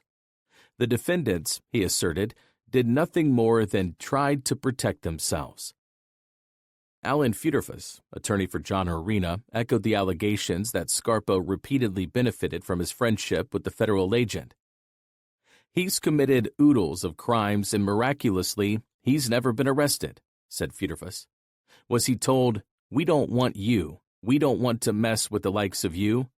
No, the silence, ladies and gentlemen, was deafening." The FBI agent's attorney denounced the charges as unfounded once the allegations against DeVecchio were aired in the federal courtroom, dismissing the prosecution as a disgrace. But the drama only kicked into overdrive once the trial began, when the younger Liberator was summoned as the first witness against the Orenas and recounted the grim details of the early morning murder of the innocent bagel shop employee. "I went in, I had on a black leather coat," Liberator testified, recalling how he then asked the store worker where the owners were.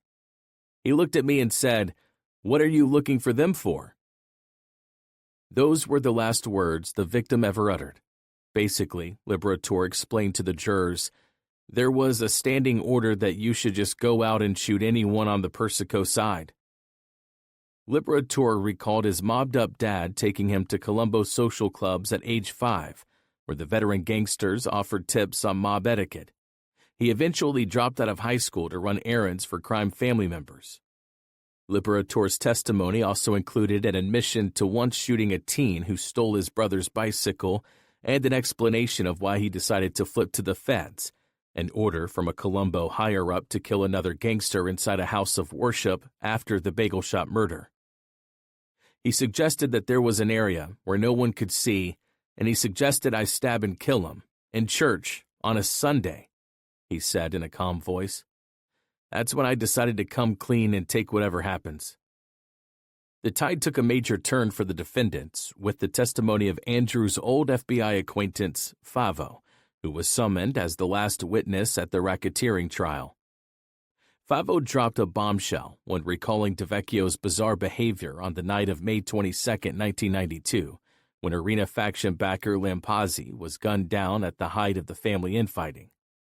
He slapped his hand on the desk and he said, "We're going to win this war," and he seemed excited about it, said Favo. He seemed like he didn't know we were the FBI. Mob chronicler Capesci described the pained look on Favo's face from the witness stand as similar to one most people have when talking about going to the dentist. Favo, under questioning by defense lawyer Shargel, shared his concern that DeVecchio had crossed the line by miles in sharing his inside FBI info with Scarpa and recounted the temporary order for the senior investigator to cut his ties with the mobster. I believed Lindley DeVecchio was not careful or was being completely careless, he said. A pair of fellow federal prosecutors echoed his account in their own testimony. When pressed about his failure to report his suspicions about DeVecchio for more than 18 months, Favo said it was very difficult to point a finger at the well-respected fellow law enforcer, an agent for 30 years and an FBI supervisor for 10 of his colleagues. If I said this to somebody, they would take it about as well as I would take it if somebody came up to me and said my wife was unfaithful, Favo testified. They would not believe it. They would never believe it. Favo, when recently contacted about the case, declined to comment on his unprecedented decision to implicate DeVecchio or to share any thoughts on the whole episode. It is nothing personal, but I have been contacted by other writers over the years who planned books on this subject, he wrote. I have explained what happened, but in the end, they are not interested in what I explain because it is just not sensational enough or fit the narrative that brought them to the project. DeVecchio, asked recently about Favo, offered a cryptic response. I could have gotten myself fired for what I was considering doing. Old Orena frenemy Carmine Persico testified as well, recalling his suspicions about Scarpa's dual allegiance during his run inside the Colombos. I've been around the guys many years and I saw a lot of things, he said. A lot of guys getting killed and arrested and him escaping all the time. Nothing happened to him. I thought there might be something funny there and that there may be some truth to this. Shargel, in a blastering cross-examination of FBI Special Agent Howard Ledbetter, noted that Scarpa spoke with DeVecchio on the day of Grancio's gruesome slaying, and again 1 day later, with the mob killer advising the federal agent that peace was now impossible because of the execution, without mentioning that he had pulled the trigger. Despite the revelation that an FBI agent allegedly rooted for a particular side in the mob war, the mood at the defense table remained uneasy. But John Orena said that the family remained hopeful throughout, giving credit to sibling Andrew for standing strong during the darkest moments. My brother was a big part of our case, he said. Not only was he working on my father's case, he was working on ours. He had everything in his head.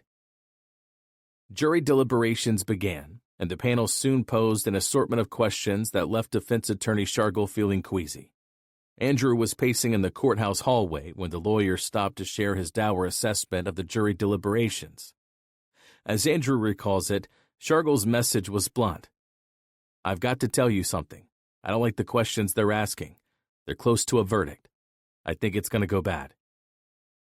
Andrew felt the same chest-tightening panic that had preceded his father's verdict 3 years earlier.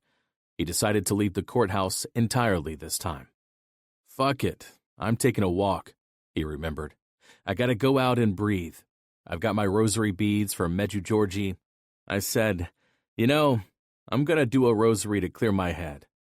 I go out there, and I'm walking around that park on Cadman Plaza, and I'm saying my rosary. I'll never forget it. It was a dusky day, overcast, and all of a sudden this beam of the sun comes down on me. I feel the warmth on my chest, and it takes away my anxiety. I think maybe God's just giving me the strength to walk back inside. and then I hear Jerry Shargle yelling, "Come on, come here!" Deliverance, and the guise of 12 jurors awaited inside after a 7-week trial and 10 hours of deliberations. The panel had sent out a note seeking DeVecchio's written notes of a meeting with Scarpa inside the gangster's home at the height of the warfare. It was an unprecedented request, as no one had mentioned the document during the trial. Indeed, neither Corman nor the defense team were even aware the paperwork existed. But it did, and now the jury, after correctly surmising during their deliberations that the paperwork should be available under the FBI's own guidelines, wanted to look for themselves. Red-faced prosecutors scrambled to find what became known as the Kitchen 302, a report on the private 45-minute meeting between the mobster and the G-Man. Its contents were devastating. Scarpa informed his handler that there was no Colombo War. In fact, a supposed mob hit on Scarpa 3 weeks earlier was merely a case of mistaken identity and not a restart of hostilities.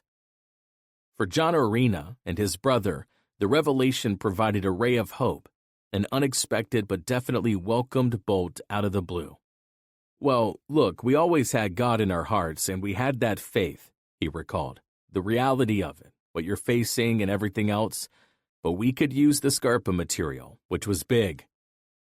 Prosecutors, as defense attorneys demanded a mistrial for their failure to reveal the document prior to the trial, agreed to surrender the paperwork. Corman's subsequent ruling was even better for the Orena brothers' cause. He would let the jury see the document and render a verdict. But if they found the defendants guilty, he would vacate the convictions and approve their motion for a mistrial. The jurors reassembled behind closed doors to finish their work. Even the good news was too much for Andrew Orena to handle. His nerves were frayed despite the judge's stunning declaration and Shargle's newfound enthusiasm. Andrew maintained his refuge outside the courthouse, similar to his trip to the bathroom before the verdict in his dad's trial, as the jurors reassembled for their deliberations. The antsy Orena initially sat on a bench holding his girlfriend's hand before walking nervously around Cadman Plaza, and then he spied a friendly face emerging from the courthouse. "I saw my Uncle Bobby Barrett. He's a New York City fireman, all over 9/11, a hero," he recalled. "He comes out first, followed by my brother Peter, and then Chris Favo, and Bobby shouts, 'Not guilty!'" The jury had just acquitted all 7 defendants. "They all believed there was a cover-up, and many jurors wondered how come DeVecchio wasn't indicted," said a triumphant La Rosa. When the jurors emerged, they were quick to condemn the role of the FBI agent and blame him for kickstarting the war. "You're always brought up to believe in your government and the American way," said panelist Nancy Wentz, a 34-year-old Queens resident. "If you can't believe in the government, what can you believe in?" A second jury member, declining to give his name, offered his take. "This really knocks the credibility of the FBI. If the FBI is like this, society is really in trouble. It showed Scarpa was basically running free." The victory was short-lived for defendants John and Vic Jr., who were still facing jail time on their other charges. But when they returned to the nearby Metropolitan Detention Center, their fellow inmates had already heard about the jury's chorus of not guilty verdicts and greeted the brothers as conquering heroes. "The building was shaking," John recounted. "Guys were hanging on the railings. It was like they saw hope, that somebody was acquitted, that we won. The federal marshals were so happy for us." It was the start of a new chapter for the Orenas, particularly for John and Vic Jr. The pair's multiple federal cases, with long prison terms on conviction, were resolved after the DeVecchio paperwork was revealed, and both wound up pleading to lesser charges. Vic Jr. dodged a conspiracy to murder charge that would have come with a life sentence. "Me and my brother, I wound up getting 5 years, and Vic wound up getting 7, said John, still sounding a bit astounded by the turn of events. "When I went to jail, I was very spiritual. I said my rosary every day, and I did a lot of time. For 4 or 5 years, I put a lot of time into prayers." And he recalled a jailhouse meeting with attorney Bruce Cutler, best known as boss John Gotti's blustering mouthpiece, who arrived in disbelief about their good fortune once the dust of their pasts was blown away and the plea deals approved. He says, "What happened to you guys, I will never see again in my life. You are both facing 20 years on the RICO charges, and between the both of you, you get a dozen years? That was like a miracle in itself," recalled John. Cutler told us, "Think about this for a second. 7 counts at 20 years on each," he says. "Between the two of you, you got 12 years. You'll never see that again. A miracle. I want you to remember that, because that's unbelievable." The feeling of triumph faded quickly, though, as John and Vic Jr. went away to do their time. The namesake Orena was released on March 31, 2000, and his younger brother walked out of prison on July 31, 1998, their backs already turned on the Colombo family. For Andrew, the verdict, with its implications involving DeVecchio and Scarpa, was like someone had opened a door to go back in time and resurrect his father's chances at overturning his convictions. "I polled all the jurors, and they all said, 'Your father has to have a new trial,'" he recalled. "We even had a party. We invited them all, and a few of them showed up."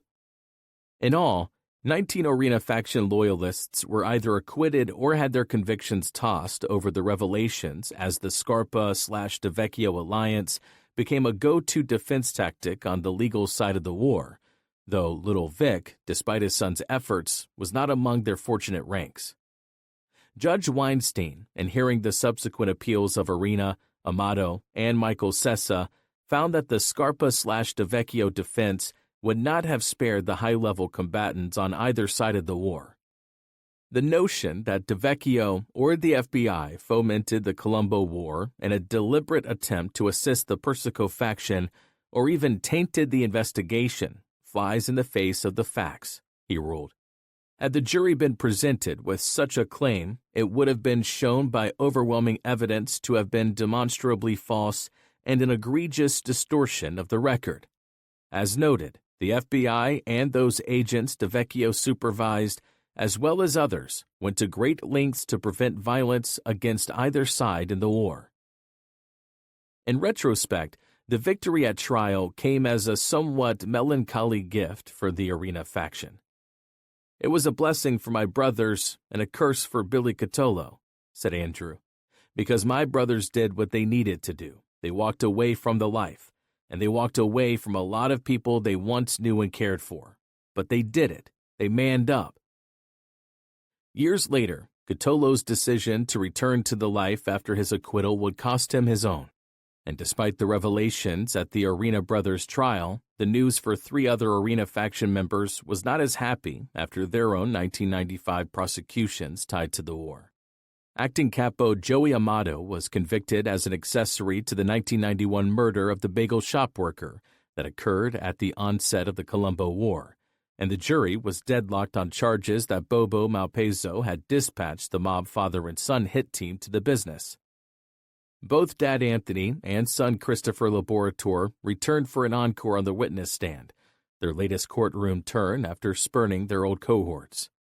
The son testified in detail about 6 separate attempts to murder Persico backers during the war.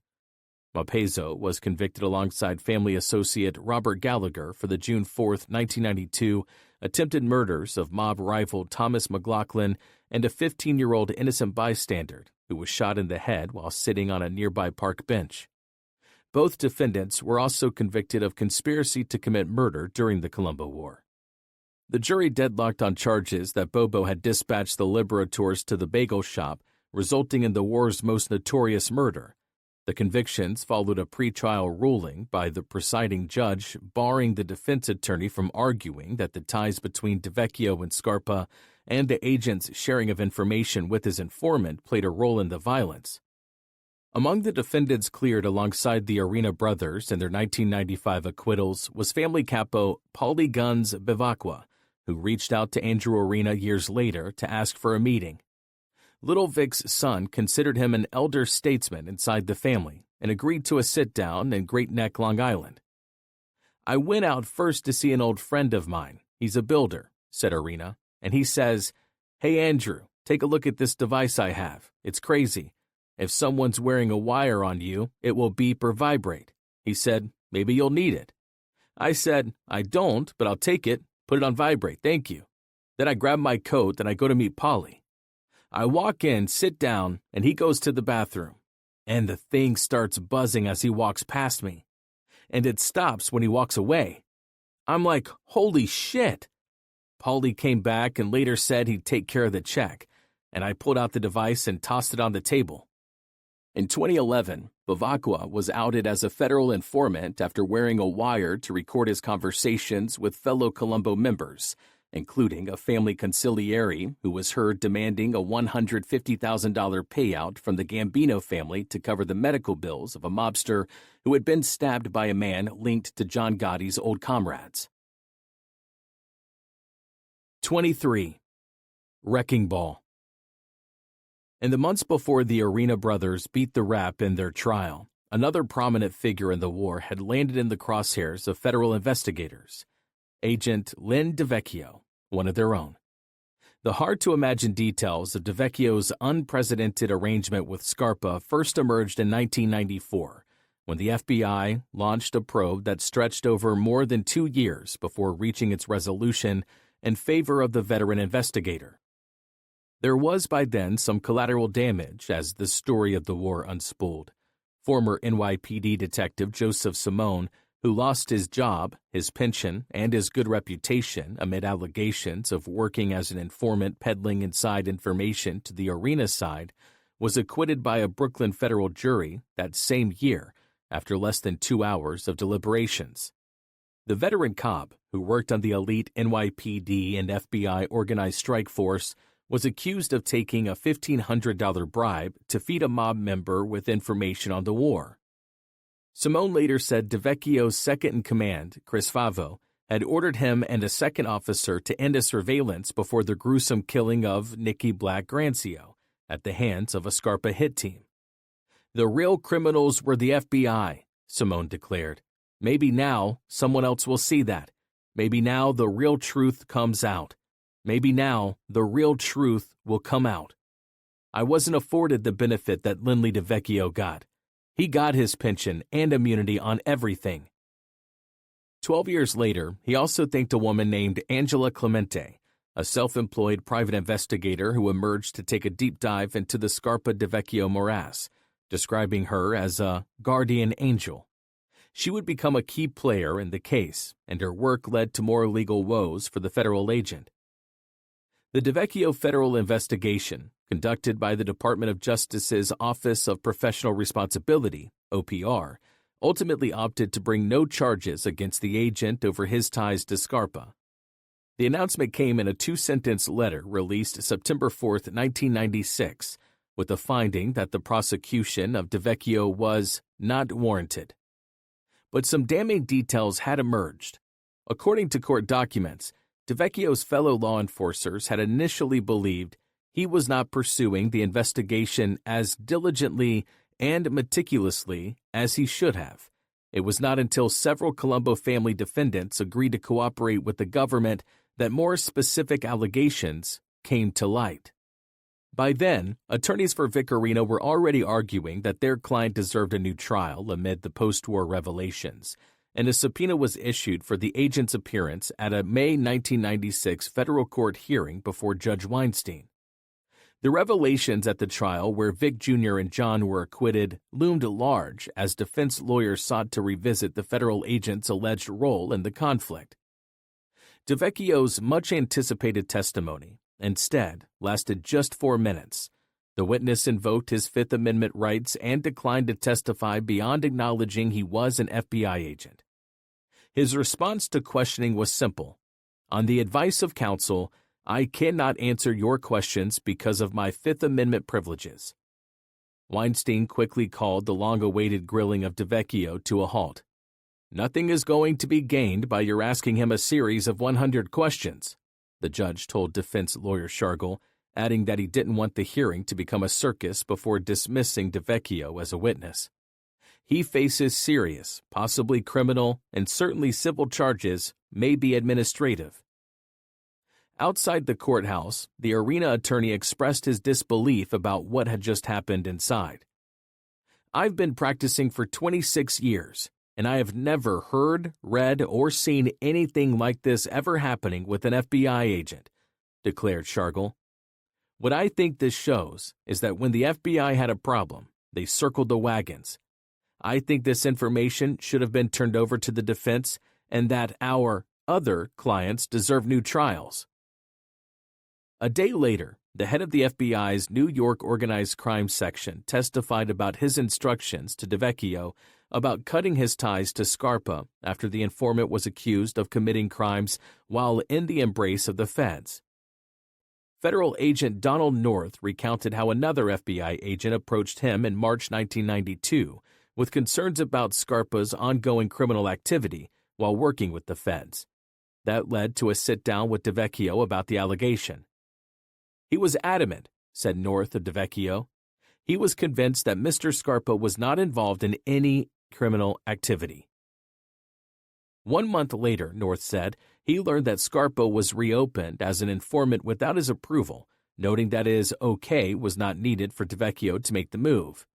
Nearly 2 years later, 3 FBI agents working under DeVecchio came to North to share their concerns that the FBI veteran was leaking inside intel to Scarpa, leading to the initial report to the OPR. Weinstein soon signed off on the release of more than 100 pages of FBI documents dating from 1961 to 1994, laying bare to the public the ties between the two men, as well as Scarpa's long-rumored work for the FBI in the Deep South 3 decades earlier. "Do you really think the FBI brought Greg Scarpa from Brooklyn, New York, to Mississippi for his investigative skills?" asked defense attorney Shargel. The documents also included a 1981 memo citing Scarpa's unusual request to work with just a single FBI handler, rather than with the usual 2. Along with the disclosures, DeVecchio's 28-page statement to investigators in the case was made public. In it, the agent insisted he had never crossed the line during his regular meetings with Scarpa across their 12-year relationship, beyond accepting some gifts from his late informant. "I established an excellent rapport with Scarpa, but I always remembered that he was a wise guy and I was an FBI agent," wrote DeVecchio, who explained his approach to the handling of all informants and Scarpa specifically. "The special agent's relationship with the confidential source is a special one," he explained. "He is always aware of the potential danger to his source as well as to himself, and he is always concerned about maintaining the trust of his source. Any special agent who handles a confidential source did so and still does so in a highly sensitive and clandestine way. The FBI encourages these clandestine relationships because the information derived from these sources is the lifeblood of its investigatory activity."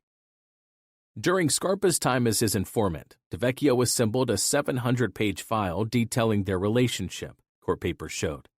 And the federal agent, speaking directly to his relationship with Scarpa, asserted that every conversation between the two was simply standard operating procedure for any FBI agent. "At no time did I ever instruct Scarpa to murder anyone, nor did I ever conspire with him to plan any murder," he said in the statement. "I have never knowingly provided Scarpa with information which could have led to or assisted him in the murder of any individual." DeVecchio was summoned a year later for another hearing in Orena's legal battle for freedom, again inside a packed Brooklyn courtroom. He was granted immunity before blowing up when asked directly by Shargel if he was a source for Scarpa. "That's nonsense," said the irate agent. "That's absolutely incorrect. I was not the law enforcement source." His fellow FBI agents turned out in support of DeVecchio at the long-awaited hearing, where they were joined in the audience by little alley boy Persico and a pair of federal judges. DeVecchio also disputed the version of events alleged by Favo involving his relationship with the Grim Reaper, and he said his FBI higher-ups were aware of reports linking Scarpa to multiple murders during the war, but they never told him to cut ties with the lethal mobster. Assistant U.S. Attorney Valerie Caproni followed him to the witness stand, describing the alliance between DeVecchio and Scarpa as an awful, horrible sideshow, but insisting that their relationship was insufficient to win Orena's freedom. There is a strong circumstantial case that DeVecchio leaked information to Scarpa, she testified. We don't contest that. But so what? Weinstein eventually refused to throw out Orena's and Patty Amato's convictions in a 101-page ruling against the pair. The mob duo were proven by strong evidence to be murderous criminals, he wrote. That DeVecchio had largely inadvertently fallen under Scarpa's spell and furnished him with some warnings to protect Scarpa personally and as a source is likely. That DeVecchio conspired with Scarpa on the side of the Persico faction or that he stirred up the war is not. The veteran federal agent's attorney declared that the decision in favor of DeVecchio was a long overdue vindication, while DeVecchio recalled decades later that both the initial probe and the latest one ended without criminal charges. They looked under my fingernails, said DeVecchio, insisting that the outcome was the right one. Bank records, they found nothing, not a damned thing. I was under the looking glass. I was called before a tribunal of agents. They grilled me. I said it's all bullshit. I never violated my oath of office. No information was ever given. But Caproni, in a hint of things to come, said investigators had not exonerated the agent with their OPR probe, but rather they did not believe they have proof beyond a reasonable doubt. The 33-year-old FBI veteran retired in October 1996 and soon sold his longtime home in the New Jersey suburb of Dumont and relocated to a quiet 3-bedroom residence in sunny Sarasota, Florida, settling amid the palm trees. The ex-Fed joined a local motorcycle club and served as president of the homeowners board in his neighborhood. When the 4th of July rolled around, he gathered with the locals to watch the fireworks burst over Sarasota Bay. A decade after DeVecchio's departure, as he enjoyed a life of leisure, investigators 1,200 miles north in Brooklyn were taking a deep dive into the G-Man's storied past and the role he played in his work with Scarpa in an investigation that would stretch across 13 months. Little Vic's son Andrew was by then already working on his jailed father's behalf, lobbying members of Congress and arranging for a 2005 meeting with Congressman William Delahunt of Massachusetts in his efforts to refocus attention on the Scarpa-DeVecchio ties, arguing that their duplicitous pairing had spawned the war and that his father should be freed. It took me about 6 months to get a sit-down, said Andrew, recalling how a local DA arranged for the meeting. I was all over the book Black Mass, with Whitney Bulger and a crooked FBI agent. They knew this was identical to that, but worse than the Winter Hill Gang. This was the Italian Mafia. Angela Clemente, a single mother of 3 from New Jersey, and forensic analyst Stephen Dresch, a Yale-trained economics professor, joined Andrew in his search for answers. Clemente's interest in DeVecchio came after receiving a 1999 call about the murder of Orena loyalist Minerva. Her attention soon turned to the tale of the rogue agent and his star informant as she and her investigative partner launched a deep and lengthy dive into the case, amassing a pile of documents and details shared with investigators. I never dreamed it would take 6 years, she said afterward, unaware it would take another long wait before her request for the FBI's unredacted Scarpa file was finally approved. Professor Dresch recalled spending months tracking down imprisoned mobsters and mob informants, including Greg Scarpa Jr., and poring over FBI documents and transcripts before the meeting with Congressman Delahunt. Andrew first spoke directly with Delahunt's close associate John Kivlin, a highly regarded former Massachusetts prosecutor, and laid out his case against DeVecchio. I called the office and told him this was very much like Bulger, but worse, Andrew recalled. We communicated over several months. I shared my documentation about the case, handled it myself. And one day the phone rings, my wife answers, and it's Kivlin on the phone. He says, "Are you ready to meet?" And I said, "Absolutely, I've been waiting." Orena and his attorney Flora Edwards was joined by Dresch and Clemente for the gathering at Delahunt's Cape Cod office. He reminded me of one of the Kennedys, recounted Orena.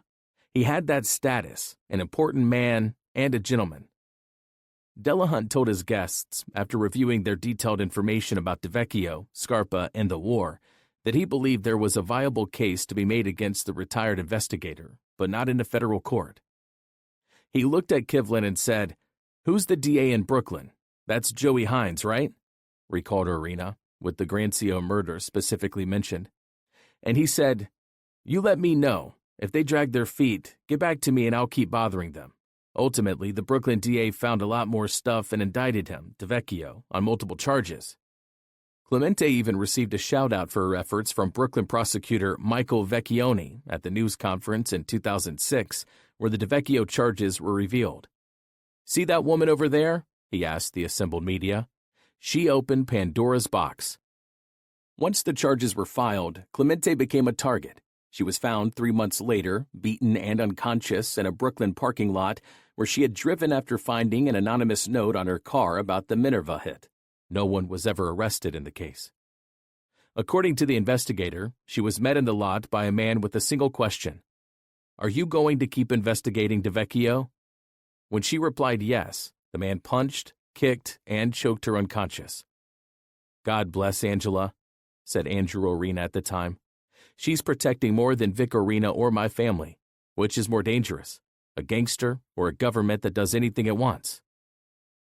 She continued working on the Scarpa and DeVecchio case for years, eventually collecting more than 1,000 pages of previously classified documents related to the Grim Reaper.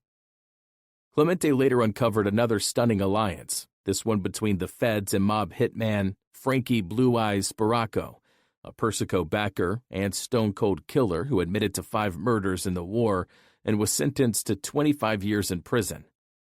Andrew did his own relentless digging, eventually garnering a list of FBI top-echelon informants in New York going as far back as 1971, including some of the biggest names in the city's long and lucrative history as the epicenter of the American Mafia. Their identities were shocking. Big Paul Castellano, legendary mob boss Carlo Gambino's son-in-law and successor, Agnello Della Croce, Gambino's future underboss and mentor to the young John Gotti, Vincent Alloy, a close friend of Vic Sr., and a Colombo family stalwart who rose to the position of Colombo underboss. There was one name missing among the most infamous of the federal government's top mafia cooperators: Scarpa, who was recruited in the 1960s and 30 years later headed the faction that tried to kill Vic Orena. And the identity of another reputed informant would remain a secret held by Andrew for years until he went public with the shocking allegation that set off one last firestorm between the Orenas and the Persicos. There was a lawsuit filed by the family of Nicky Grancio in 2006, alleging that DeVecchio had called off the law enforcement surveillance team that had been following Grancio before he was executed by Scarpa, giving the killers a free shot at their target. Their case, Red Court documents, is about the corrupt and unlawful relationship law enforcement and a ruthless killer and career criminal that went unchecked for years and led to the cold-blooded murder of a man. The former agent, through his attorney, denied the allegation. But there were more charges coming against DeVecchio, and the law enforcer soon became a defendant in a headline-making trial with a stunning and dramatic grand finale inside a Brooklyn courtroom in a scenario more improbable than anything ever conjured inside the fertile minds of Hollywood scriptwriters. 24. It's hard to be a saint in the city. On March 23, 2006, a Kings County grand jury delivered an indictment against the retired and once highly regarded FBI agent Lindley DeVecchio on 4 counts of second-degree intentional murder. The crimes were committed between September 1984 and May 1992.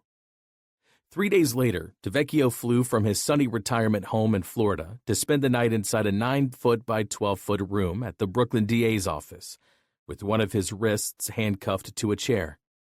He recalled thinking, quite presciently, that the key witness in the case was likely to be Linda Schiro, the mob moll and significant other to the late Greg Scarpa. On March 30th, the FBI veteran, once handcuffed and inside the courtroom, entered his pleas of not guilty to the multiple slayings. According to Brooklyn DA Charles Hines, the retired federal mob buster had assisted Scarpa in the quartet of murders by feeding his alleged partner in crime with confidential information about the doomed victims. On February 1, 2005, the Kings County District Attorney's Office received a letter suggesting that DeVecchio was involved in the murder of Nicholas Grancio on January 7, 1992, in Brooklyn, New York, declared court papers from Assistant District Attorney Ann Bordley. The District Attorney's Office was not able to substantiate the allegation that the defendant was involved in the Grancio murder. However, during the course of the office's investigation, the office uncovered evidence of the defendant's participation in the murders of 4 other individuals: Mary Bari, Joseph Domenico Jr., Patrick Porco, and Lorenzo Lampazzi. The details in the indictment were beyond shocking, alleging that the agent provided Scarpa with Lampazzi's home address before his execution. Prior to the murder of 17-year-old Patrick Porco, DeVecchio spent 5 to 10 minutes in a phone conversation with Scarpa. The Grim Reaper then told his girlfriend that the teenaged target, a close friend of his son Joey, was an informant and about to inform on Scarpa's son, Greg Jr., for a 1990 murder. "I can't believe this fucking kid. Patrick is going to rat on Joey," Scarpa was quoted as saying in court papers. "We got to do something about this." Mary Bari was murdered after DeVecchio allegedly informed Scarpa about his fears that the attractive 31-year-old would reveal the location where Carmine Persico's fugitive brother, Alphonse, was hiding out. Bari was forced to lie on the floor of the Wimpy Boys Social Club and was shot 3 times in the head, prosecutors alleged. Alphonse Persico, the family's original alley boy, first met Bari in 1969 when she was a 16-year-old high school student and he was a married man. Their romance ended 15 years later after Persico jumped his $250,000 bail before his sentencing on an extortion charge. Authorities further charged that DeVecchio had collected weekly payoffs from Scarpa totaling more than $66,000 in return for his assistance to the murderous mafioso. According to court documents, DeVecchio would regularly collect a roll of cash tucked inside a rubber band as the pair conspired between 1987 and 1992. It was, if proven true, perhaps the greatest betrayal in the FBI's storied history and beyond. "The most stunning example of official corruption that I have ever seen," said Hines. 4 people were murdered with the help of a federal law enforcement agent who was charged with keeping them safe. Hines said his investigation revealed a troubling path of confidential leaks, payoffs, and death. The news was greeted as cause for optimism among the Orenas, who were still hopeful of their patriarch's unlikely freedom. "I'm very excited about this," said Edwards, the lawyer for Little Vic, "and an indictment by the grand jury would certainly bear on the earlier convictions." But Andrew Orena, despite his long wait for justice, took little pleasure in the agent's legal woes or the court hearing where DeVecchio was released on $1 million bail and was left facing a sentence that, if he was convicted, would ensure his death behind bars. "Mike Vecchione called me to ask if I was coming to his arraignment," said Orena. "I didn't feel happy about him being indicted. It's clear the guy was involved, but he was accused of being a rat by another rat." The DA received a bit of fan mail after the charges were unsealed, a letter from actor James Caan. The Oscar-winning star, perhaps best known for his role as hot-headed Sonny Corleone in The Godfather, was close with Colombo family member Joseph Russo, who was convicted in 1992 of murder and racketeering in a case involving DeVecchio. "Joseph Russo is a dear friend of mine, and I cannot express enough how pleased I am that your office has taken an interest and is in pursuit of correcting this problem," wrote the Bronx-born actor. "Thank you for undertaking such an extensive and malignant corruption case." Attorney David Schoen, representing the Porco family in a pending civil lawsuit against DeVecchio, expressed his shock that a federal agent was now facing charges in connection with his murder. "Losing Patrick as a teenager ruined the lives of his entire family," said Schoen, who would re-emerge as an advocate for the freedom of Vic Orena. "The family is stunned now to learn that an FBI agent is allegedly involved in Patrick's murder. Stunned, and they're looking forward to getting to the bottom of what happened." The alleged rogue agent was not without his supporters. former FBI Assistant Director James Kallstrom, and legendary FBI undercover agent Joe Pistone of Donnie Brasco fame came to DeVecchio's defense as other colleagues launched a fundraising website to assist their colleague. At his first court appearance, following his surrender and overnight jailing, DeVecchio saw a phalanx of fellow feds who had turned out in a show of support for their colleague.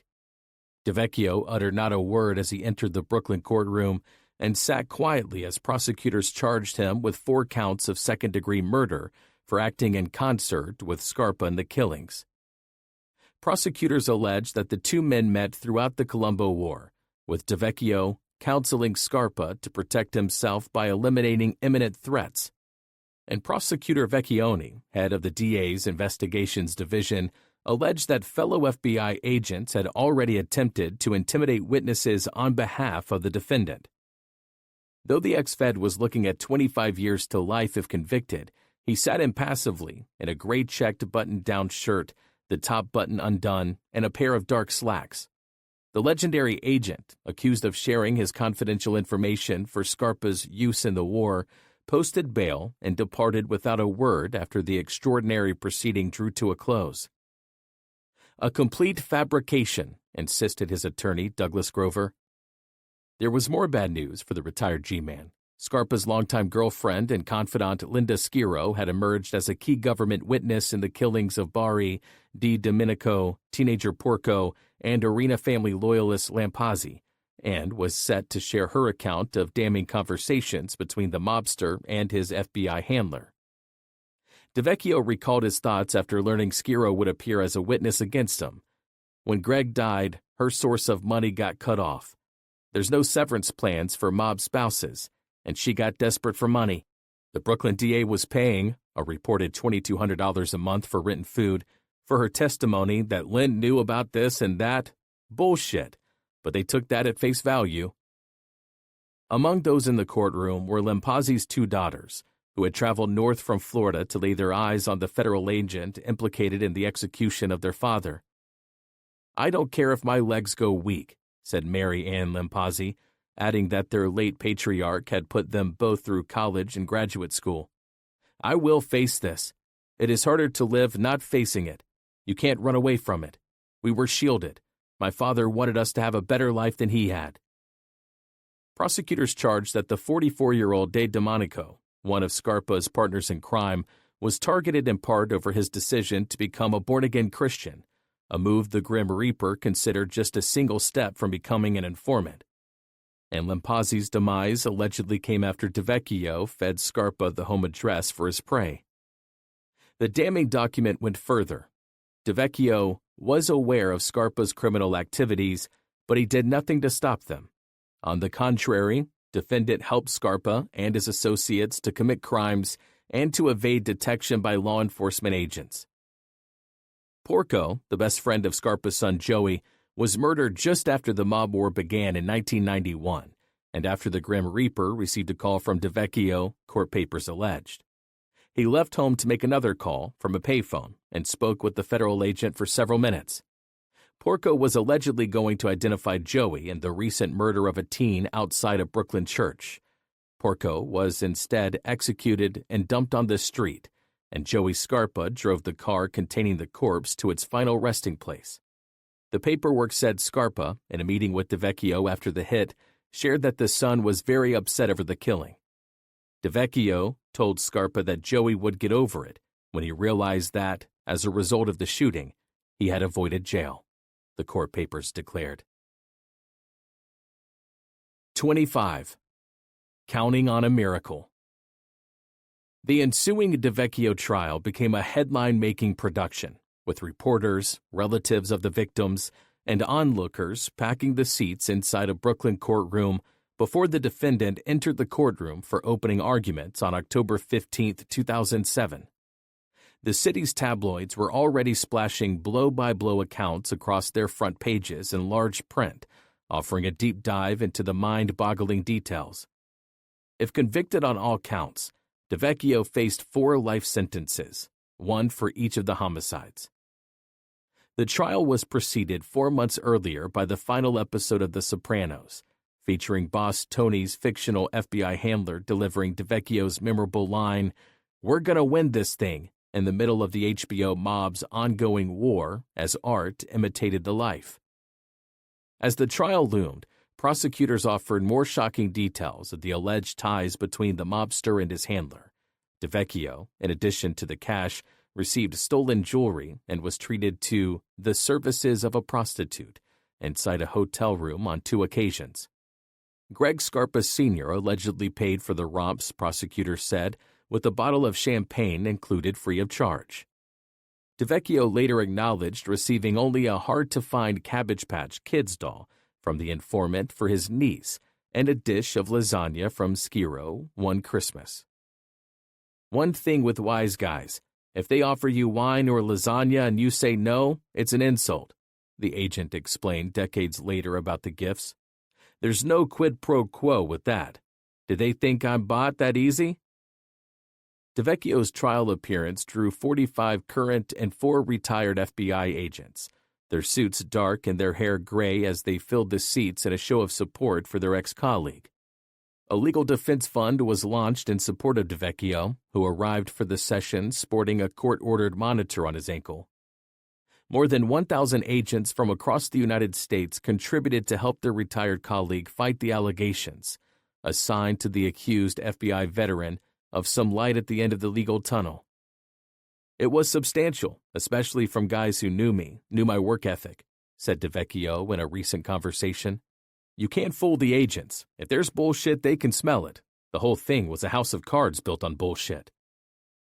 DeVecchio opted for a bench trial at the last minute, despite encouragement from Justice Gustin Rieckbach for a trial by jury. "It was my determination that I want to have this trial in front of an impartial, intelligent individual," the defendant said. "It was an interesting move, as Rieckbach was known as a liberal judge who had been investigated by the FBI while a student at Columbia University." The Orena sons never attended a day of the high-profile prosecution, just as they had skipped DeVecchio's first court appearance. "I didn't think I belonged there," said Andrew. "I didn't want to be spiteful or seem any way like that." Word of the allegedly corrupt G-Man reached as far off as Iowa, home to Senator Charles Grassley. The elected official weighed in over a reported dispute between the FBI and Brooklyn prosecutors over the alleged slow rolling by the feds regarding their voluminous file on Scarpa. "I have also heard that the local prosecutors in New York may have some trouble getting the documents from the FBI that they need to try the case," he said. "It is important that the FBI not take sides as an institution just to protect one of their own." The wildly anticipated case kicked off inside a Brooklyn courtroom with a full house for the morning's opening arguments. The dapper DeVecchio arrived in a gray suit, gray striped tie, and crew cut, taking his seat for the first time in his long and storied career as a trial defendant rather than as a federal agent. Prosecutor Joseph Alexis delivered the opening statement with a blunt assessment of the relationship between Scarpa and the defendant, declaring that the mobster used DeVecchio's tips to devastating effect. He mentioned the late gangster's girlfriend, Skiro, as the key government witness, poised to detail the lawman's repeated visits to her home for damning sit-downs with Scarpa. "Linda Skiro was the love of Greg Scarpa's life," he told the jurors. "Linda Skiro knew all of Greg's secrets." "The Lampazzi killing," said Alexis, "was butchery. It was a massacre. What's predictable? Scarpa killed Lampazzi. What's disgracefully shocking? The defendant helped him do it." Defense attorney Grover returned fire in his opening, charging that Skiro's true motivation to testify was an infusion of cash from a book deal. "She has taken real facts and real crimes and placed Lindley DeVecchio in the middle," he argued. "She has framed him. This is her final shot at a book deal, her final shot to make money." And he defended his client's close ties with the Grim Reaper. Gregory Scarpa, as ugly and miserable a human as he was, a made member of the Colombo crime family, was a top-echelon FBI source, he declared. There was also a bombshell charge contained in court papers filed by the defendant's lawyers as the trial began. Mobsters allegedly conspired to set DeVecchio up after the federal agent helped put them behind bars in a plot to lay the blame for the Colombo War directly on the FBI agent as its instigator. "We are going to paint this guy as the dirtiest fucking cop in the world," said Colombo family capo Anthony Chucky Russo, according to an internal FBI memo. "We have the money and the people to do it." A spokesman for Hines said the allegation would have no impact on the case. DeVecchio's estranged ex-colleague Favo took the stand to recount his fellow agent's excitement at word of the Lampazzi killing during the Orena-Persico hostilities. The two had shared an office and FBI headquarters, he testified, but the two viewed the ongoing battle between the warring mobsters in starkly different ways. Favo again testified to the agent's by now familiar reaction to the news of the Lampazzi hit, in which the elderly victim was executed in a hail of bullets. DeVecchio then slapped his hand down on the desk, chuckling, not laughing out loud, but laughing a little, said Favo. "My impression was that when Supervisor DeVecchio said we, he meant the Persico faction," Favo wrote in an internal memo. "He seemed like he didn't know we were the FBI, or that he was not on our side. A line. It was like a line had been blurred." Favo testified about his response to the strange remark. "We're the FBI. We're not on either side." And Favo also recalled a February 27, 1992 conversation where DeVecchio spoke with Scarpa about the arrest of Carmine Persico, a mobster turned informant, on the hello phone, a secret line inside the FBI offices used strictly by cooperators to contact their handlers. "The Brooklyn DA's got him," he quoted DeVecchio as saying. "I don't know what he's saying about you." One day later, Favo recounted, he confronted DeVecchio about sharing information with Scarpa. Favo initially suggested that DeVecchio simply warned Scarpa that he had been overheard on a wire, and he eventually stopped sharing details of the case with his fellow agent before going to their FBI superiors with his concerns. A second FBI colleague, Supervisory Agent Jeffrey Tomlinson, had already taken the stand to recall their suspicions about a rooting interest in the war. He testified how DeVecchio's fellow agents had withheld information of Scarpa's impending August 1992 arrest from their FBI colleague until the Grim Reaper was in already.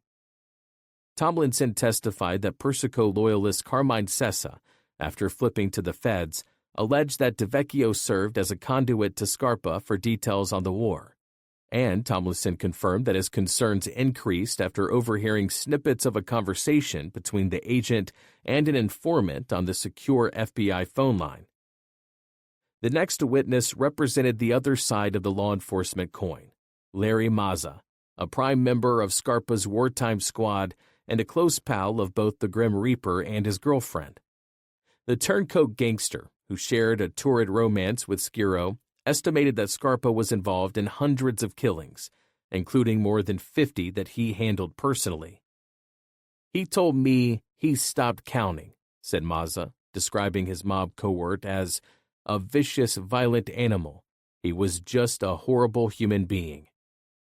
And yet, Mazza admitted, he once looked up to the late Scarpa and eagerly sided with his mafia mentor and the Persicos in the war, giving up his aspirations to work as a cop or a firefighter. The two men met when Mazza slept with Linda Schiro. Mazza had been working as a grocery delivery man, and Schiro later introduced him to Scarpa. The young mobster and his lethal mentor were side by side inside a car when Orena loyalist Grancio was shotgunned inside his car at the height of the war. "By 1993, I was his confidant, his right-hand man, trusted," Mazza testified after turning government witness in 1994 and then spending a decade in prison.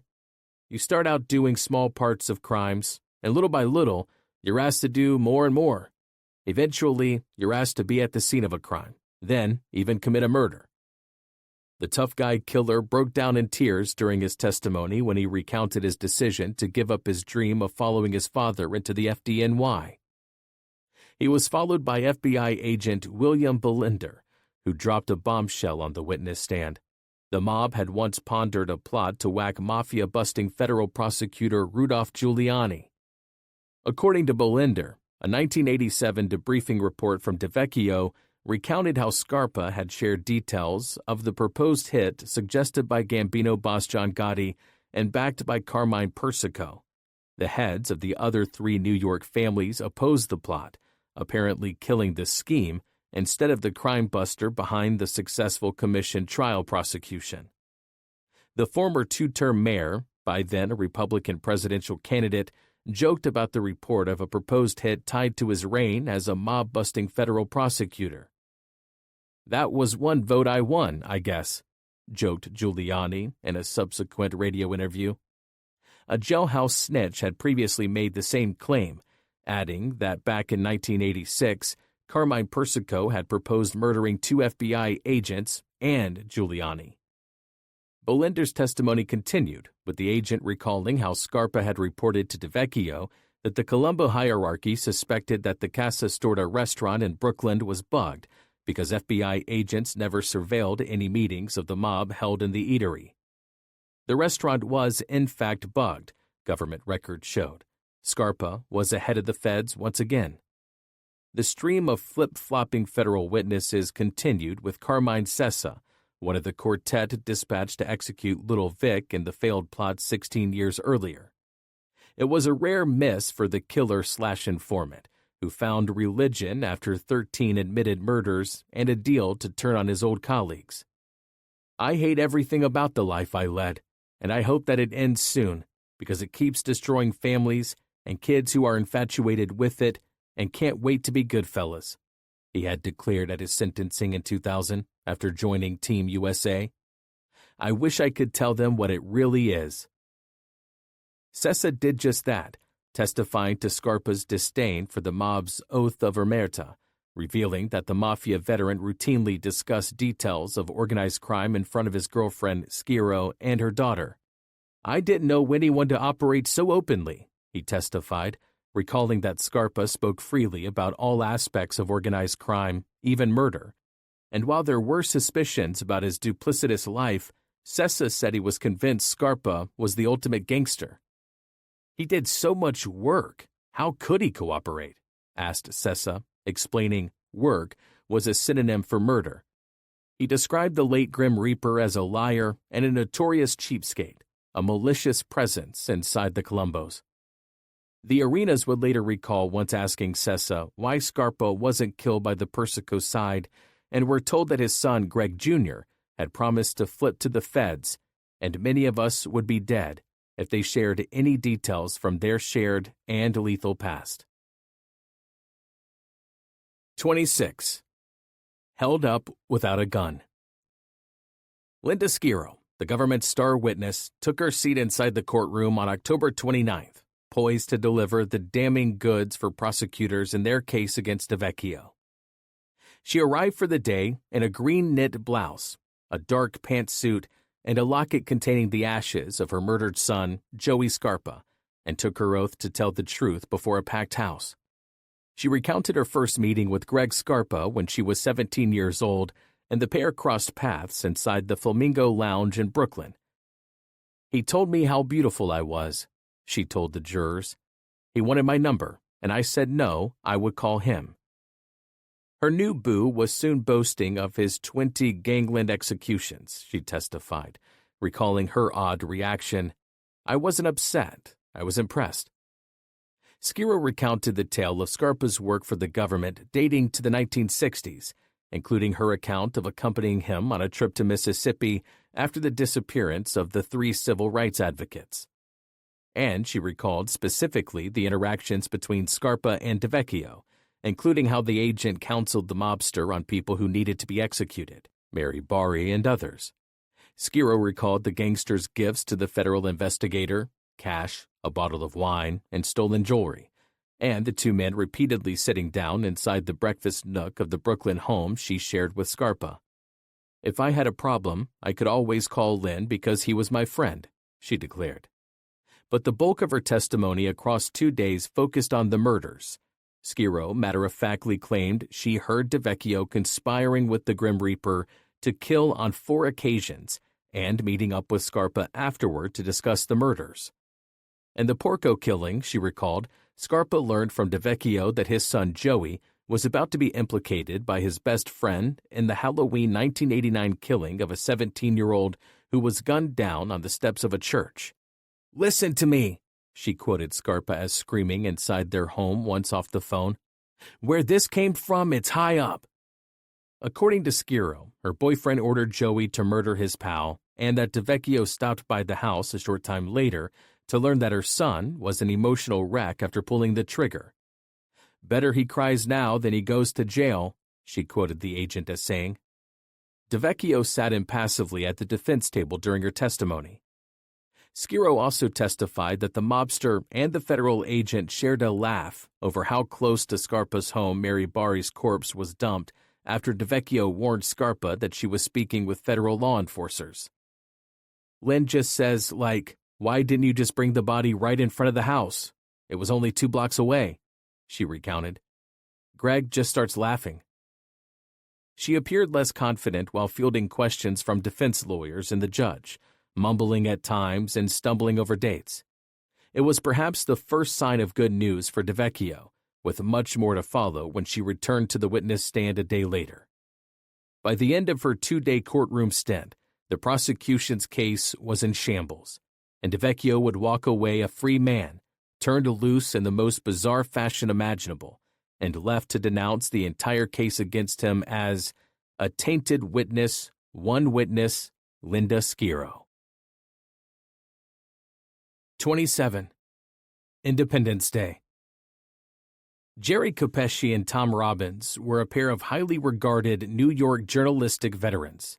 Capesci was particularly known for his singular coverage of organized crime and his weekly Gangland news column, the city's home for inside news on the 5 families. A decade before Linda took her oath inside the Brooklyn courtroom, the pair sat down for several long-forgotten interviews with Scarpa's significant other to discuss a book deal that never came to fruition. The tapes of their recorded chats remained stored away in a cardboard box tucked inside a closet until they heard the details of her testimony against DeVecchio. While Skiro's first-hand accounts of the 4 murders and the agent's role in them were both damning and devastating to the defense, her testimony was contradicted by the witness herself during the 1997 chats with the journalists. The headline on Robinson's story that contradicted her new version of the multiple murders summed it up neatly: Tall Tales of a Mafia Mistress. Linda Skiro, the key prosecution witness in the startling murder trial of former FBI agent R. Lindley DeVecchio, took the stand Monday, and it was hard not to find her story convincing, began the lengthy piece written by Robbins. "The first time I heard Linda Skiro, she also sounded convincing. In the earlier interview, for example, Skiro told the journalists that DeVecchio played no role in the execution of Lampazzi, but she testified that the federal agent had provided the murderous Scarpa with the target's home address as the 3 of them sat in her kitchen. She even provided a motive, quoting Scarpa as denouncing, "This fucking Larry Lampazzi, he started rumors, I am an informer, that I'm a rat." The 2 reporters, as part of their agreement with Skiro, had promised they would not cooperate with any law enforcers seeking access to their conversations. But her first appearance on the witness stand convinced the pair to come forward with the recordings that had been a distant memory until Skiro swore to tell the truth in court. "The story she told us then," wrote Robbins after her testimony, "is dramatically different from the one she has now sworn to as the truth. Len DeVecchio may be guilty, or he may be innocent, but one thing is clear. What Linda Skiro was saying on the witness stand now is not how she told the story 10 years ago concerning 3 of the 4 murder counts now at issue." The first of their multiple interviews came on March 1, 1997, one day after DeVecchio was grilled by lawyers for Colombo family defendants attempting to get their cases overturned. And the resurrection of the details was enough to torpedo the DA's case. The DeVecchio prosecution was shockingly scuttled, imploded in an instant when Skiro's long untold and contradictory tale was revealed in an unparalleled turn of events. DeVecchio emerged as a free man, his reputation stained, but the defendant unbowed. "After almost 2 years, this nightmare is over. the ex-FBI agent said outside the courtroom after prosecutors abandoned their case and an appropriately stunning finish to the shocking criminal case. It consumed me emotionally, drained me financially, and has tested my faith in the system that I spent 30 years of my life defending. I will never forgive the Brooklyn DA. My question is, where do I go to get my reputation back? Skiro had appeared in the courtroom earlier, and Reebok advised the star witness to hire an attorney of her own. If it's clear you gave false testimony under oath, you may be subject to criminal procedure, he promised, staring the witness in the eye as she sat only a few feet away in the witness stand. The former FBI agent and his wife, after celebrating at Sparks Steakhouse in Manhattan, headed back to retirement in Florida. The restaurant was an interesting choice, the site of the infamous mob hit on Gambino boss Castellano. We knew what her problems were, and it was important for us to corroborate everything she gave us, insisted Prosecutor Vecchione after his case crashed and burned, and we believed we had. District Attorney Joe Hines dismissed the disastrous prosecution as more of a bump in the road than a black eye. Reebok, before sending DeVecchio home, found time to denounce the former agent for making a deal with the devil and his alliance with Scarpa. There was no evidence presented at this trial save the discredited testimony of Linda Skiro that the defendant committed any of the acts as charged in the indictment, said Reebok. On the other hand, credible evidence was presented that indicated the defendant was so eager to maintain Scarpa as an informant that he was willing to bend the rules, including sending misinformation to headquarters to reopen him as an informant. The verdict was crushing for the Porco family. Older brother Michael Porco had appeared each day of the DeVecchio trial to take his seat inside the Brooklyn courtroom. The case was a long time coming, and the sibling had waited 17 years for someone to face charges in the killing. My parents would have wanted me to be there, he explained. It's like dragging my body across New York City and all over the place all over again.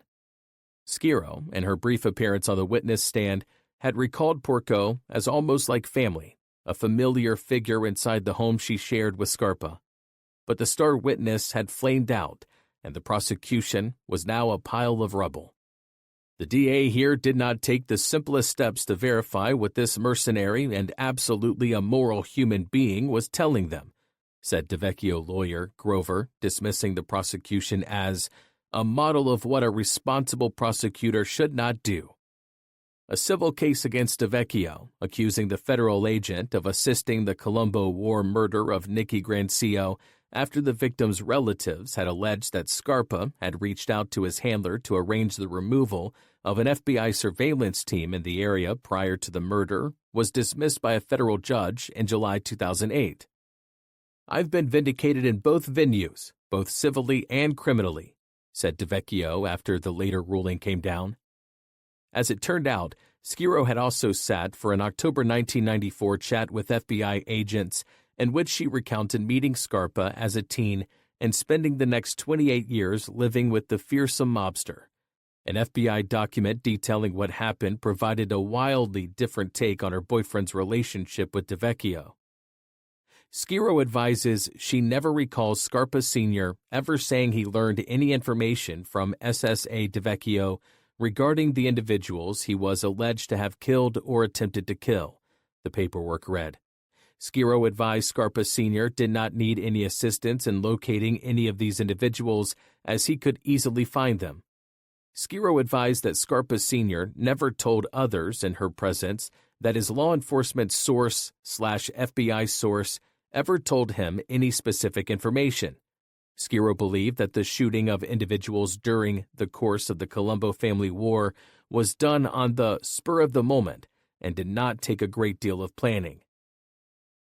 In October 2008, a special prosecutor ruled that Skiro would not face perjury charges of her turn on the witness stand, and 5 years after the prosecution went down in flames, Brooklyn Federal Court Judge Edward Corman shared his thoughts about DeVecchio's escape from charges while sentencing Scarpa's son, Greg Jr. It was my view, and remains my view, that Lynn DeVecchio provided information to Scarpa Sr. that got people killed, said Corman, who presided over the 1995 trial of the Orena brothers. "I found it pretty outrageous, and the bottom line was, of course, nothing happened to Lindavecchio.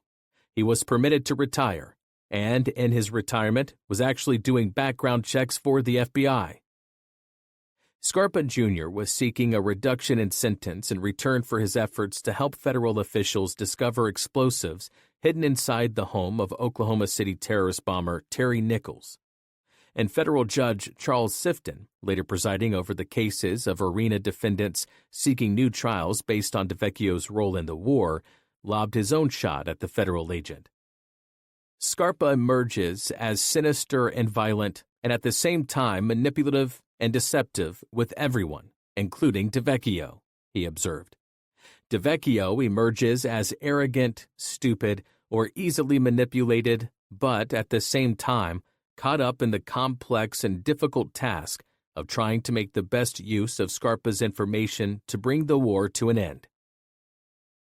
And yet another of the bizarre incidents surrounding the war, Greg Scarpa Jr. appeared on a special video hookup from behind bars in January 2004 to implicate his father and DeVecchio in framing Orena for the murder of Tommy Orena. The namesake son, serving 40 years for a racketeering conviction, spoke as Judge Weinstein presided over a hearing where he was flanked by 17 boxes of old case files. Scarpa Jr. testified in an effort to win Orena's release, appearing at the behest of Little Vic's attorney Flora Edwards to revisit his father's work for the feds during the Colombo War. "I am getting the truth out, just to get the truth out," he testified after submitting 2 affidavits on behalf of Orena. "The story that Orena was killed on Orena's instructions was invented after the fact by my father and DeVecchio."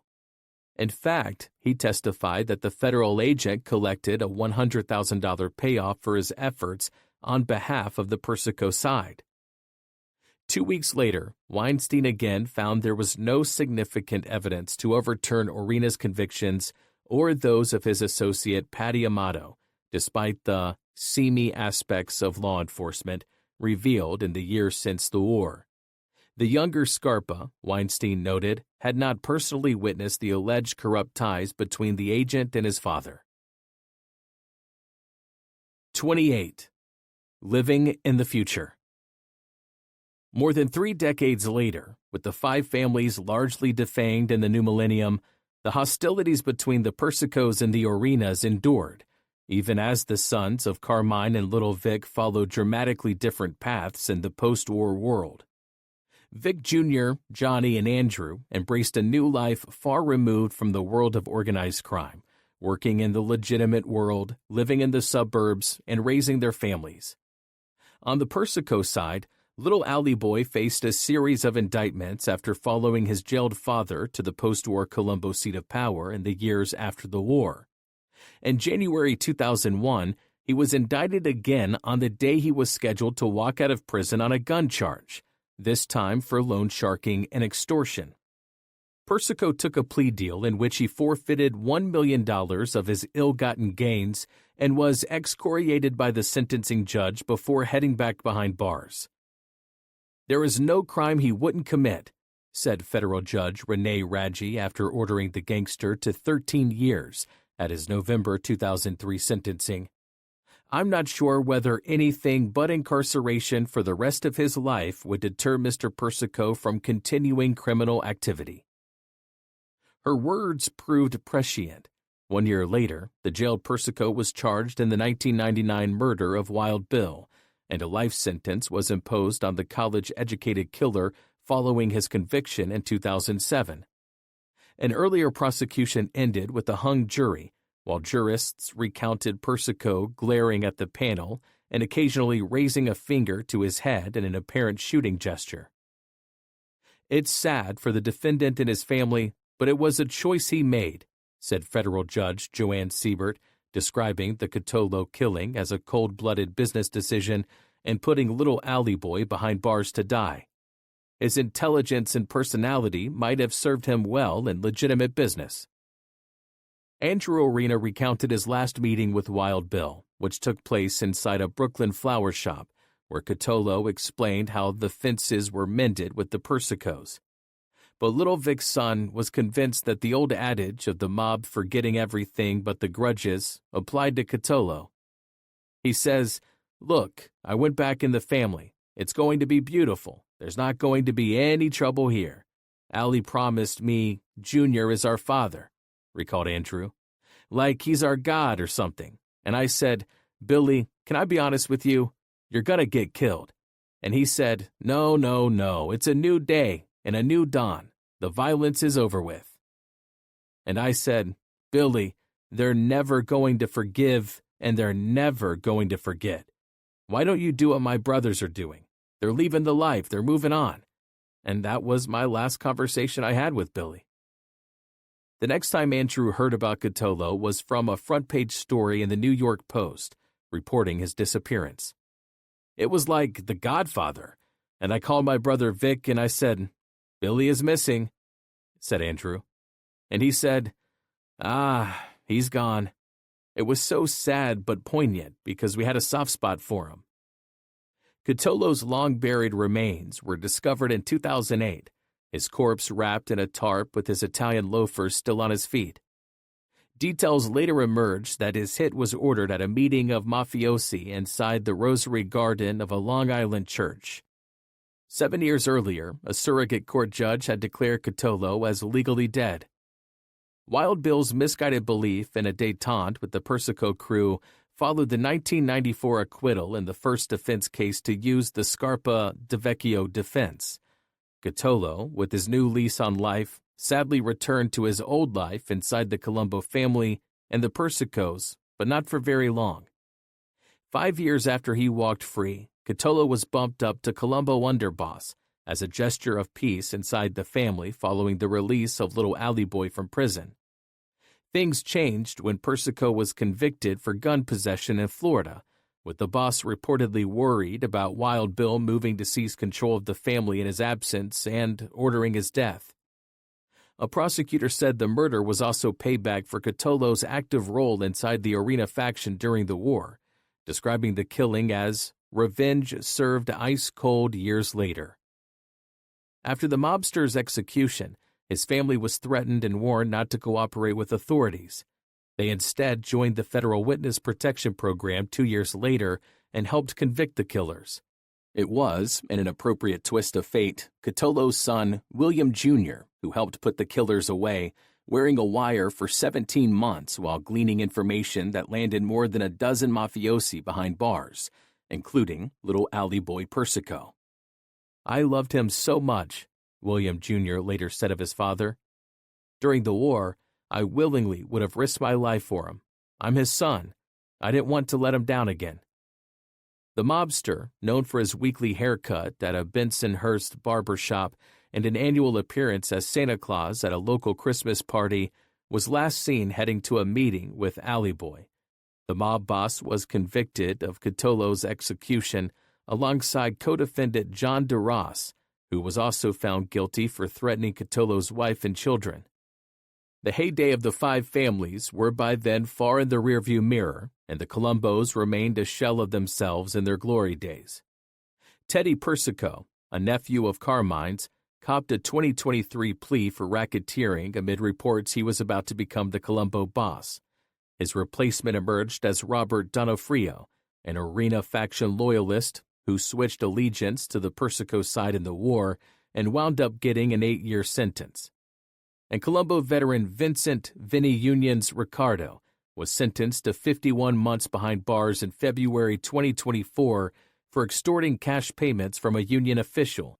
Authorities recounted his expletive-filled rant regarding the potential victim. "I'll put him in the ground right in front of his wife and kids, right in front of his fucking house," he declared. "You laugh all you want, pal. I'm not afraid to go to jail. Let me tell you something. To prove a point, I would fucking shoot him right in front of his wife and kids." The Orenas, in addition to their dad's woes, endured another family blow when Joan passed away in August 2013 with her husband still behind bars. "She was a prayer warrior for her husband and her sons," said Andrew. "I feel it was my mother's prayers that saved my father's life and changed us all, you know?" There was a hint of the old days of the New York mob following the March 13, 2019 shooting of reputed Gambino family head Frank Cali. The boss was whacked in the driveway outside his red brick Staten Island home, making front-page headlines and sparking mass speculation about the start of a new mob war in the new millennium. Cali, the 53-year-old son of Sicilian parents, was born in New York City and was living in the same ritzy neighborhood where his murdered family predecessor, Big Paul Castellano, once resided in a multi-million-dollar mansion known as the White House. Cali, after ascending to the boss's seat in 2015, came outside around 9:15 p.m. after a young stranger repeatedly slammed his truck into the victim's parked Escalade, knocking its rear license plate to the ground. Video captured Cali approaching the man, who was sporting a baseball cap and hoodie. The killer handed Cali the loose plate, then riddled the boss with 10 bullets to abruptly end a minute-long chat. Cali died at a nearby hospital, and the killer remained in the wind as headlines screamed of a possible organized crime hit. The truth was more benign. Accused killer Anthony Camello, 24, was arrested 3 days later while on the run in Brick Township, New Jersey. His fingerprints were on the license plate, but his motivation was not linked to the Gambino family. Camello explained that he was stoned after smoking marijuana nearby and actually apologized to Cali before the victim uttered his final words. "What are you, fucking kidding me? You don't know who I am. I could have you killed. You're lucky I don't kill you right here and now." 29. Land of Hopes and Dreams. The wages of the long-ago war came with different costs for different combatants, from the top of the Colombo family down to its street fighters. The disparity was best illustrated by the sentences handed down against the Sessa brothers for their roles with the Persico faction. The saddest case belonged to Michael Sessa, imprisoned longer than even Little Vic, who was still filing court papers 3 decades after his conviction in a failed bid for his freedom. One 5-page court document filed on his behalf noted that his brother, Carmine, once Little Vic's turncoat consigliere, served less than 5 years after admitting to multiple murders, including the one that kept Michael behind bars. His friends and family were left to express their outrage over the disparity, with one friend submitting a November 2023 list of a dozen mobsters who received far less jail time despite their roles in the war. "I am deeply concerned about the pattern of conduct that has been demonstrated toward Mr. Michael Sessa," wrote one supporter. Sessa's older brother Carmine Sessa admitted to being a leader in the Colombo family, admitted to committing 15 murders. "Every person that comes before the court is to be treated with respect, to be treated fairly, to be treated with dignity, and to be treated with compassion." Sessa's sister-in-law, in a January 2024 letter, expressed her outrage at the latest rejection of his bid for compassionate release, citing 135 letters sent in support of his freedom and noting that the jailed mobster's daughter was a 5-month-old when he was arrested and was now age 32. "When it came to Michael, you showed absolutely no compassion, no mercy, and actually were vindictive, knowing you were also crushing my family's heart," she wrote. "Everyone is convinced that you have discriminated against Michael." Sessa, acting as his own attorney, had argued in earlier court papers for a sentencing reduction or a new trial, citing the leniency shown to the stone-cold killer Scarpa and the crimes committed by his fellow Persico fighters in one appeal. "The disparity in sentencing in this case is astronomical and a clear violation of the equal protection law," he wrote. Joseph Ambrosino, a 3-time felon and convicted of perjury, received 5 months in prison for the same crime as Sessa, and Carmine Sessa pleaded guilty to the same murder as Michael Sessa, plus 14 other murders, and was sentenced to 60 months. On the other hand, Michael Sessa, who never had a felony conviction before and self-surrendered, was sentenced to life without parole. In fact, Sessa has already served more than 50 times more than Joseph Ambrosino and Carmine Sessa. His sibling Carmine, after flipping outside the Midtown church, found redemption as a damning government witness against his former colleagues inside Scarpa's Wimpy Boys social club.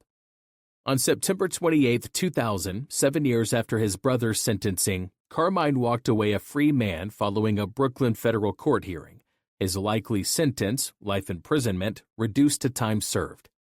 Sessa appeared as a federal witness in 8 trials involving the Genovese and Colombo crime families.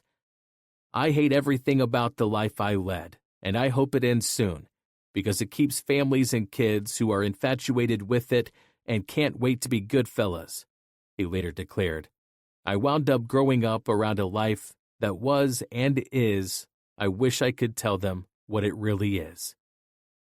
Few, if any, benefited more than the lethal Gravano after his admission to 19 murders once in the embrace of prosecutors after becoming a federal witness. Sammy the Bull became a social media superstar with a huge following on Facebook and Instagram and with multiple YouTube videos, and Gravano merchandise is available through his website. The 21st century mob was by then already well into its long war of attrition, its elderly ranks thinned by death and incarceration, and the aging and imprisoned survivors arguing for their own compassionate release in lengthy court filings that focused on their failing health. Front and center were the 2 leaders from the 1990s war, each waging a battle for a final taste of freedom before their almost inevitable deaths behind bars. The twin fights to win release for Vic Orena and Carmine Persico were conducted in court filings and legal arguments. The years passed as both families waited in vain for good news that never came. Attorneys for Junior and Little Vic argued ardently for compassionate release, citing the myriad health problems of the old and ailing bosses, and neither received any compassion from the federal government. The elderly Persico spent the last 32 of his 85 years behind bars and passing away at the Duke University Medical Center in 2019, his efforts for a final taste of freedom falling on deaf ears long after the war he launched from behind bars was over and largely forgotten in the new millennium. Junior, in a last-ditch bid for release before his death, had filed a lawsuit against the prison warden and a doctor alleging deliberate indifference to his medical issues, including a leg infection that left him at risk of amputation above the knee. 3 years earlier, Persico's attorney had argued for his freedom by listing an assortment of medical woes and by accurately assessing his triple-digit prison term as a virtual life sentence. A lengthy June 2018 court document filed on Persico's behalf argued that the aging mob legend paying for the sins of Scarpa and DeVecchio deserved a chance to go home. Unbeknownst to the sentencing judge, the allegations considered against Persico were based largely on a rogue FBI agent and his informant, Scarpa, read the appeal. Suffice it to say, had any of this information been revealed at sentencing as it should have, Mr. Persico would not have been sentenced to 100 years in prison. There can be little doubt that Mr. Persico was treated in a way that runs afoul of everything our criminal justice stands for. Surely justice will not be served by having Mr. Persico spending his final days imprisoned as a result of a sentence that was ramped up by false allegations. During his stay behind bars, the old mob boss became friendly with a fellow notorious New Yorker, Ponzi scammer Bernie Madoff. By most accounts, Persico remained a force inside the Colombo family, though his plans to keep son Little Alley Boy in the seat atop the mob were laid to waste by federal prosecutors. Inmate Little Vic re-embraced his Catholic upbringing while behind bars, serving as a Eucharistic minister giving communion to his fellow inmates at a federal prison in Florida. The mob veteran, his hair turned silver, worked to recruit others to his jailhouse ministry, counseling fellow prisoners and inviting them to join a rosary group inside the high-security facility.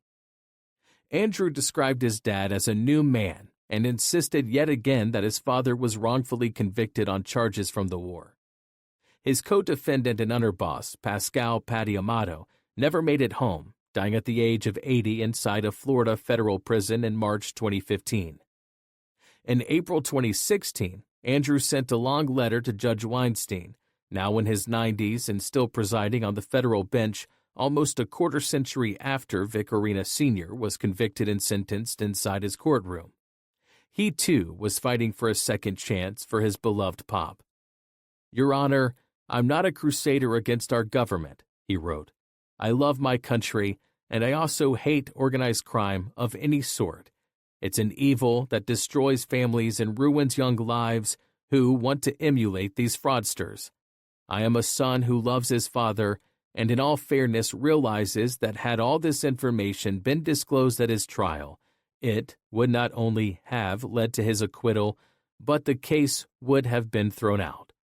None of us can give back to the defendants the years they spent in prison," he concluded, "but we can be a part of changing their future.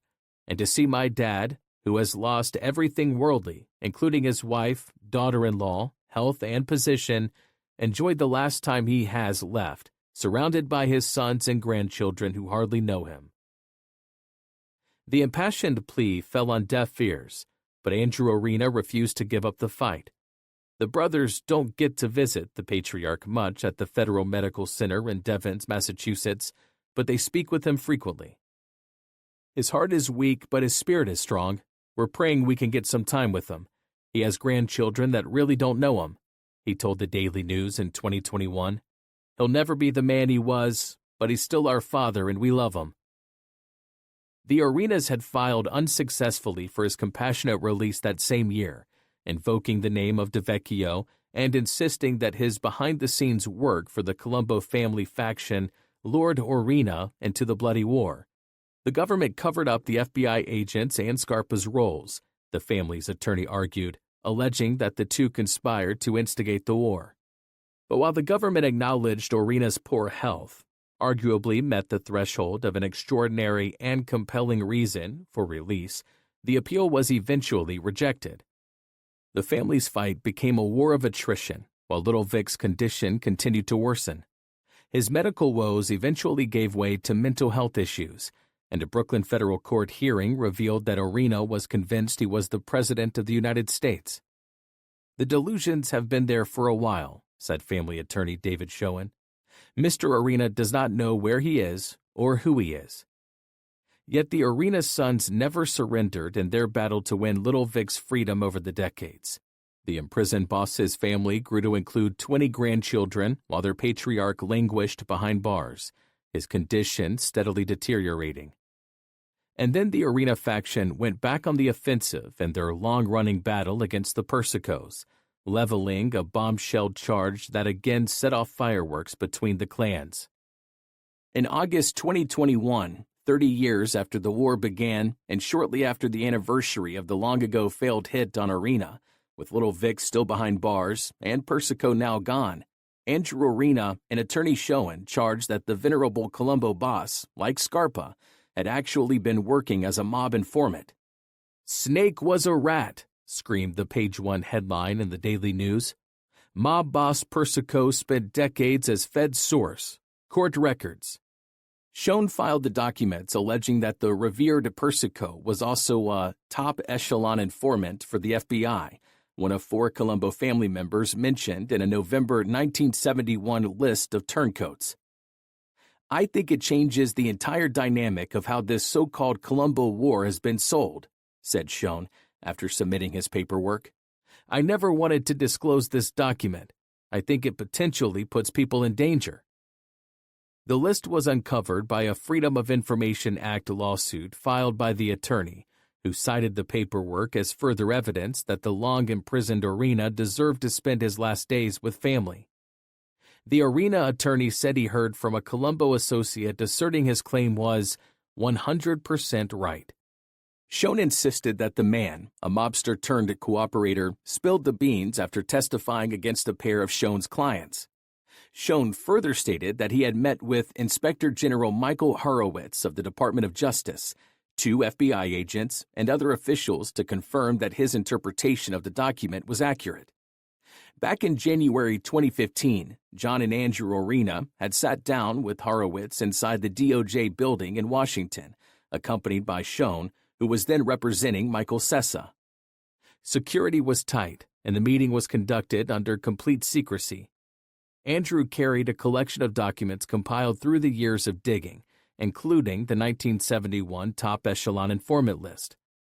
They did not indicate they had any reason to believe it was anything than what it was purported to be, or that any information reflected on it is inaccurate, said Schoen. This explains a great many events, both directly related to Mr. Orena's case and otherwise. The Orena side once more challenged the long-held narrative of the war, insisting that the last of the lethal Colombo conflicts was actually fomented by their one-time partners in organized crime and the FBI agent.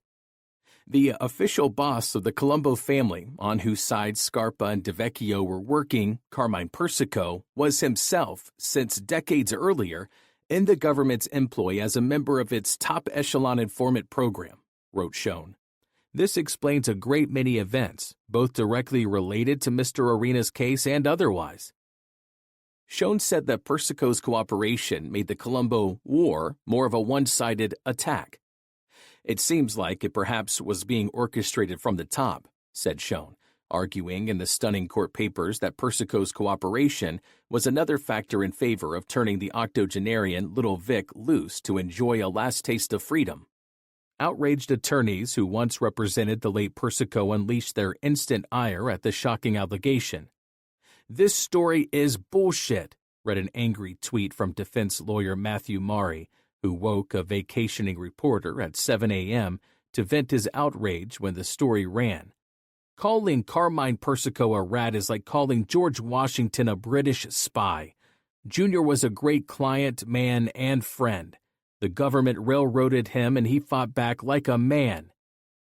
Fellow Persico attorney Anthony DiPietro, who had battled in vain to win his client's possible compassionate release prior to his death, was equally incensed over the report. "There is no truth to this allegation, and the supporting record is substantively worthless," he said.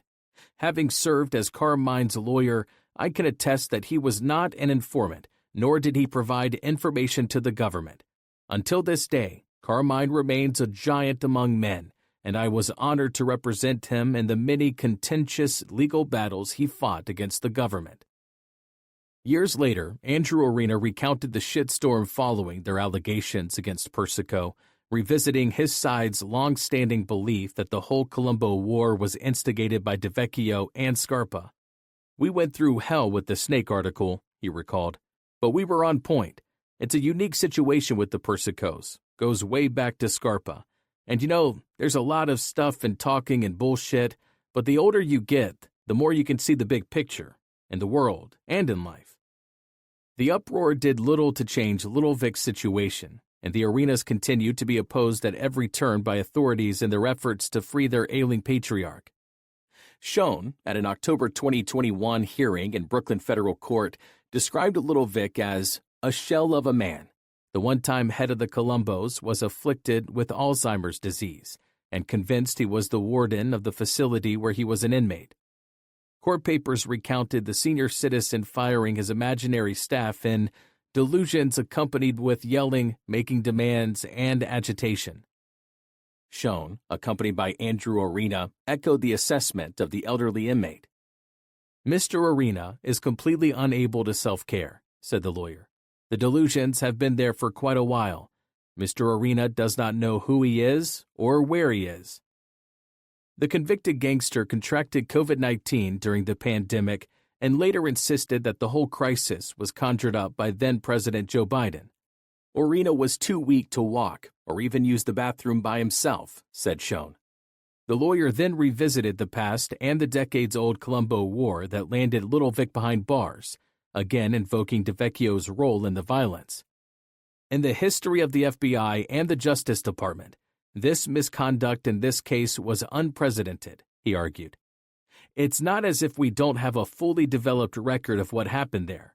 The agent who testified as the expert witness in the Orena case was indicted for murder." Assistant U.S. Attorney Devin Lash offered a different take on the conflict that pitted the Orenas against the Persicos, focusing on the carnage caused before the peace was established following multiple murders and mob arrests and arguing for his continued incarceration.